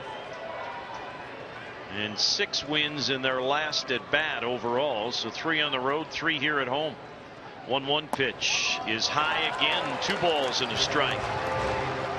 Guerrero walked a man in his inning of work last night. He's at 19 walks on the season and just under 55 innings of work. Iannetta needing a moment. Chris, deep breath, checking the grip on his bat, tugs on the bill of his batting helmet. Now back in that right-hand batter's box with a slightly open stance. Guerrero from the belt, 2-1 pitch is hit pretty well towards center field. Kemp on the run is gonna get there just shy of the track for the second out.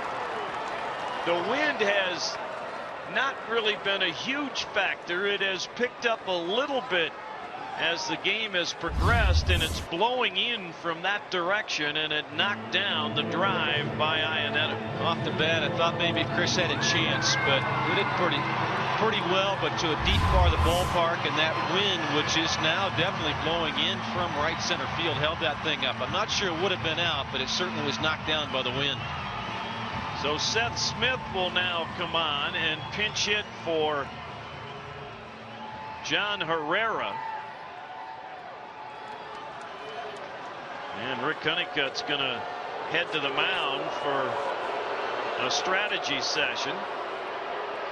So Jim Tracy, and Jim's philosophy has long been, I try and win it in 9, because that's when you can manipulate your bullpen and your bench to your best advantage. He basically says you get into the 10th inning or later and pretty much all bets are off. You've used some, if not all, of your bench. You've used a lot of your key bullpen players. So we had Giambi pinch hit in this 9th inning, and Jason got a single. Aaron Cook running for him now at first base. And Seth Smith with a chance with home run pop to try and end it. He'll look at a breaking ball that misses for ball 1. Might have been a cut fastball. Regardless, it was out of the zone. Seth at 285 on the year, 13 homers, 50 runs batted in, and of course a wonderful pinch hitter in his Rockies career. The 1-0, same spot, 2 balls and no strikes. You hate to push that winning run into scoring position, but I would imagine part of the Honeycutt Guerrero conversation was be cautious with this guy because you got a right-handed batter on deck. The 2-0 is off the outside corner, 3-0, and Seth wouldn't chase it.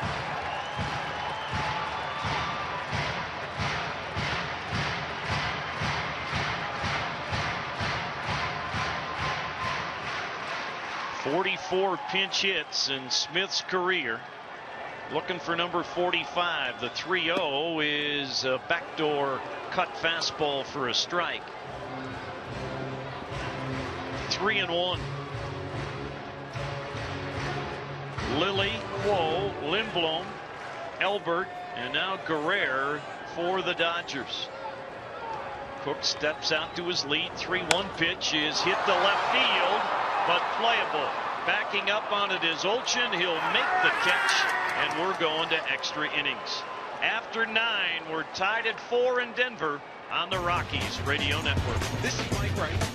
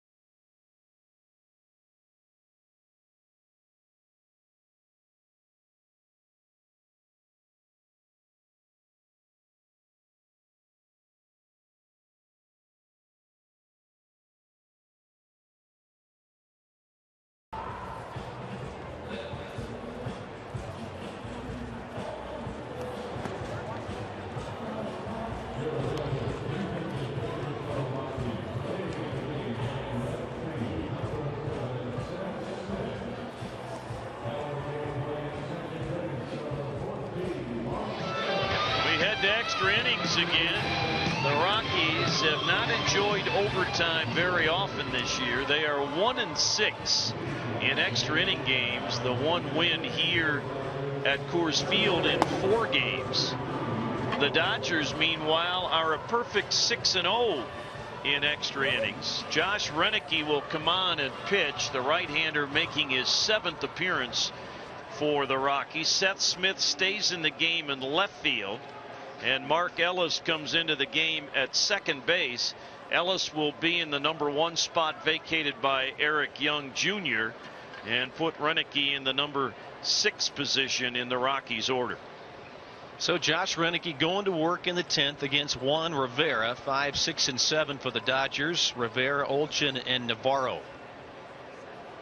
4 at bats, 2 hits for Juan Rivera today. 2 singles. First pitch in there for strike 1. Starts him out with a curveball.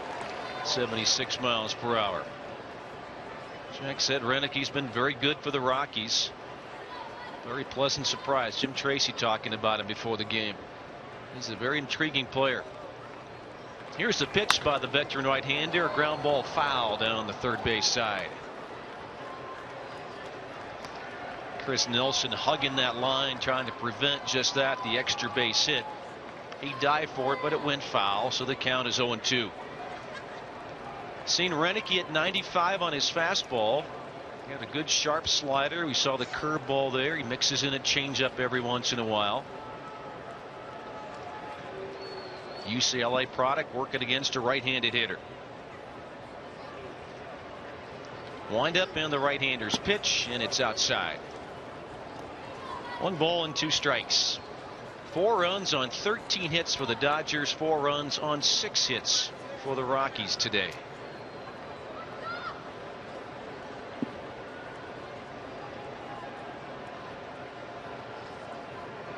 Wind up, and the pitch popped up right side on the infield, shallow right for Mark Ellis, shading the sun with his glove, and he makes the grab. One out in the top of the 10th inning for the Dodgers, and now Trent Olchen will come to the plate. Struck out his first 2 times, singled in the 5th, and then grounded out to second base in the 7th inning. So he, like Juan Rivera, hitting for the 5th time this afternoon.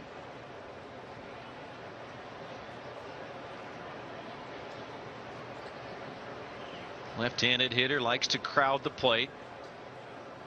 Nelson up on the grass at third base as Olchen runs pretty well. First pitch is outside, ball 1 with a fastball.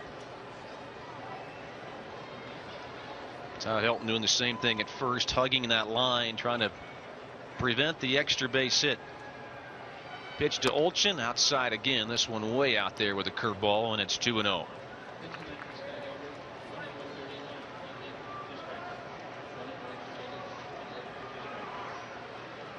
Renicky, the fourth reliever for the Rockies after the start by Esmail Rogers today. 2-0 pitch, and that's low, ball 3. Rogers goes 6 innings, allows the 4 earned runs. The bullpen since then has been terrific, and Renicky trying to keep it that way.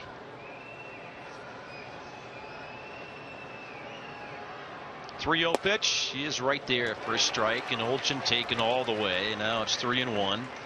Belisle goes inning and a third. Brothers 2/3 of an inning. Betancourt an inning. And here's Renicky now in the 10th. 3-1 pitch. Trying to check his swing. It's called a strike by the home plate umpire. So 3-0 to 3-2 for Josh Renicky.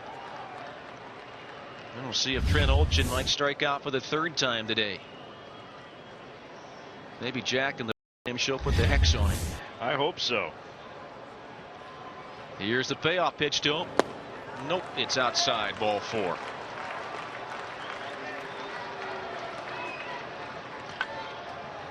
So there's a potential go-ahead run for the Dodgers in the 10th inning. And Deoner Navarro will come to the plate. Jamie Carroll will be on deck. 1 out and 1 on. Navarro on the afternoon, a couple of flyouts, a strikeout, and a single. So he's 1 for 4. Switch hitter hitting from the left side.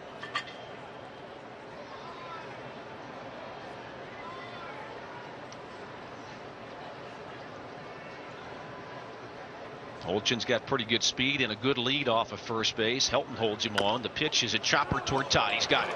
He's going to not have a throw. It's a foul ball off the hitter's leg, who's down on the heap at the plate. Yeah, that one got him, boy. He's hobbling pretty well. And of course, Barajas maybe is available. Interesting. I've been watching. Barajas has been warming up the pitcher before Navarro's come out there, so he can't be in that bad a shape if he's crouching beyond the plate, warming up his pitcher. Aaron Miles is the emergency catcher if Barajas can't go, but looks like Navarro's all right, just walking this thing off. Caught him right on the big toe of his right foot, his front foot, as he bats from the left side. Trent Olchen 2 for 2 on stolen bases, takes his lead from first.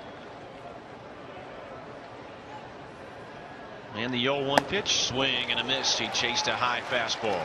He tried to hold up, but it's 0-2, and as he walked away from the plate, he limped very noticeably. He's still hurting with that big toe.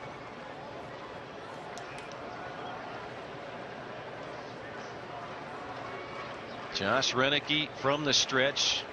He'll turn and look at first, then come set with the glove out in front of his chest, and the pitch is a fastball just inside this time. Actually, a slider. 1 ball, 2 strikes on the hitter Navarro.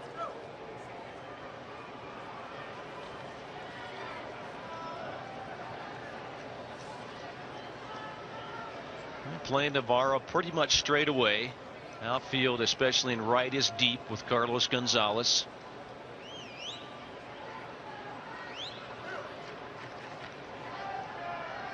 One-two pitch by Renicky, and a foul right back to screen. Put a pretty good swing on a fastball that time, just got a piece. 1 ball and 2 strikes. Chevy Sports Desk update: a 4-run 9th inning for Milwaukee.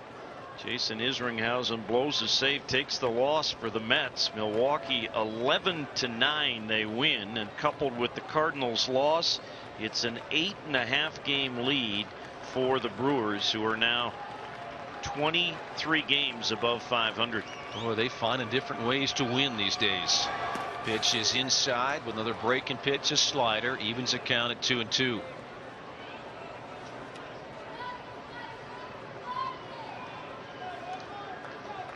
A couple other National League games from this afternoon. The Cubs shut out the Cardinals 3-0, and that's what Jack's talking about. That Brewers lead extended now over the Cardinals. Ramos Ramirez with a home run. The Pirates beat the Reds 5-3 in Pittsburgh today. Bottom of the 3rd in Houston. Astros 1, Giants 0. Long pause for Renicky, then he steps off the back of the rubber. Tonight the Phillies, actually that's underway as well. Phillies and the Nationals, the Diamondbacks at the Braves underway. Top of the 3rd in Atlanta, 3-1. Braves have the lead over Arizona.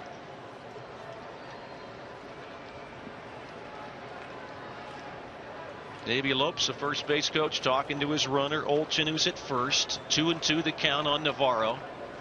1 out in this inning. Runner on the move, pitch in the dirt, throw to second base, and safe at second is Olchen.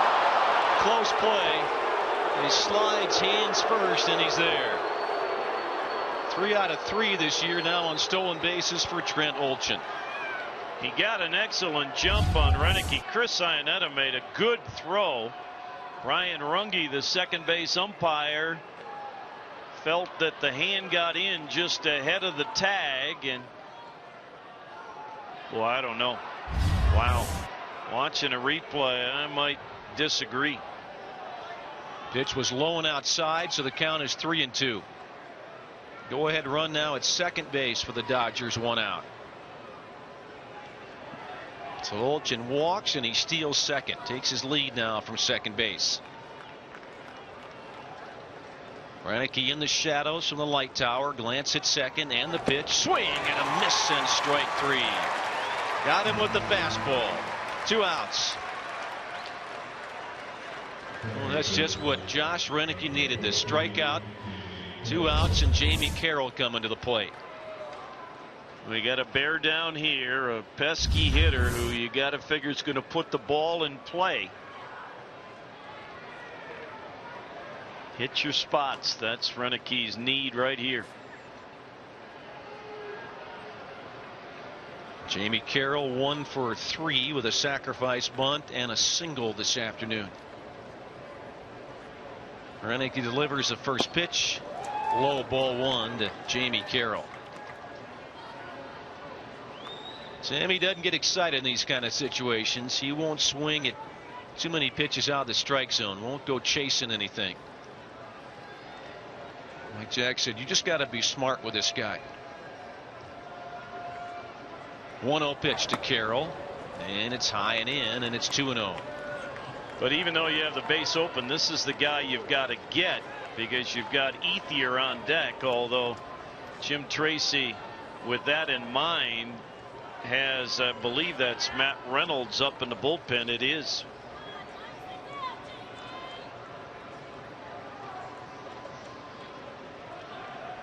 Two-0 pitch to Jamie Carroll, way inside. Had to brush him off the plate. Got away in time. 3-0. Renicky walked Olchen. 3-0 on Jamie Carroll. Got back to 3-2 after going 3-0 to Olchen, but Jamie's going to make it tough on him. Definitely has to be a strike. Yeah, can't imagine him swinging right here. 3-0 pitch is there for a strike, so it's 3-1.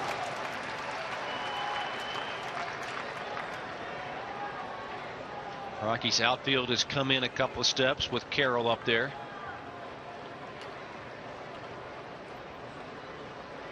Infield pretty much in the shadow, and the outfield in the sunshine now. Pitch to Carroll is a strike ball. Jamie thought it was high and had ball 4. He took a step toward first, but he has to stay at the plate. Now 3-2. Crowd trying to help out Josh Renicky.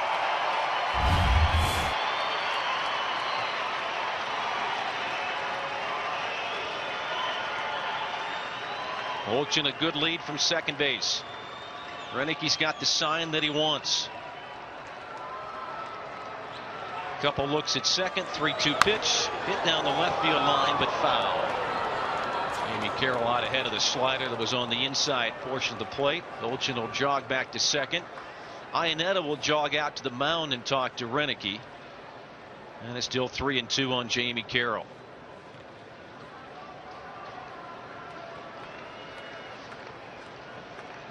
So big moment in this ball game for the Rockies. A 4-4 tie, 2 outs, runner at second for the Dodgers in the 10th.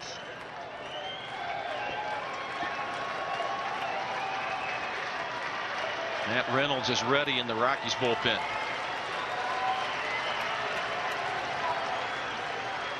Renicky stares in for the sign. Got the one that he wants. Comes set. Checks the runner at second, and the pitch to Carroll. And a little chopper toward third. Charged by Nelson. On the run, the throw. Struck out by Todd Hilton for the out at first base on a bang-bang play. Nicely done by Nelson and his first baseman, Todd Hilton. To the bottom of the 10th inning. 4-4 on the Rockies Radio Network.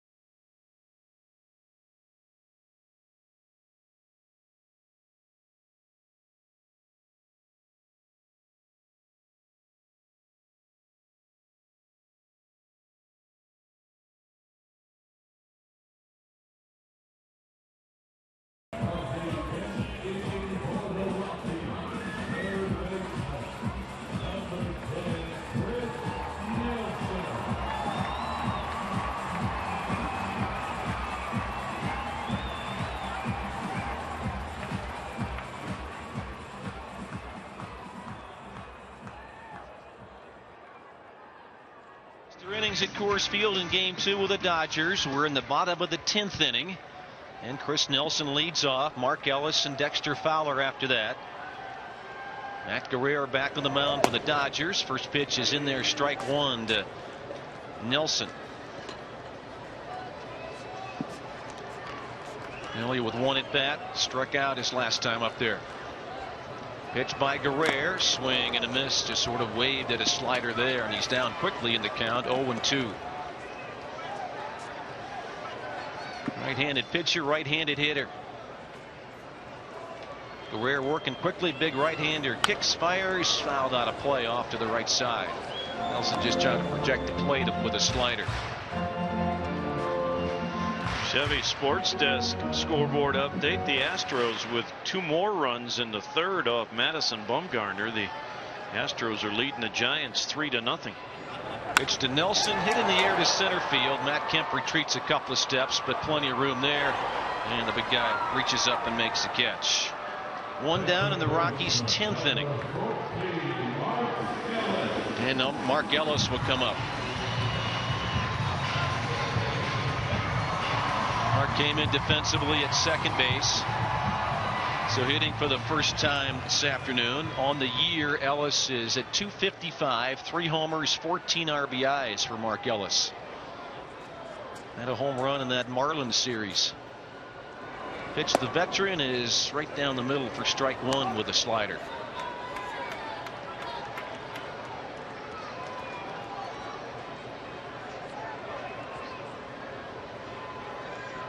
The pitch hit in the right field, going to fall for a base hit in front of Andre Ethier. Nice piece of hitting there for Ellis, just reaching out and lining one softly to right, and there's a potential winning run for the Rockies at first base. And again, you have a pretty good base stealer in Ellis, 10 out of 13. Or you can put in some other kind of action play with Fowler, a hit and run perhaps. The beauty of being the home team in extra innings when it's tied, you can be aggressive knowing if it doesn't work, you still have another inning to go at least. Dexter Fowler at the plate. Dex 0 for 3 this afternoon with a walk. And a throw to first. Ellis scampers back to that bag. Tell you what, and I'm looking over there at Juan Rivera. He is not wearing sunglasses, and he's starting to look into that sun over there at first base. He almost misplayed that throw to first. Here's a pitch to Fowler, looking to bunt. He'll pull the bat back and take it low for ball one. What Dexter seems due. He was 0 for 4 last night. He's 0 for 3 today. In the homestand, 4 for 22. Guy had been swinging the bat very well. And the beauty for the Rockies here is you've got Gonzalez and Tulowitzki behind him. If you can get Ellis to second. There goes Ellis. Hit and run is on. Ball to second baseman. He'll throw to first. Carroll will. That's the only play he had. And he'll get Dexter Fowler. But down to second goes Ellis with 2 outs. So sending the runner on the hit and run.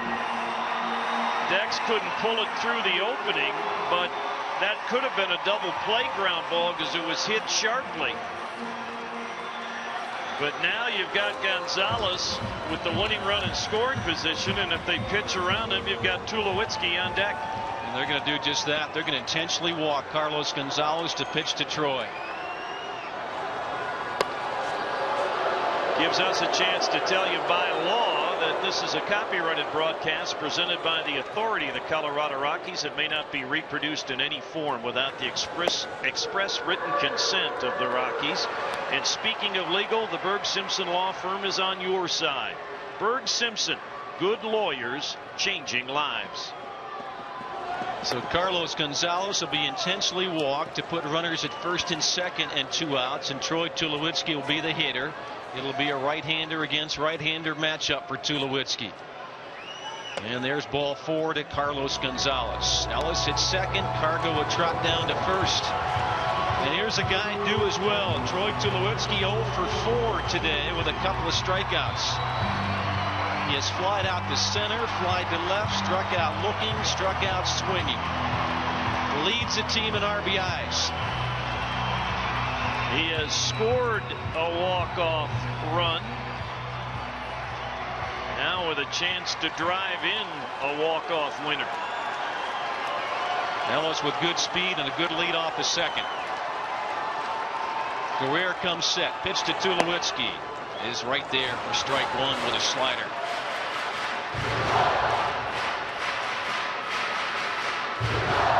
Crowd with the Tulo chant.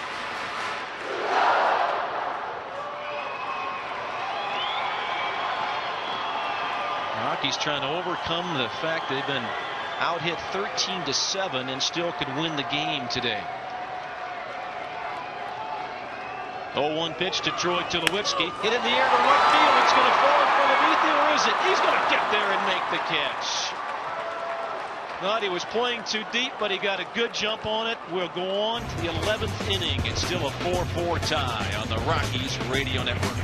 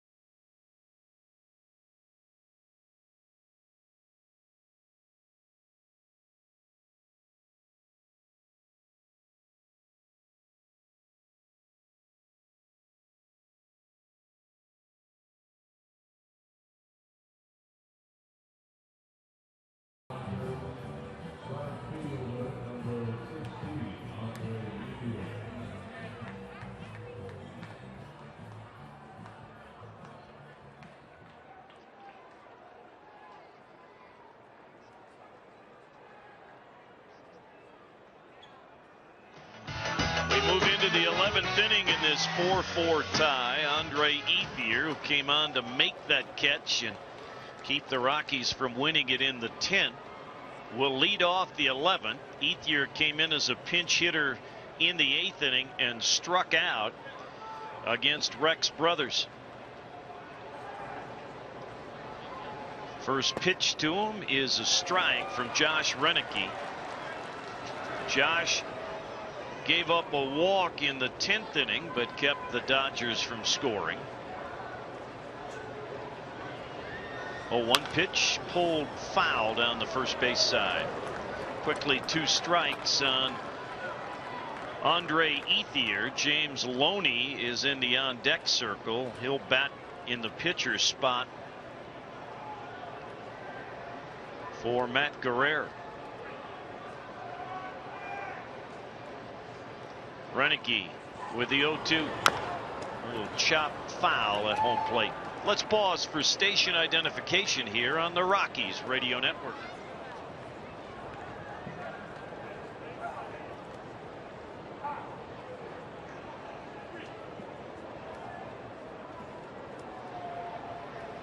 So the count holds at 2 strikes on Ethier. The pitch. He again just got a piece of a backdoor breaking ball. Playing at less than 100%. Said he's having a little trouble getting up on that toe that had the infected ingrown nail.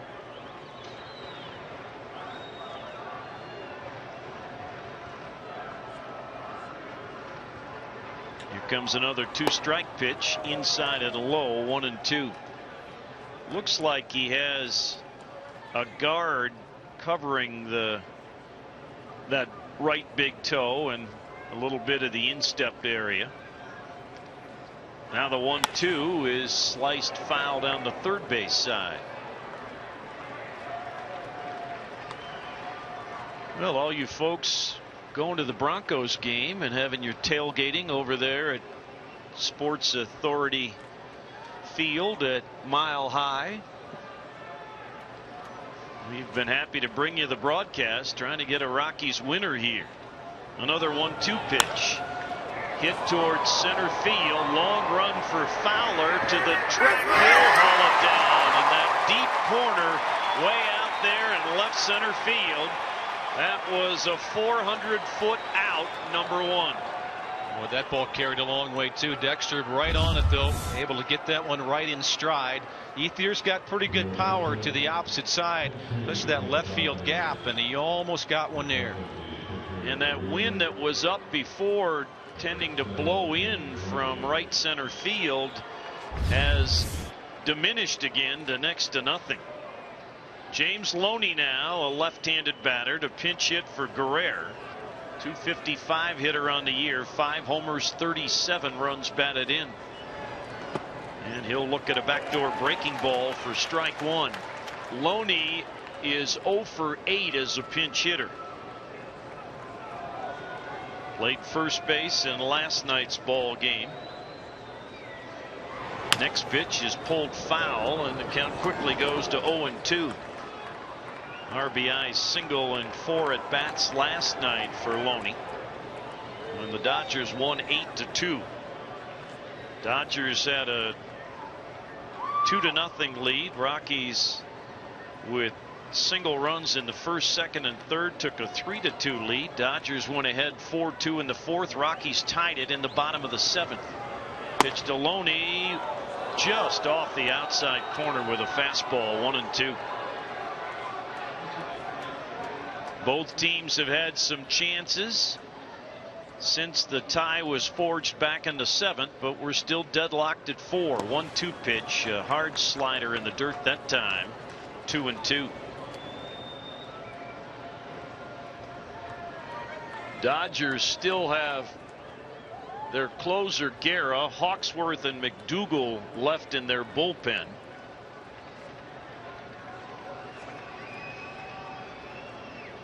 And how the top of the inning unfolds probably dictates who comes on in the bottom of the 11th.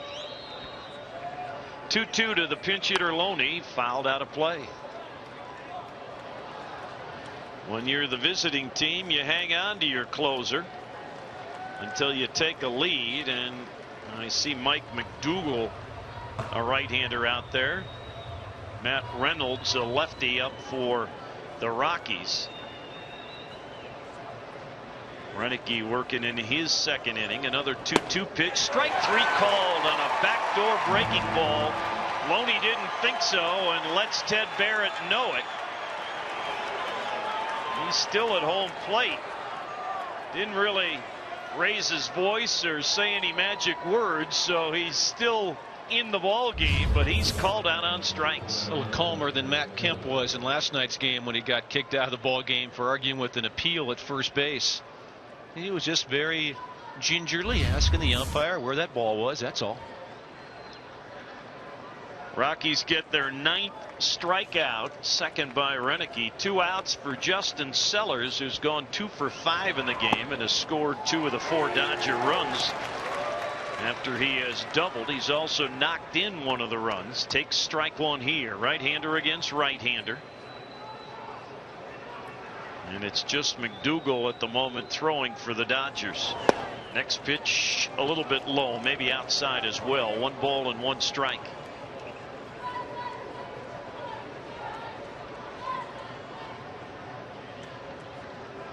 Josh Renicky winds and fires. Good slider there for a called strike 2. Boy, did that have nice late break. That's what's intriguing about this guy. A fastball that goes in the mid-90s, and then that pitch right there. That's a late breaker with some tremendous downward movement on it.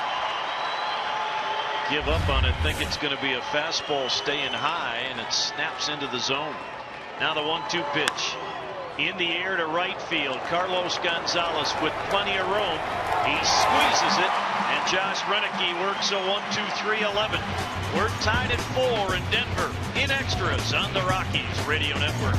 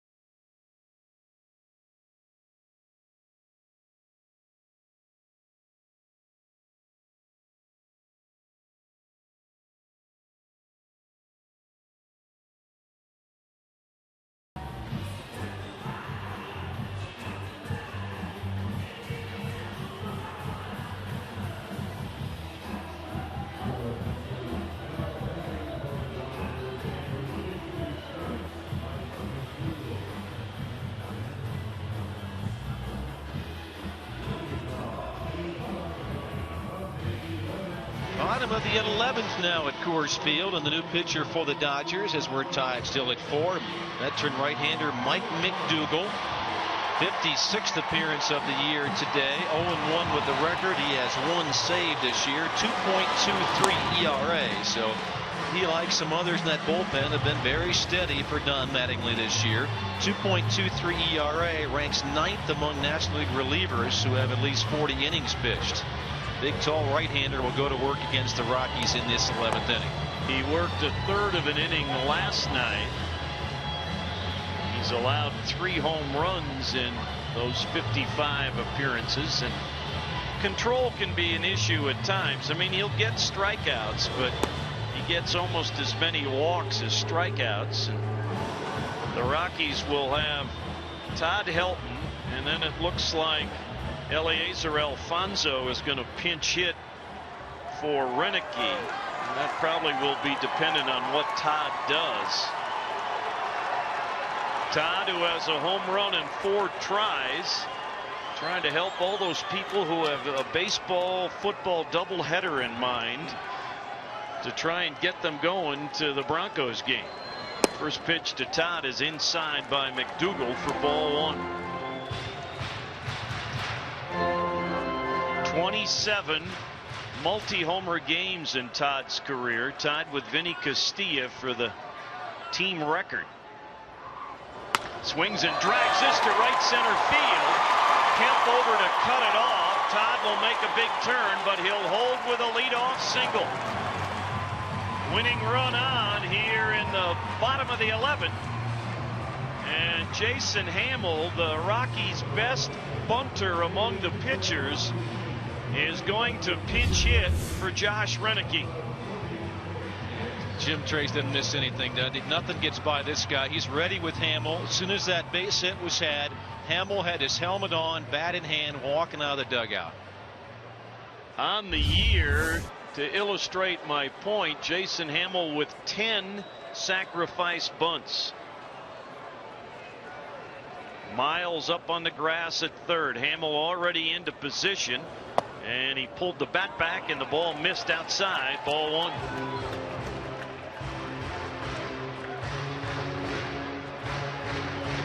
I mean, you want to get the bunt down. Ideally, you'd like to bunt it at Rivera, who's right-handed, so it would be difficult for him to make a throw to second base.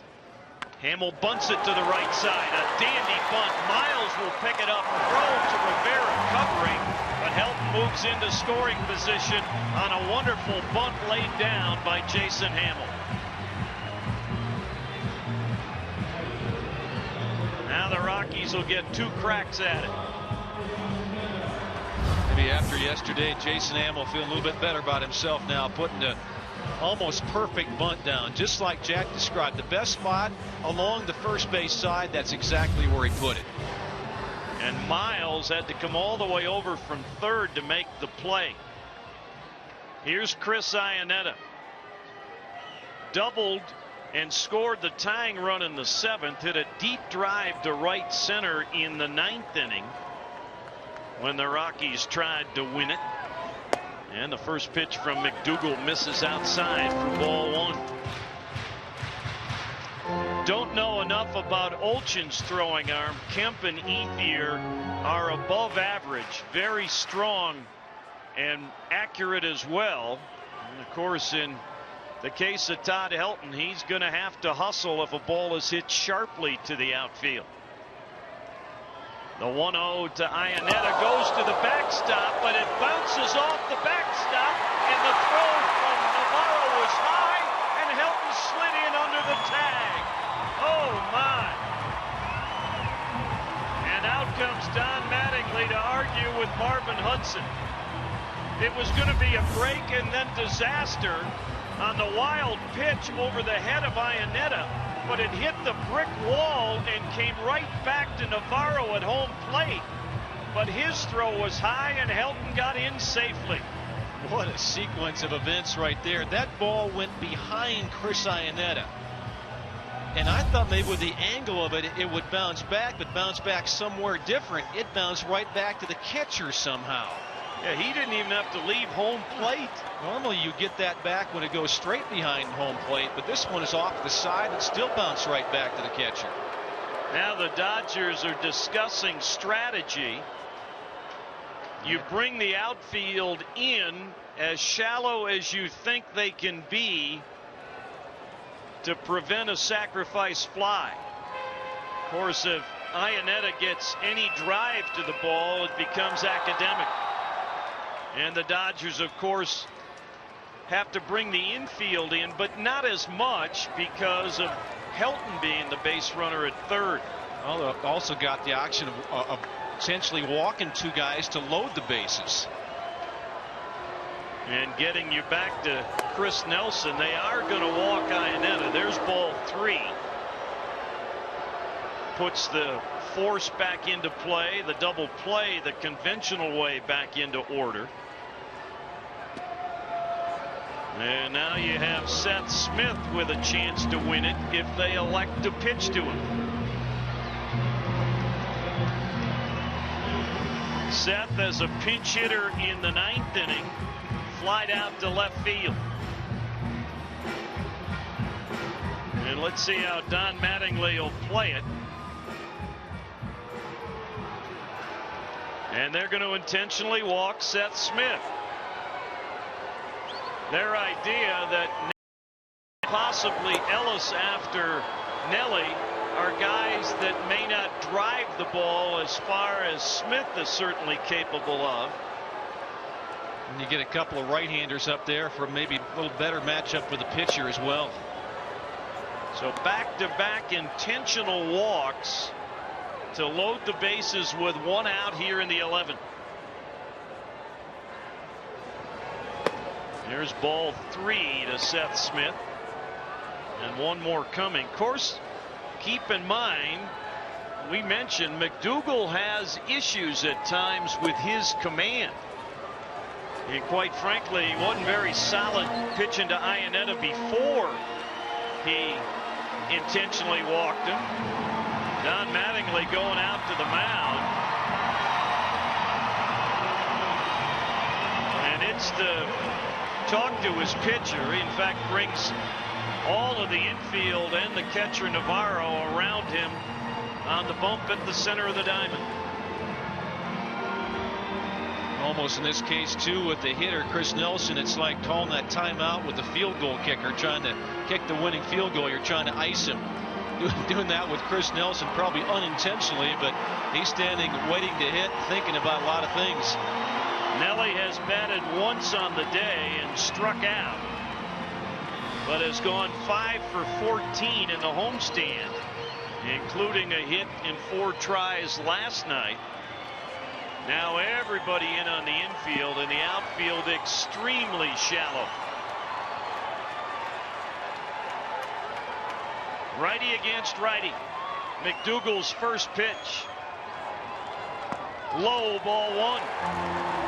And that's what I was talking about. This is a guy throughout his career has battled control issues. Threw one behind Chris Iannetta, so you know he's thinking about it as well. Chris just needs to be patient, find something he can lift in the air to the outfield. McDougal with a long look into Navarro. Now he straightens. 1-0 pitch. Fouled out of play. A fastball in on his hands. McDougal's got giddy up still in his mid portion to the latter side of his career. That was at 96.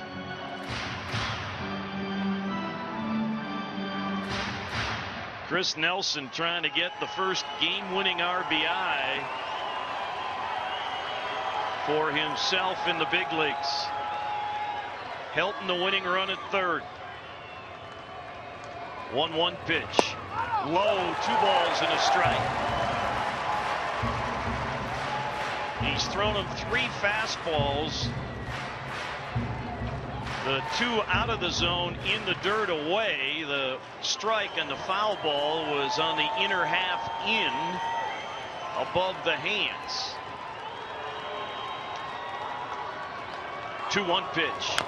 Chopped foul, and the count levels at 2-2. Of course, the Rockies, their issues all year in low-scoring games, trying to come up with clutch hits.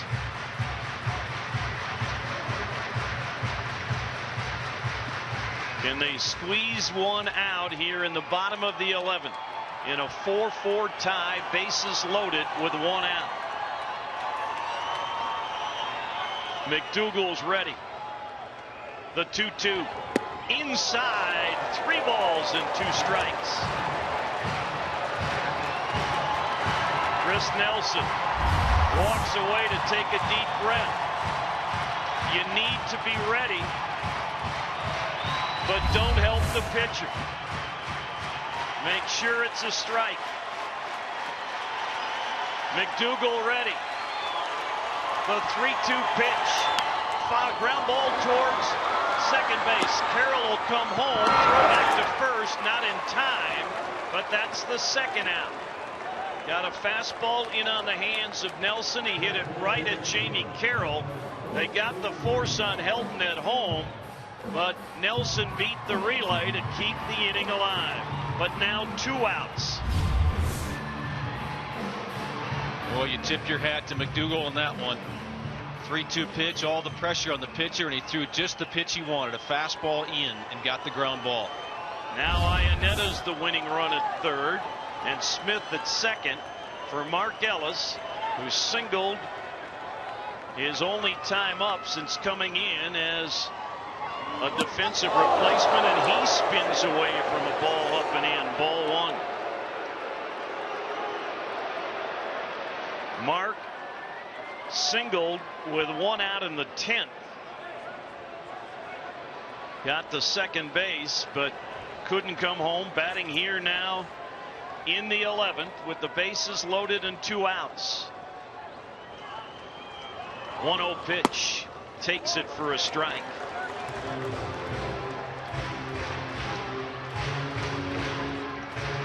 Rockies with just 1 win in extra innings in 7 games this year. It came here at Coors Field. Dodgers have not lost in extra innings in 6 previous games. McDougall took too much time, and Ellis gets a break at the plate. A single, a sacrifice bunt, a wild pitch, 2 intentional walks, and a fielder's choice. A 1-1 pitch to Mark Ellis. A little bit high, didn't miss by much there. It's 2-1.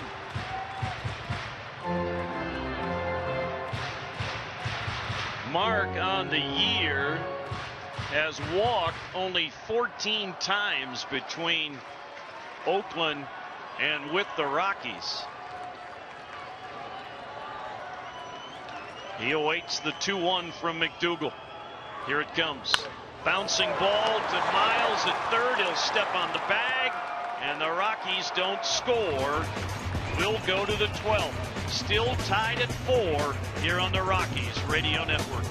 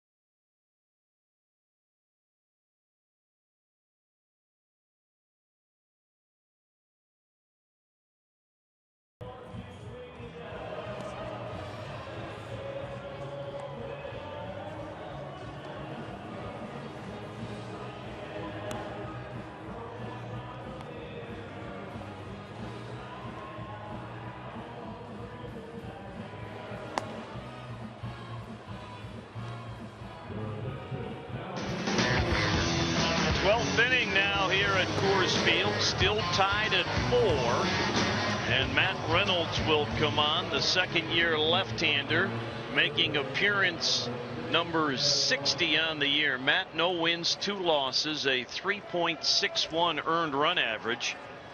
He'll get Aaron Miles, a switch hitter, and then Matt Kemp and Juan Rivera. So Miles will hit from the right side against Matt Reynolds. That working from a stretch with nobody on, and the pitch on the way, and it's there for strike one to Aaron Miles. Slide to left. He's lined out to third. Infield single. Ground ball out to short. Ground ball out to third for Miles today. Pitch by Reynolds outside this time with a fastball. 1 ball and 1 strike. Bullpen has been terrific for the Rockies. Esmiel Rogers given up all 4 runs, and since then Belisle, Brothers, Betancourt, Renicky, and now Reynolds. Next pitch just off the plate. 2 balls and 1 strike. Scoreless effort from the bullpen, and this guy, the lefty Matt Reynolds, trying to keep it that way. Here's his 2-1 pitch to Miles, hit in the air to left field and deep. Looking up is Smith. It's out of here.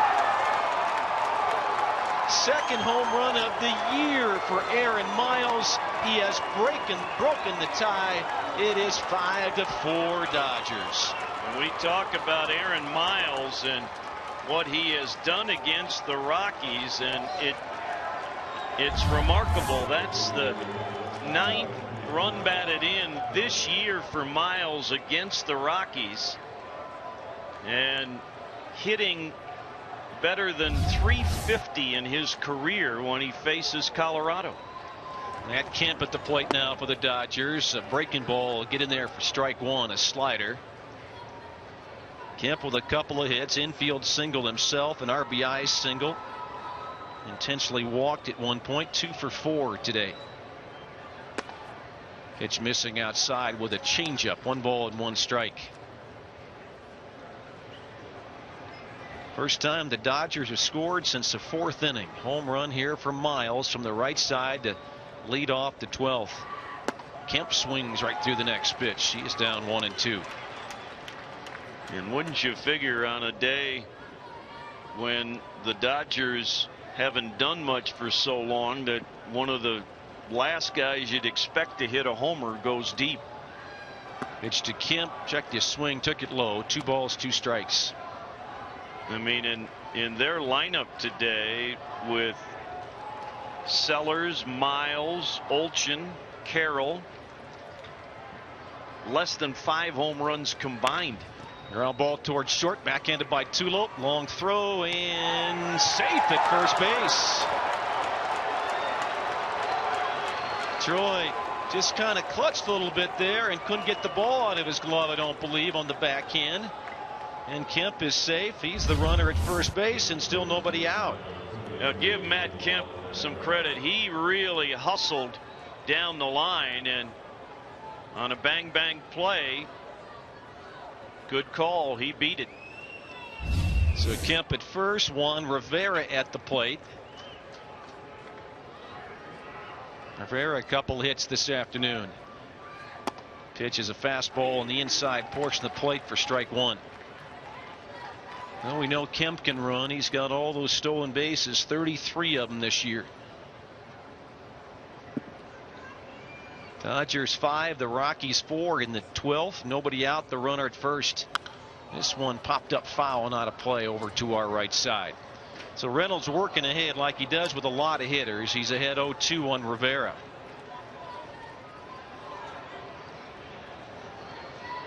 With a home run by Miles really quieting the crowd now at Coors Field, and a lot have left, but a lot still around to see the end of this one.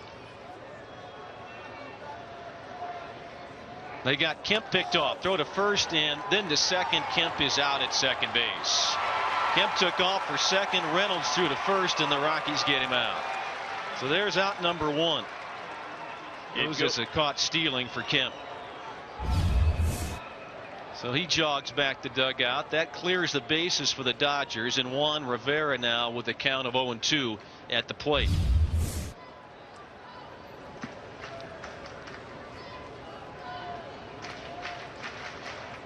The pitch, he's in the dirt this time. 1 ball and 2 strikes. Not sure if Kemp was trying to steal there or just moving on the motion of Reynolds and was thinking he was going home when he went to first. It was tough to tell even with the replay, but nonetheless he's out. Right-handed hitter is Rivera, who crowds a plate. Bouncing ball, Nelson on a backhand. Good play, sets, throws to first base to get Juan Rivera, 2 gone.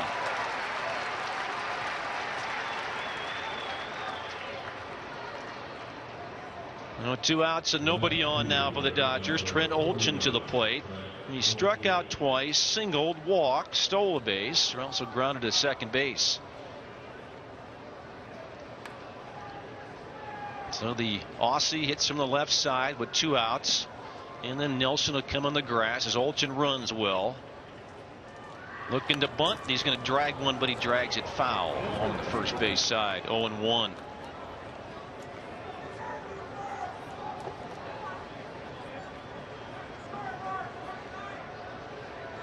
Rockies have been out hit now with Miles hit and Kemp's hit 15-8 this afternoon.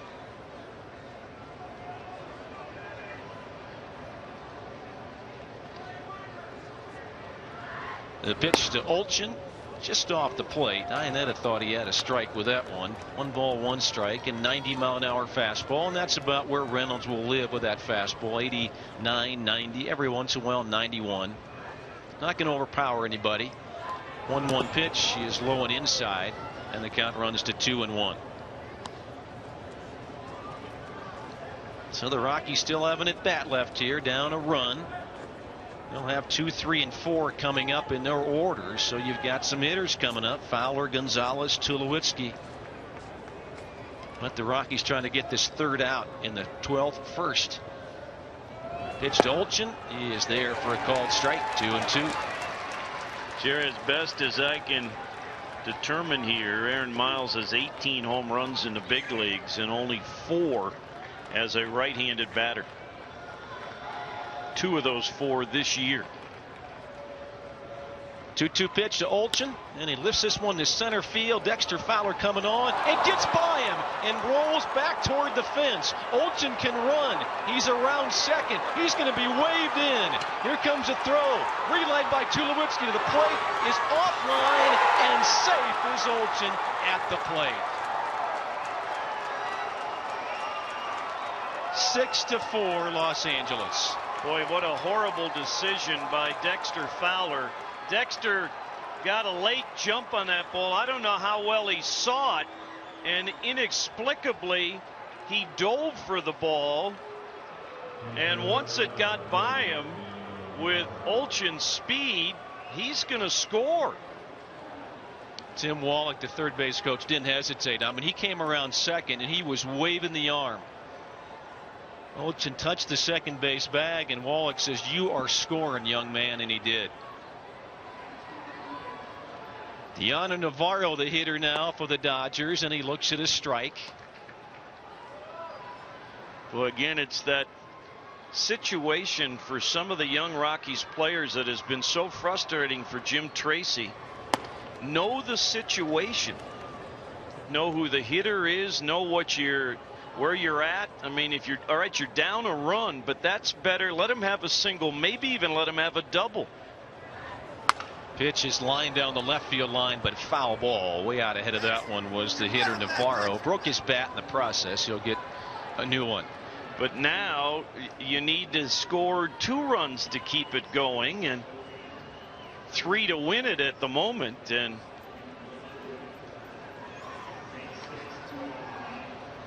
last time, May 6, 2008, for an inside the park homer here at Coors Field. 1-2 pitch is bounced toward third base, but a foul ball, and Chris Nelson will let it go. You could see Dexter was having trouble picking up the ball, and I think he stunned everybody when he dove for it. And once it got by him, the race was on.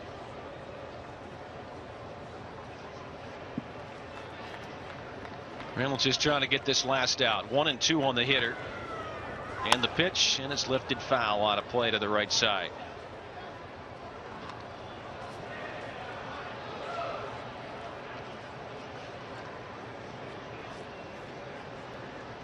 So Matt trying to bear down, getting Navarro here, trying to get that 3rd out. 1-2 still to count, with 2 runs across for the Dodgers. Pitch is in the dirt and sliding off to the right Iannetta to get it. Full count. I mean, inside the park or otherwise, 2 guys who came into the game with 1 home run apiece have both gone deep here in the 12th inning. I think I said full count. 2 balls, 2 strikes on the hitter. And here's the 2-2 pitch, swing and a miss, just waved at that changeup, and that's strike 3. Dodgers scored 2 in the 12th. That means the Rockies need to score at least that many. To the bottom of the 12, 6-4 Los Angeles on the Rockies Radio Network.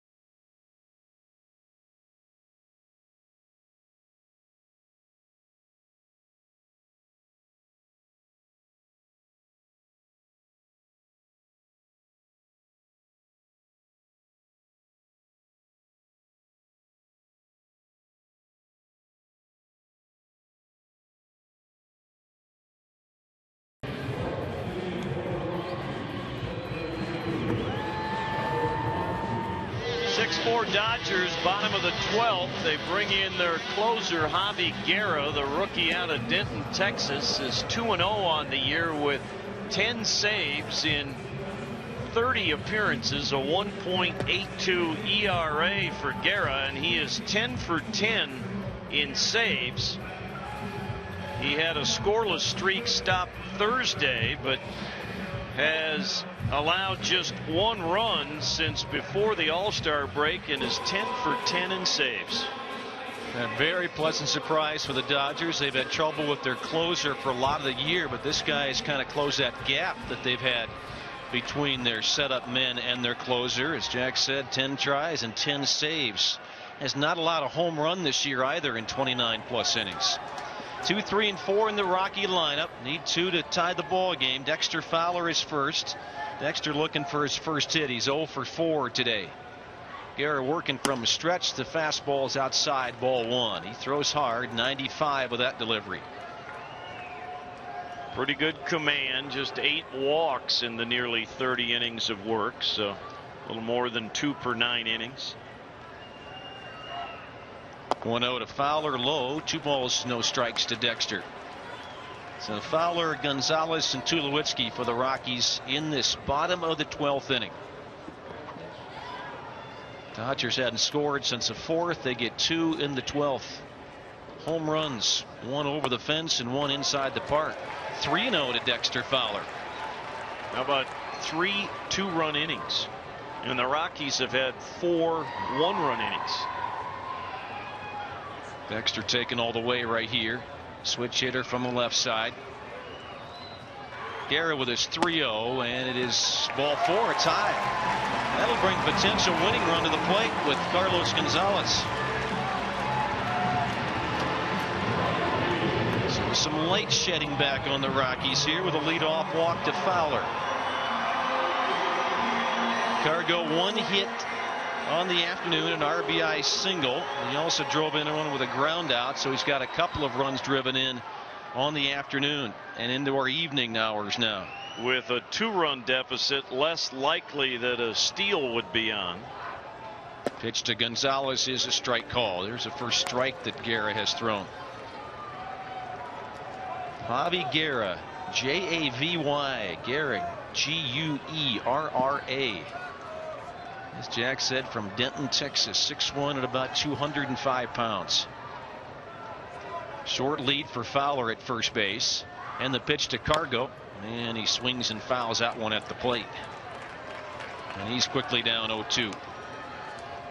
The ideal thing you want most of the time for a closer, heavy sinker.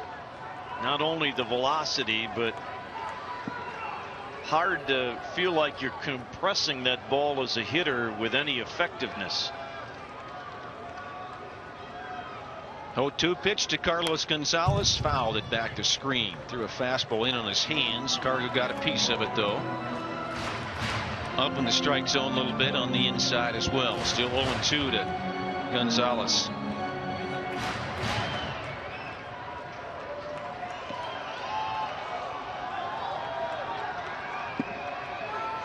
Fowler maybe 2 steps away from the bag. He just didn't want to get picked off at first base. Rivera holds him on. And the pitch to Gonzalez, and a line drive at the shortstop. He's got it there, and back to first base goes Dexter Fowler. A little soft liner with a broken bat from Carlos Gonzalez. 1 down. Second broken bat of the day, and boy, it seems like more than any other Rockies hitter, Cargo goes through some lumber. Pretty easy play for Sellers that time. It just sort of floated over to him, and Fowler had that short lead. He was able to get back in plenty of time. Now Troy Tulowitzki at the plate, and Troy looking for his first hit. 0 for 5. He has struck out twice. And a ground ball to right side into right field for a base hit. Fowler will get to third on the play. So Troy Tulowitzki comes through with an opposite field single. Runners at the corners, 1 out for Todd Helton. And that's where that second run at the top of the inning, so big for the Dodgers. Instead of Fowler being the tying run at third, you got to get Tulowitzki home to notch a tie. But in Helton, you've got a guy who should match up pretty well against Guerra. 2 hits for Todd today, including a home run. Singled his last time up in that 11th inning. Struck out a couple of times today. Now the short lead for Tulowitzki at first. Fowler over at third. The pitch to Todd Helton. Swing and a foul at the plate. Took a pretty good swing on a fastball. Todd showing that body language like he'd love to see that pitch again. Well, that's because Guerra left it on the middle of the plate.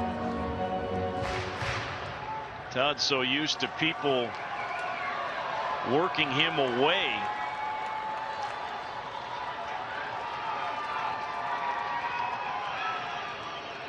Guerra set with the glove at the bell to throw to first, and diving back for Gonzalez, or Tulowitzki, I'm sorry, but not much of a lead for Troy over there.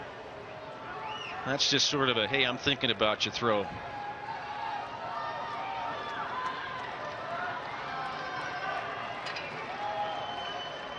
Garrett says yes to the sign from his catcher Navarro. And there's that wheel fake toward third and to first base, and both runners still very close to the bags.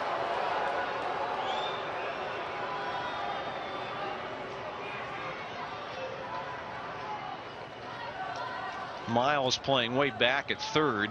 He's not even close to getting to third to get Fowler out. Pitch is high and away. 1 ball, 1 strike to Todd Helton. Eliezer Alfonso is on deck for the Rockies for the time being anyway. He's swinging that weighted bat.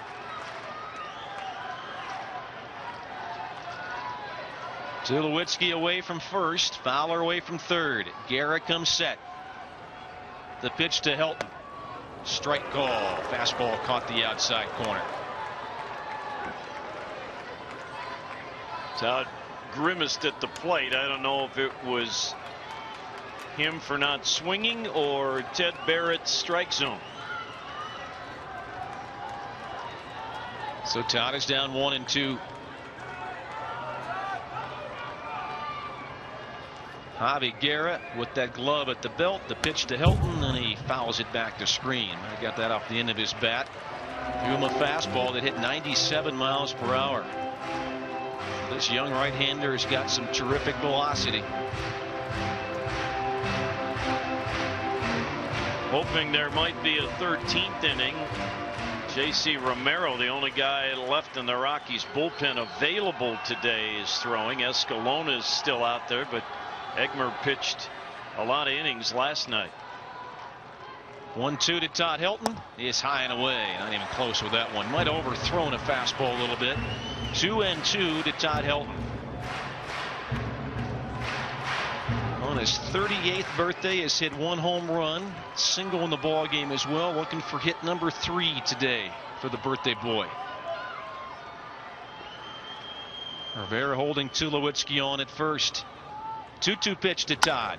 Line drive, foul down the left field side. Just sliced it off the side wall, and the count is still 2-2.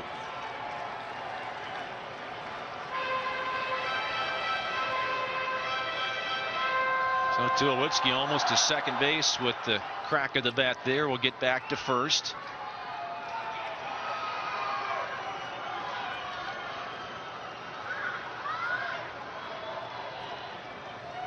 Guerra ready. And the pitch to Helton. Popped it up, foul ground, left side. Miles can't get there. It bounces on top of the third base dugout and rolls toward the third base coaching box. So it's still 2-2 with Todd Helton. If Todd gets the count to 3-2, I think Jim Tracy will send Tulowitzki. Get a gap ball, then Tulo might score.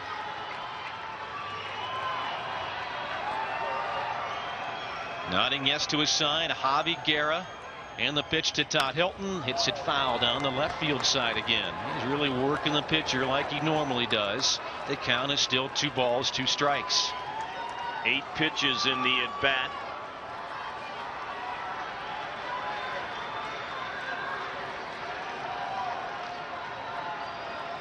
So once again, Tulowitzki away from first. Fowler with a short lead at third base.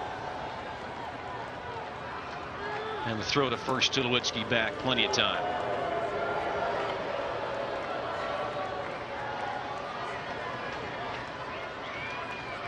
Playing Helton deep and pretty much straight away. A lot of shadows in the outfield now, especially left and left center field. Pitch to Todd Helton is fouled away again off to the left side. Another fastball, probably up in the zone a little bit, but Todd able to fight it off. It's still 2-2. Well, a good battle here with a young right-hander, 25 years of age, against the veteran who turned 38 today. Let's see who wins this battle. Crowd trying to help Todd Helton win the battle. The pitch, high and away, ball 3. That's 10 pitches in the at-bat.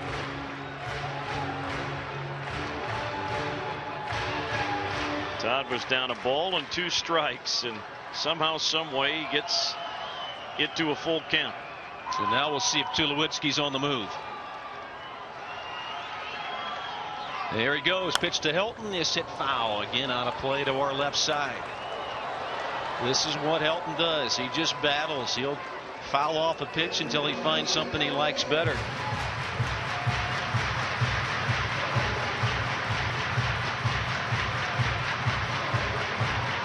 Back of the batter's box is the Rockies' first baseman. 3 balls and 2 strikes. 1 out in the bottom of the 12th inning. Runners at the corners, and the Rockies are trailing 6-4. The pitch to Helton. Pops it up and foul again. Just over our heads, and it's still 3 balls, 2 strikes, and they'll try it again.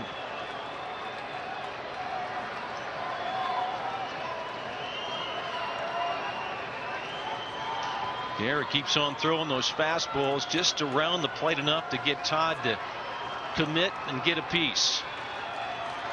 Another 3-2.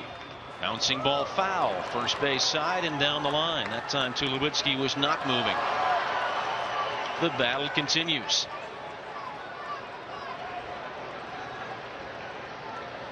Who's 13 pitches in the at-bat. Who's going to flinch first in this battle?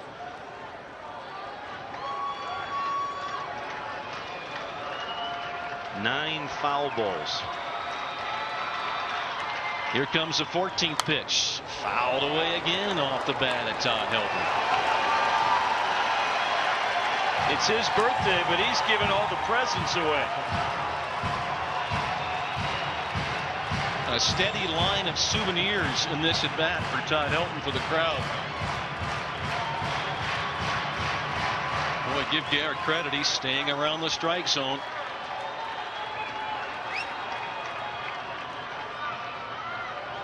He's ready again. Catcher set up outside. The pitch line down the right field line for a base hit. In a score extra battle. Troy Tulowitzki is being held up at third base. Into second goes Todd Helton. The birthday boy comes through. It's 6-5 Los Angeles. And here we are again with a chance to win it. Todd Helton with double number 553 in his career on the 15th pitch of the at-bat. And overall, his 26th double of the year, RBI number 65. Here comes Rick Honeycutt, the pitching coach, to talk strategy about Alfonso, the only guy left on the bench for the Rockies. This is it. The backup catcher is the last man standing from that Rockies bench. Jim Tracy has used a couple of pitchers, one as a pinch runner, Aaron Cook, and then Jason Hamill to put a sacrifice bunt down. And this is it. Alfonso, the last bullet among position players on that Rockies bench.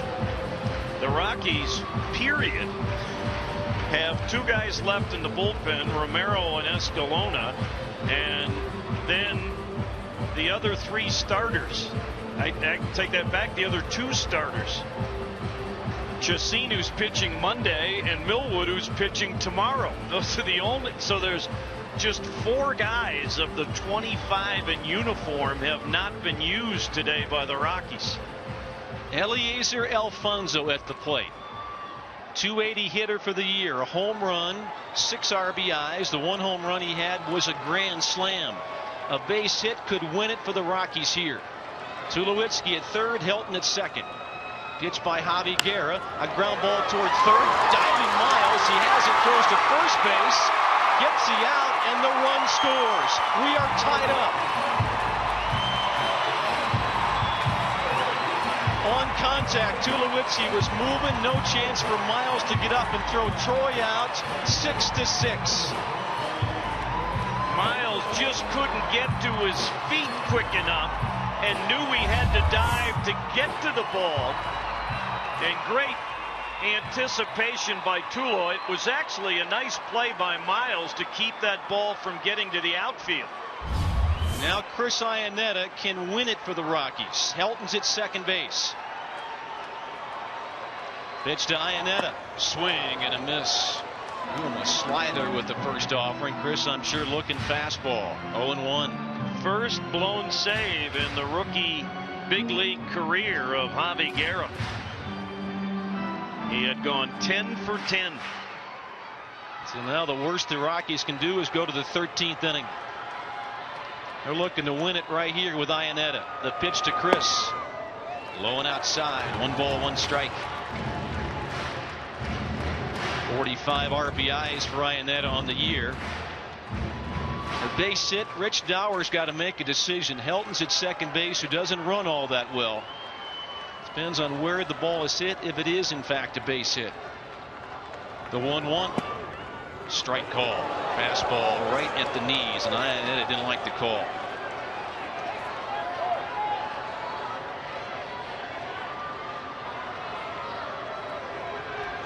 Chris backs out, slowly gets back in the batter's box.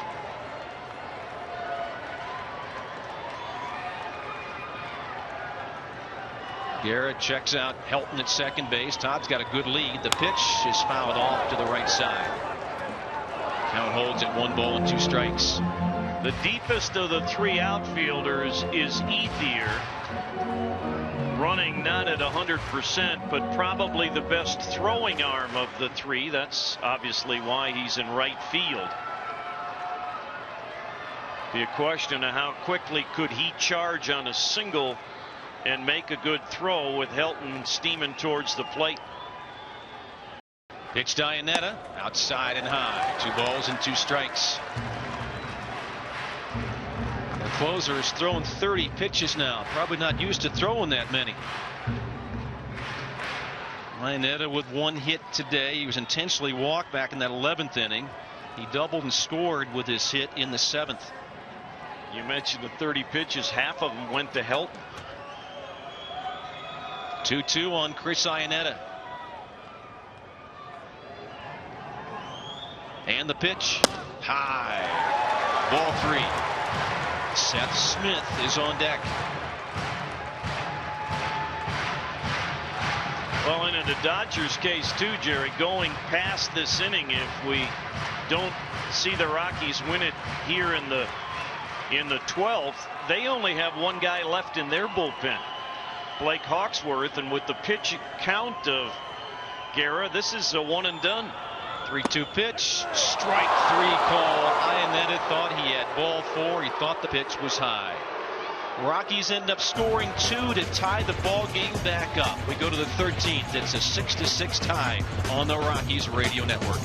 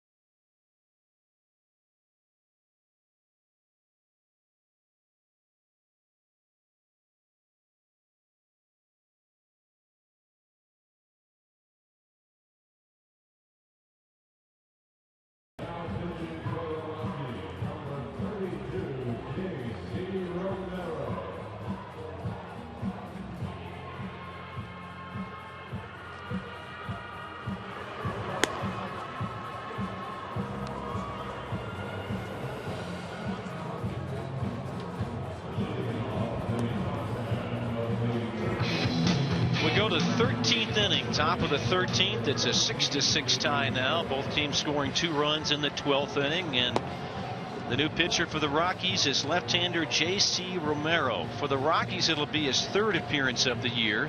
No record as a Rocky, 3.38 ERA. It'll be his 27th appearance overall this year. He had 24 appearances with Philadelphia. And with Philadelphia, ERA of 3.68. With the Rockies, a little bit better than that at 3.38. We saw him in last night's ball game pitch a scoreless inning for Colorado. He'll get Jamie Carroll, then Andre Ethier, and then the pitcher's spot. They have Barajas and Blake, and a switch hitter, Eugenio Velez, still on their bench. Barajas and Blake are a little dinged up. We'll see how it plays out. Jamie Carroll 1 for 4 with a sacrifice bunt on the day. And the lefty Romero's first pitch is high for ball 1. 6 runs on 16 hits for Los Angeles. 6 runs on 10 hits for the Rockies. Each team has stranded 10 in the ball game. Nelson hugging the line and up at third as Romero delivers a strike. Rogers for the first 6. Then Matt Belisle, Rex Brothers, Rafael Betancourt, Josh Renicky, Matt Reynolds, and now J.C. Romero. 1-1 pitch outside, 2 balls and a strike. Egmar Escalona not available today after all the pitches he threw yesterday. So all the Rockies have left are tomorrow's starter and Monday's starter. Jamie Carroll fouls it away. Count levels at 2-2. And that, of course, is Kevin Millwood, who will pitch tomorrow against Chad Billingsley. And then Jhoulys Chacin, who would go in the game Monday. 2 balls, 2 strikes on the man leading off for the Dodgers here in the 13th, Jamie Carroll. The pitch, line towards left field, and that's a base hit as he hung a slider, Romero, and Carroll gets his second hit. The Dodgers have not had many innings without a base runner. Retired an order in the 6th and in the 7th and in the 9th and also the 11th, but not here in the 13th. And Andre Ethier, 0 for 2, has struck out and flied to center. Carroll 10 for 10 in steals, but you've got a lefty Romero on the mound. Pitch to Ethier is outside, ball 1.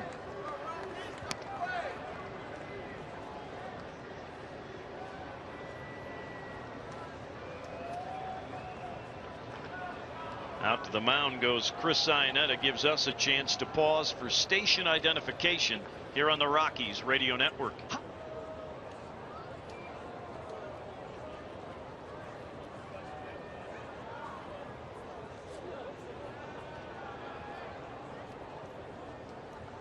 The veteran J.C. Romero, Red Sox and the Phillies among other stops in his career. Checks Carroll at first. He'll come to the plate and miss up and in to Ethier, 2-0. Eugenio Velez is in the on deck circle. He would bat for Guerra.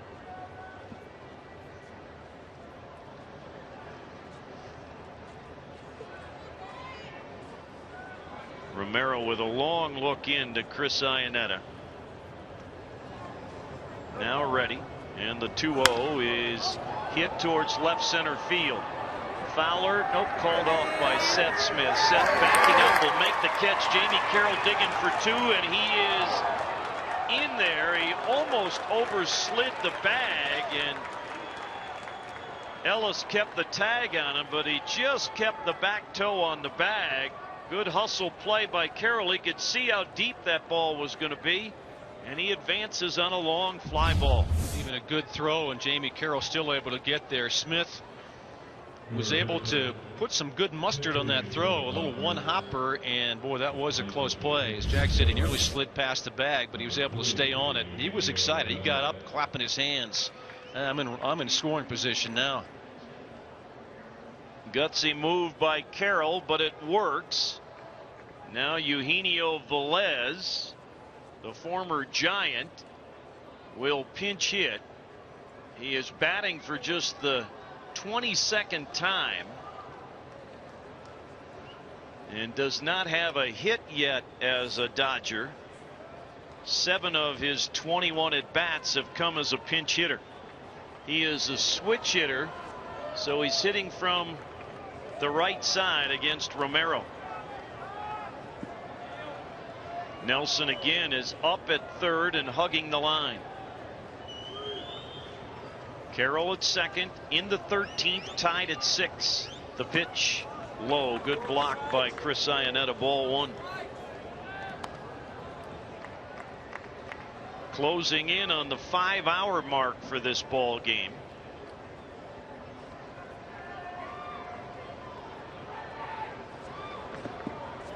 Rockies have had only 1 lead. That was in the 3rd inning, 3-2. 1-0 pitch to Velez is hit off the plate. Up with the ball, Romero throws to first in time for the second out, and Carroll has to hold at second. That ball kangarooed off home plate, but fortunately came down in time for Romero. He did a good job of not panicking. We know that Velez can run very well, and Romero made sure he caught the ball and picked up his target, aimed that front shoulder at Todd Helton, and threw him a good throw over there to get that runner by a couple of steps. Did a nice job of setting himself. Absolutely. I was going to say the same thing. A lot of young pitchers would rush that, Jack, instead of setting themselves and maybe have some trouble throwing that ball to first. And not only to set the feet and make a good throw, put his body into position to be in a good set as that ball was in the air. Now Justin Sellers, he'll lean away from a pitch inside for ball one. Sellers, 2 doubles in 6 tries, a run batted in and 2 runs scored. 2 outs in the top of the 13th, tied at 6. The 1-0 pitch from Romero is hit toward short. Tulowitzki charges, sidearm throw to first, and he got him. And J.C. Romero works around the leadoff single. To the bottom of the 13th we go, tied at 6 in Denver on the Rockies Radio Network.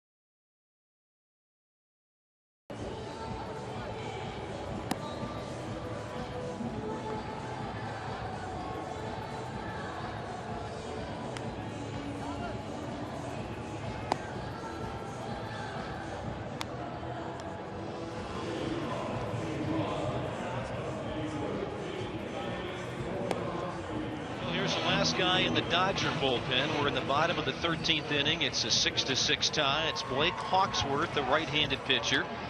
His record is 2-3, 3.40 ERA. This will be his 41st game of the year.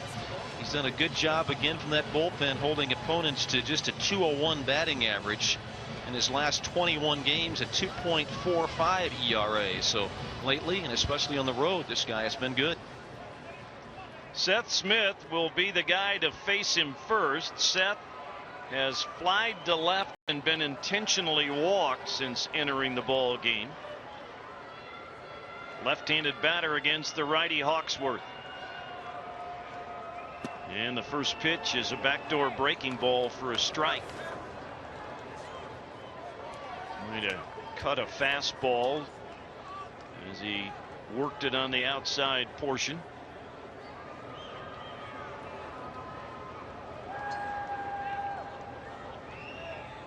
The 0-1 pitch hit hard but foul down the left side. 2 strikes. Chris Nelson and Mark Ellis will follow for the Rockies. They've been out hit 17-10, but they have been able to answer the Dodgers and now trying to win it in the bottom of the 13th. 0-2 pitch. High pop up to shallow center field, going out the shortstop Sellers. He'll back up and make the catch, and they get Seth Smith.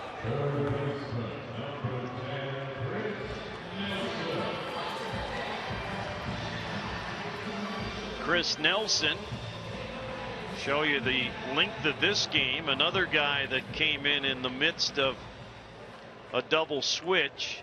He's batting for the 4th time. Hit into a fielder's choice with the bases loaded when the Rockies tried to win it in the 11th. Swings and misses here against Hawksworth on a high fastball. This kid can throw hard. That was at 96.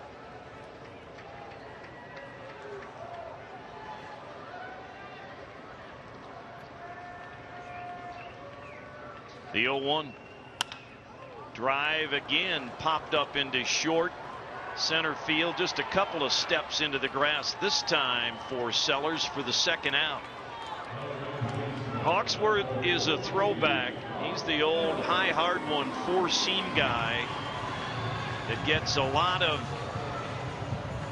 fly balls, which of course works very well at Dodger Stadium, and in this case a couple of pop outs. So 2 outs for Mark Ellis. Mark 1 for 2 since he entered the ball game, and the first pitch is outside for ball 1. Rockies have used everybody off their bench, and just 3 pitchers left who haven't participated. Ellis swings and he fouls a high fastball into the upper deck. It hit the first row railing and comes all the way back down to the first level. 1 ball, 1 strike. This game to the point that some of the Eastern games have progressed to the 7th and 8th innings. The pitch to Ellis, good breaking ball. First one we've seen there was the slider, and he gets ahead 1-2.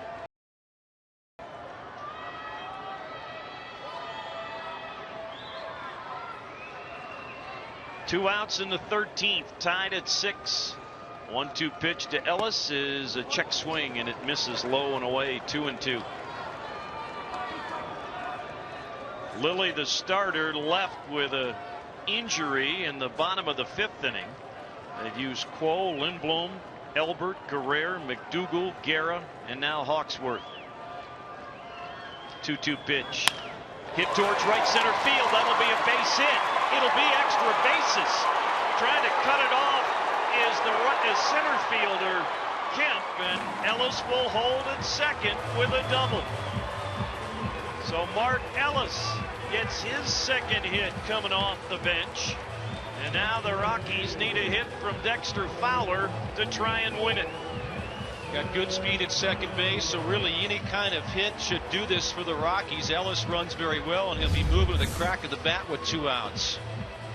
Dexter is hitless on the day. He has scored twice after scored once, excuse me. He has drawn 2 walks. He scored run number 5 last inning, and then later in the frame the Rockies got the tying run from Tulowitzki. So Dexter with a chance to win it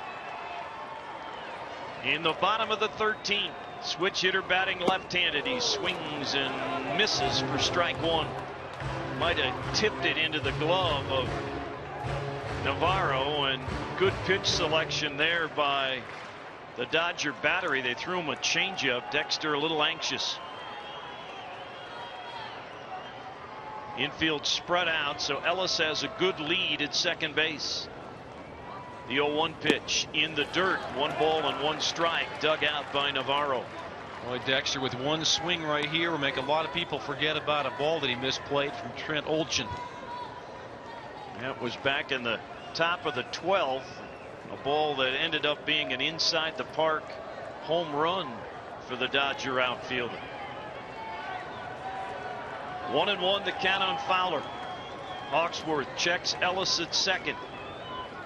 His pitch. Base hit there in left field line. That is going to do it. Rounding third, Mark Ellis. He scores. Lucky 13 for the Rockies. Dexter Fowler waiting for his teammates, and they mob him out on the infield past first base.